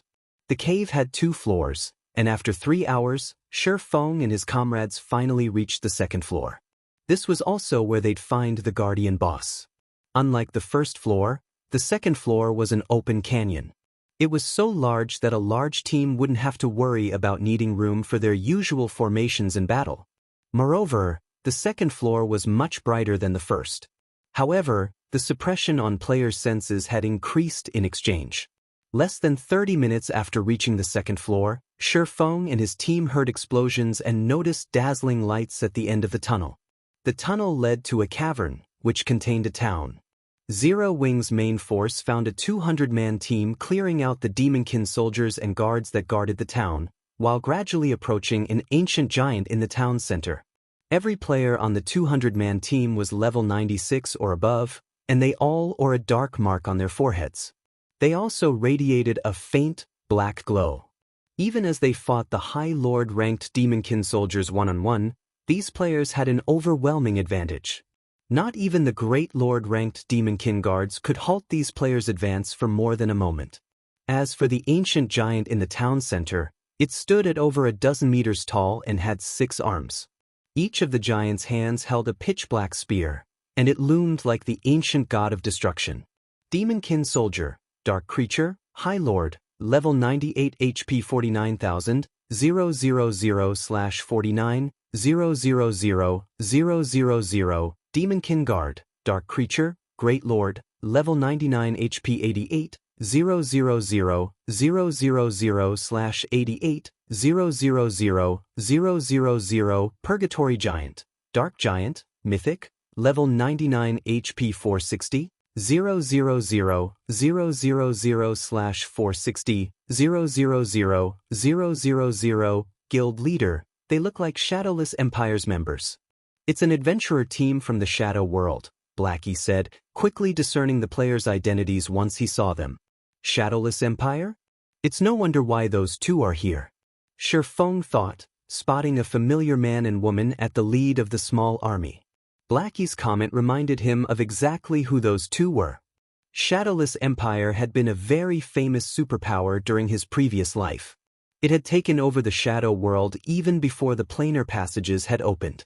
With the excellent leveling resources and special legacies the Shadow World contained, Shadowless Empire had flourished wonderfully after arriving on the main continent. 2 of Shadowless Empire's members, in particular, had forced the Dragon Phoenix Pavilion into a disadvantageous position during a contest for territory in level 100+ neutral maps. Those 2 were the same man and woman that led Shadowless Empire's 200-man team. They were the Dark Assassin, Vastlock, and the Shadowless Ranger, Night Reader. These 2 players hadn't reached the Domain Realm Empire before moving to God's Domain's main continent, yet even Domain Realm experts had been terrified of their assassination capabilities. Once they had reached the Domain Realm, they had been akin to demon kings in the dark. Those 2 had been responsible for plenty of the Dragon Phoenix Pavilion's losses, even going as far as stealing one of the pavilion's territories. Meanwhile, shortly after Zero Wings members discovered Shadowless Empire's team, Shadowless Empire's members noticed them as well. Read latest chapters at Wuxia World. You, Commander, those are Zero Wings members. Should we get rid of them? A level 96 Dark Berserker asked, making a throat-cutting gesture as he glanced at Zero Wing's main force. I hadn't thought Zero Wing would reach this place. It's no wonder why everyone's insisted that Starlink and the various superpowers can't seem to deal with the guild, Night Reader said, chuckling. Night Reader was a slender woman with vibrant red hair. She wore epic chainmail and wielded an ancient, crimson bow as well. It's a pity that their era in God's domain has come to an end. Zero Wing is simply wasting its time by coming here. Because the Shadow World lacked top-tier weapons and equipment, Shadowless Empire's equipment standards had been lacking when they had first arrived on the main continent. However, their equipment standards had undergone a qualitative transformation rather quickly, and Shadowless Empire's members had caught up with the main continent's players. With their advantage in terms of legacies, levels, and combat standards, not even the various superpowers with vast foundations were a match for Shadowless Empire now.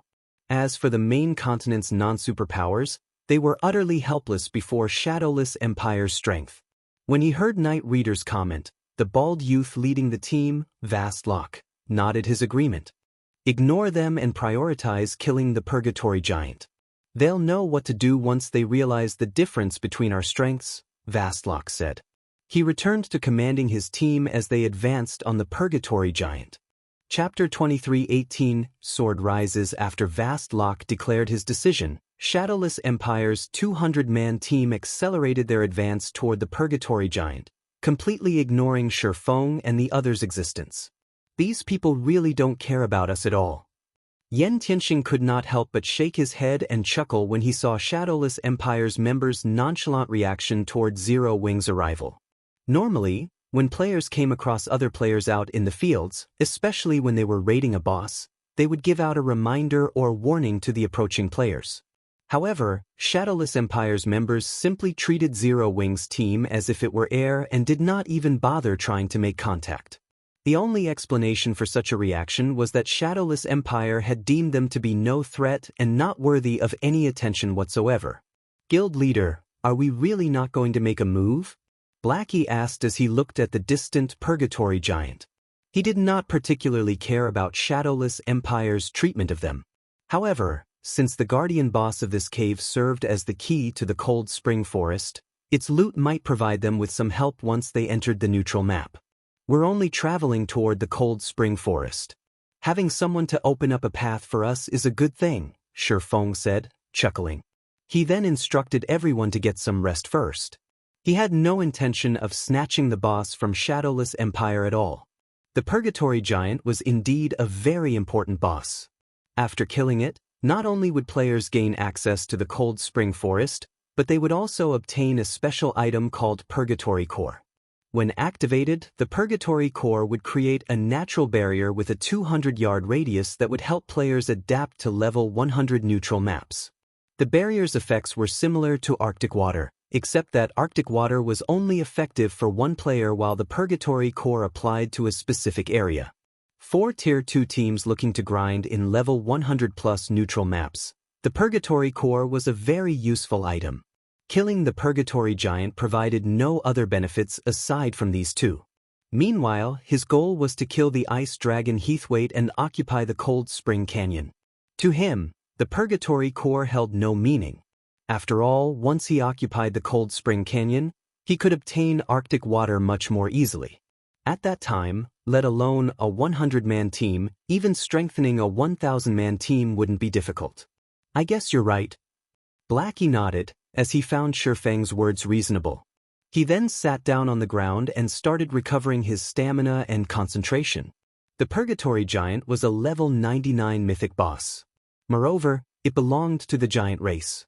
Its life rating was considerably high, so raiding it would not be easy. Since Shadowless Empire was willing to raid it for them, they could use this opportunity to conserve their strength for the Cold Spring Forest.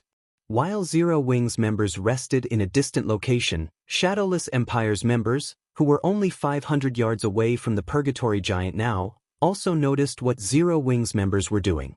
It seems these people are quite smart. Had they dared try to snatch the boss, I'd make sure they got a good beating.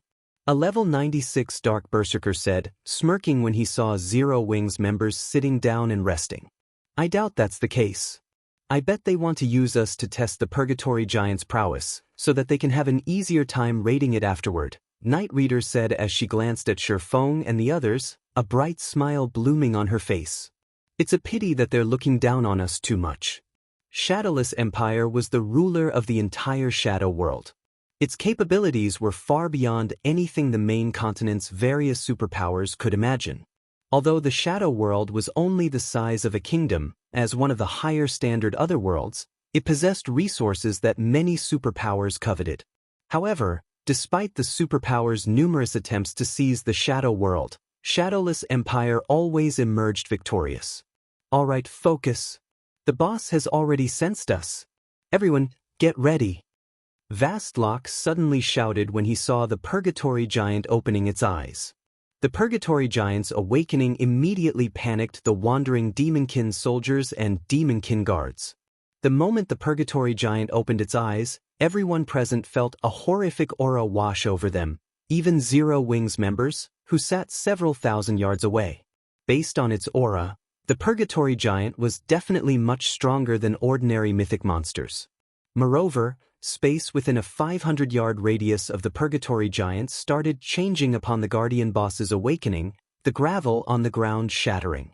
After awakening, the Purgatory Giant immediately advanced toward Shadowless Empire's members and thrust its 6 spears at them, the spears tearing apart the space they passed through.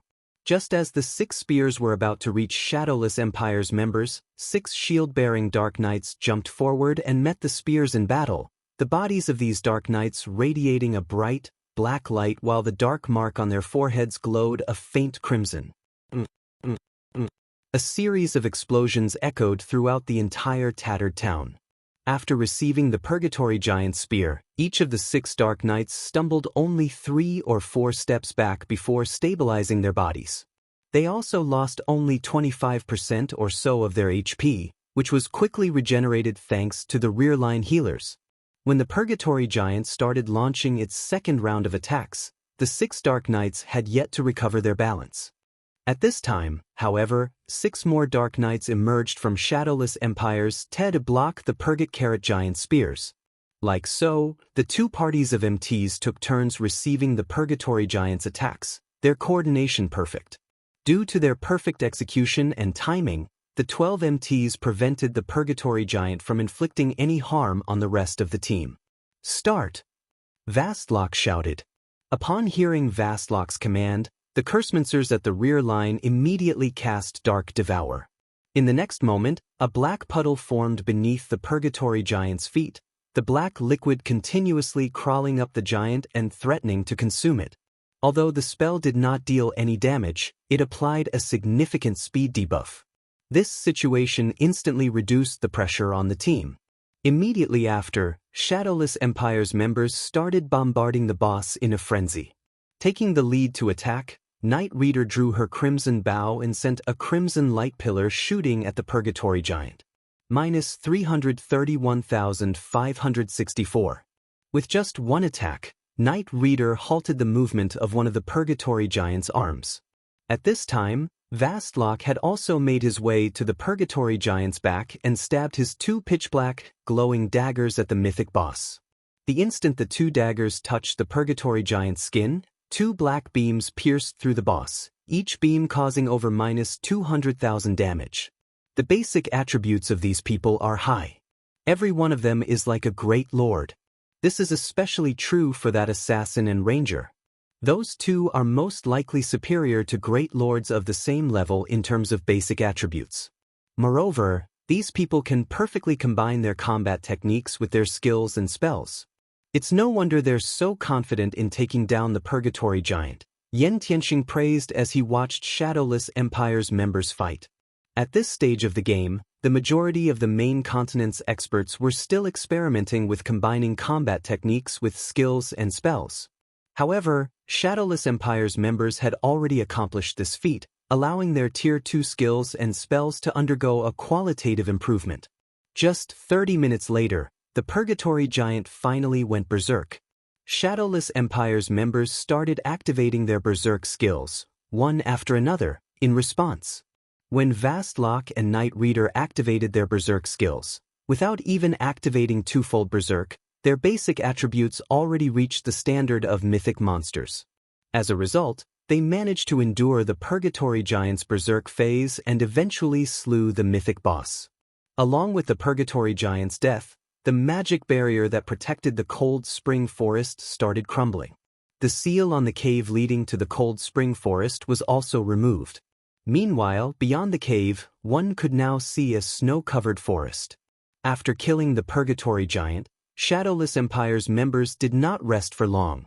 As soon as they finished collecting the boss's loot, they made their way into the Cold Spring Forest. As they left, they glanced at the distant Zero Wing members with gleeful expressions. Ha! Zero Wing's members must be dumbfounded after seeing us defeat the Purgatory Giant. The Dark Berserker carrying a two-handed axe laughed. Although we got to show them the gap in strength between us, they now get to enter the Cold Spring Forest without putting in any effort, Night Reader grumbled.